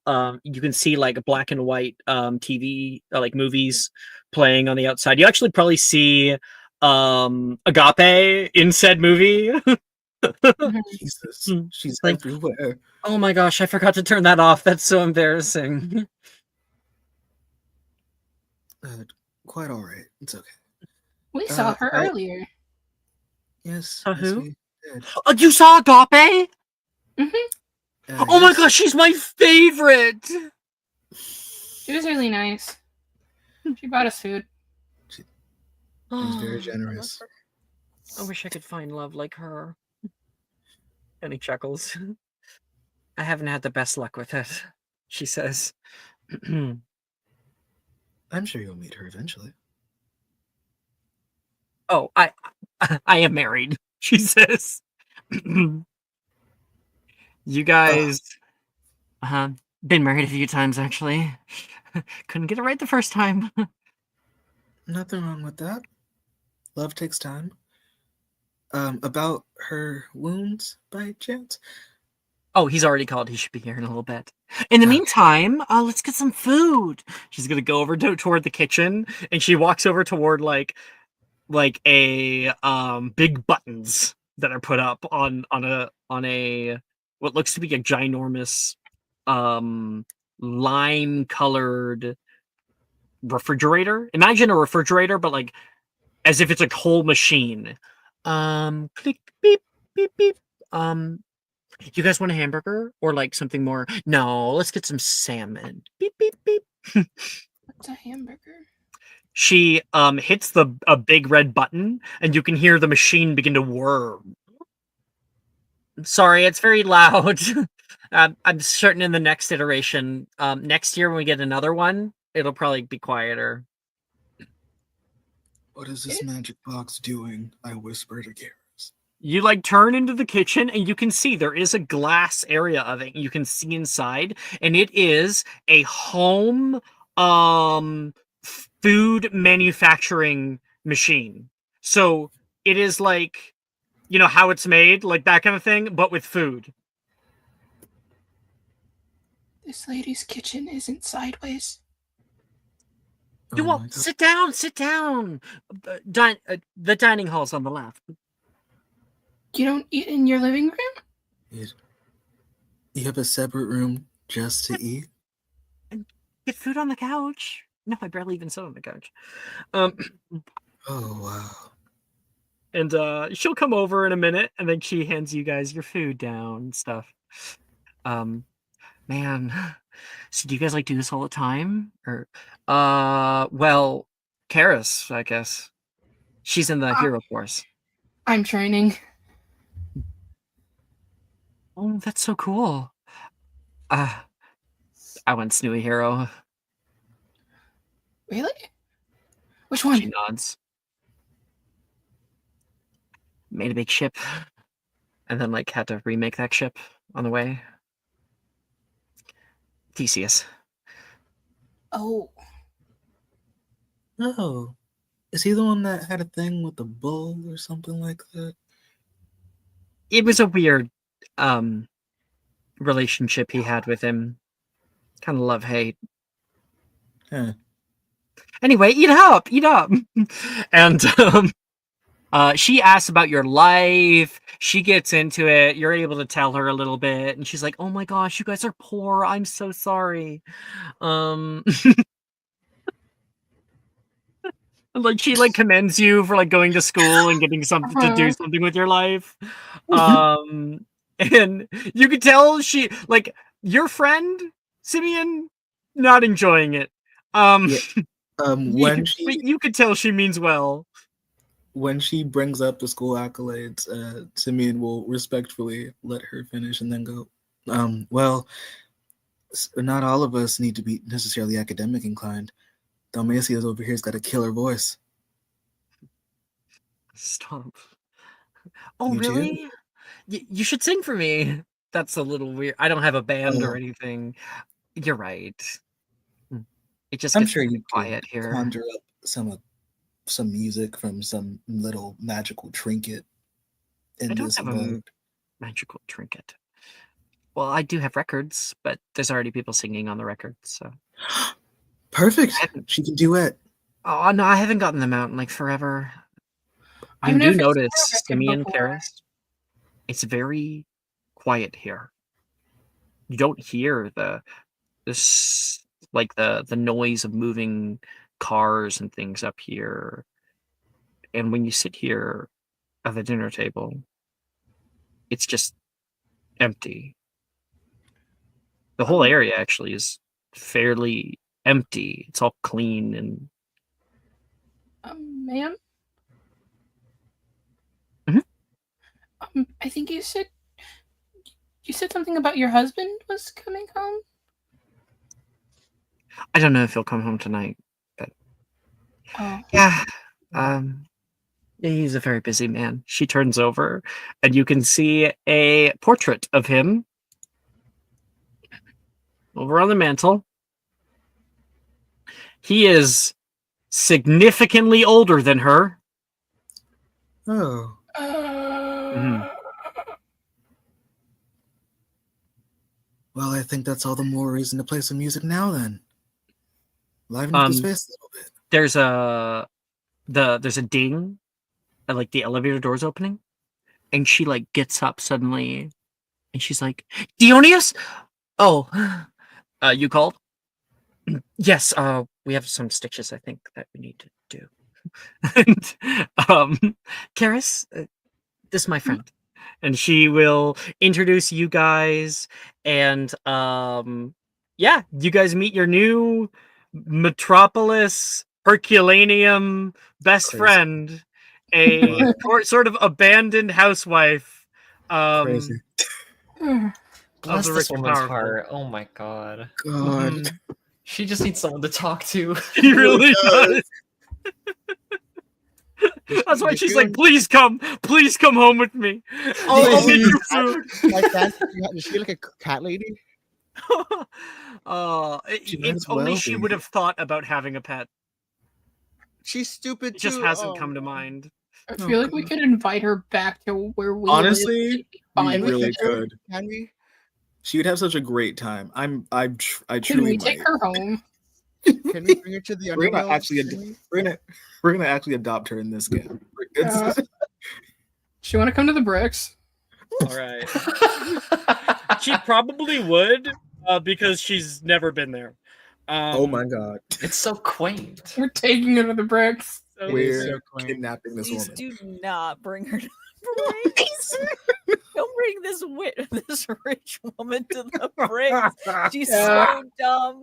We're gonna do it.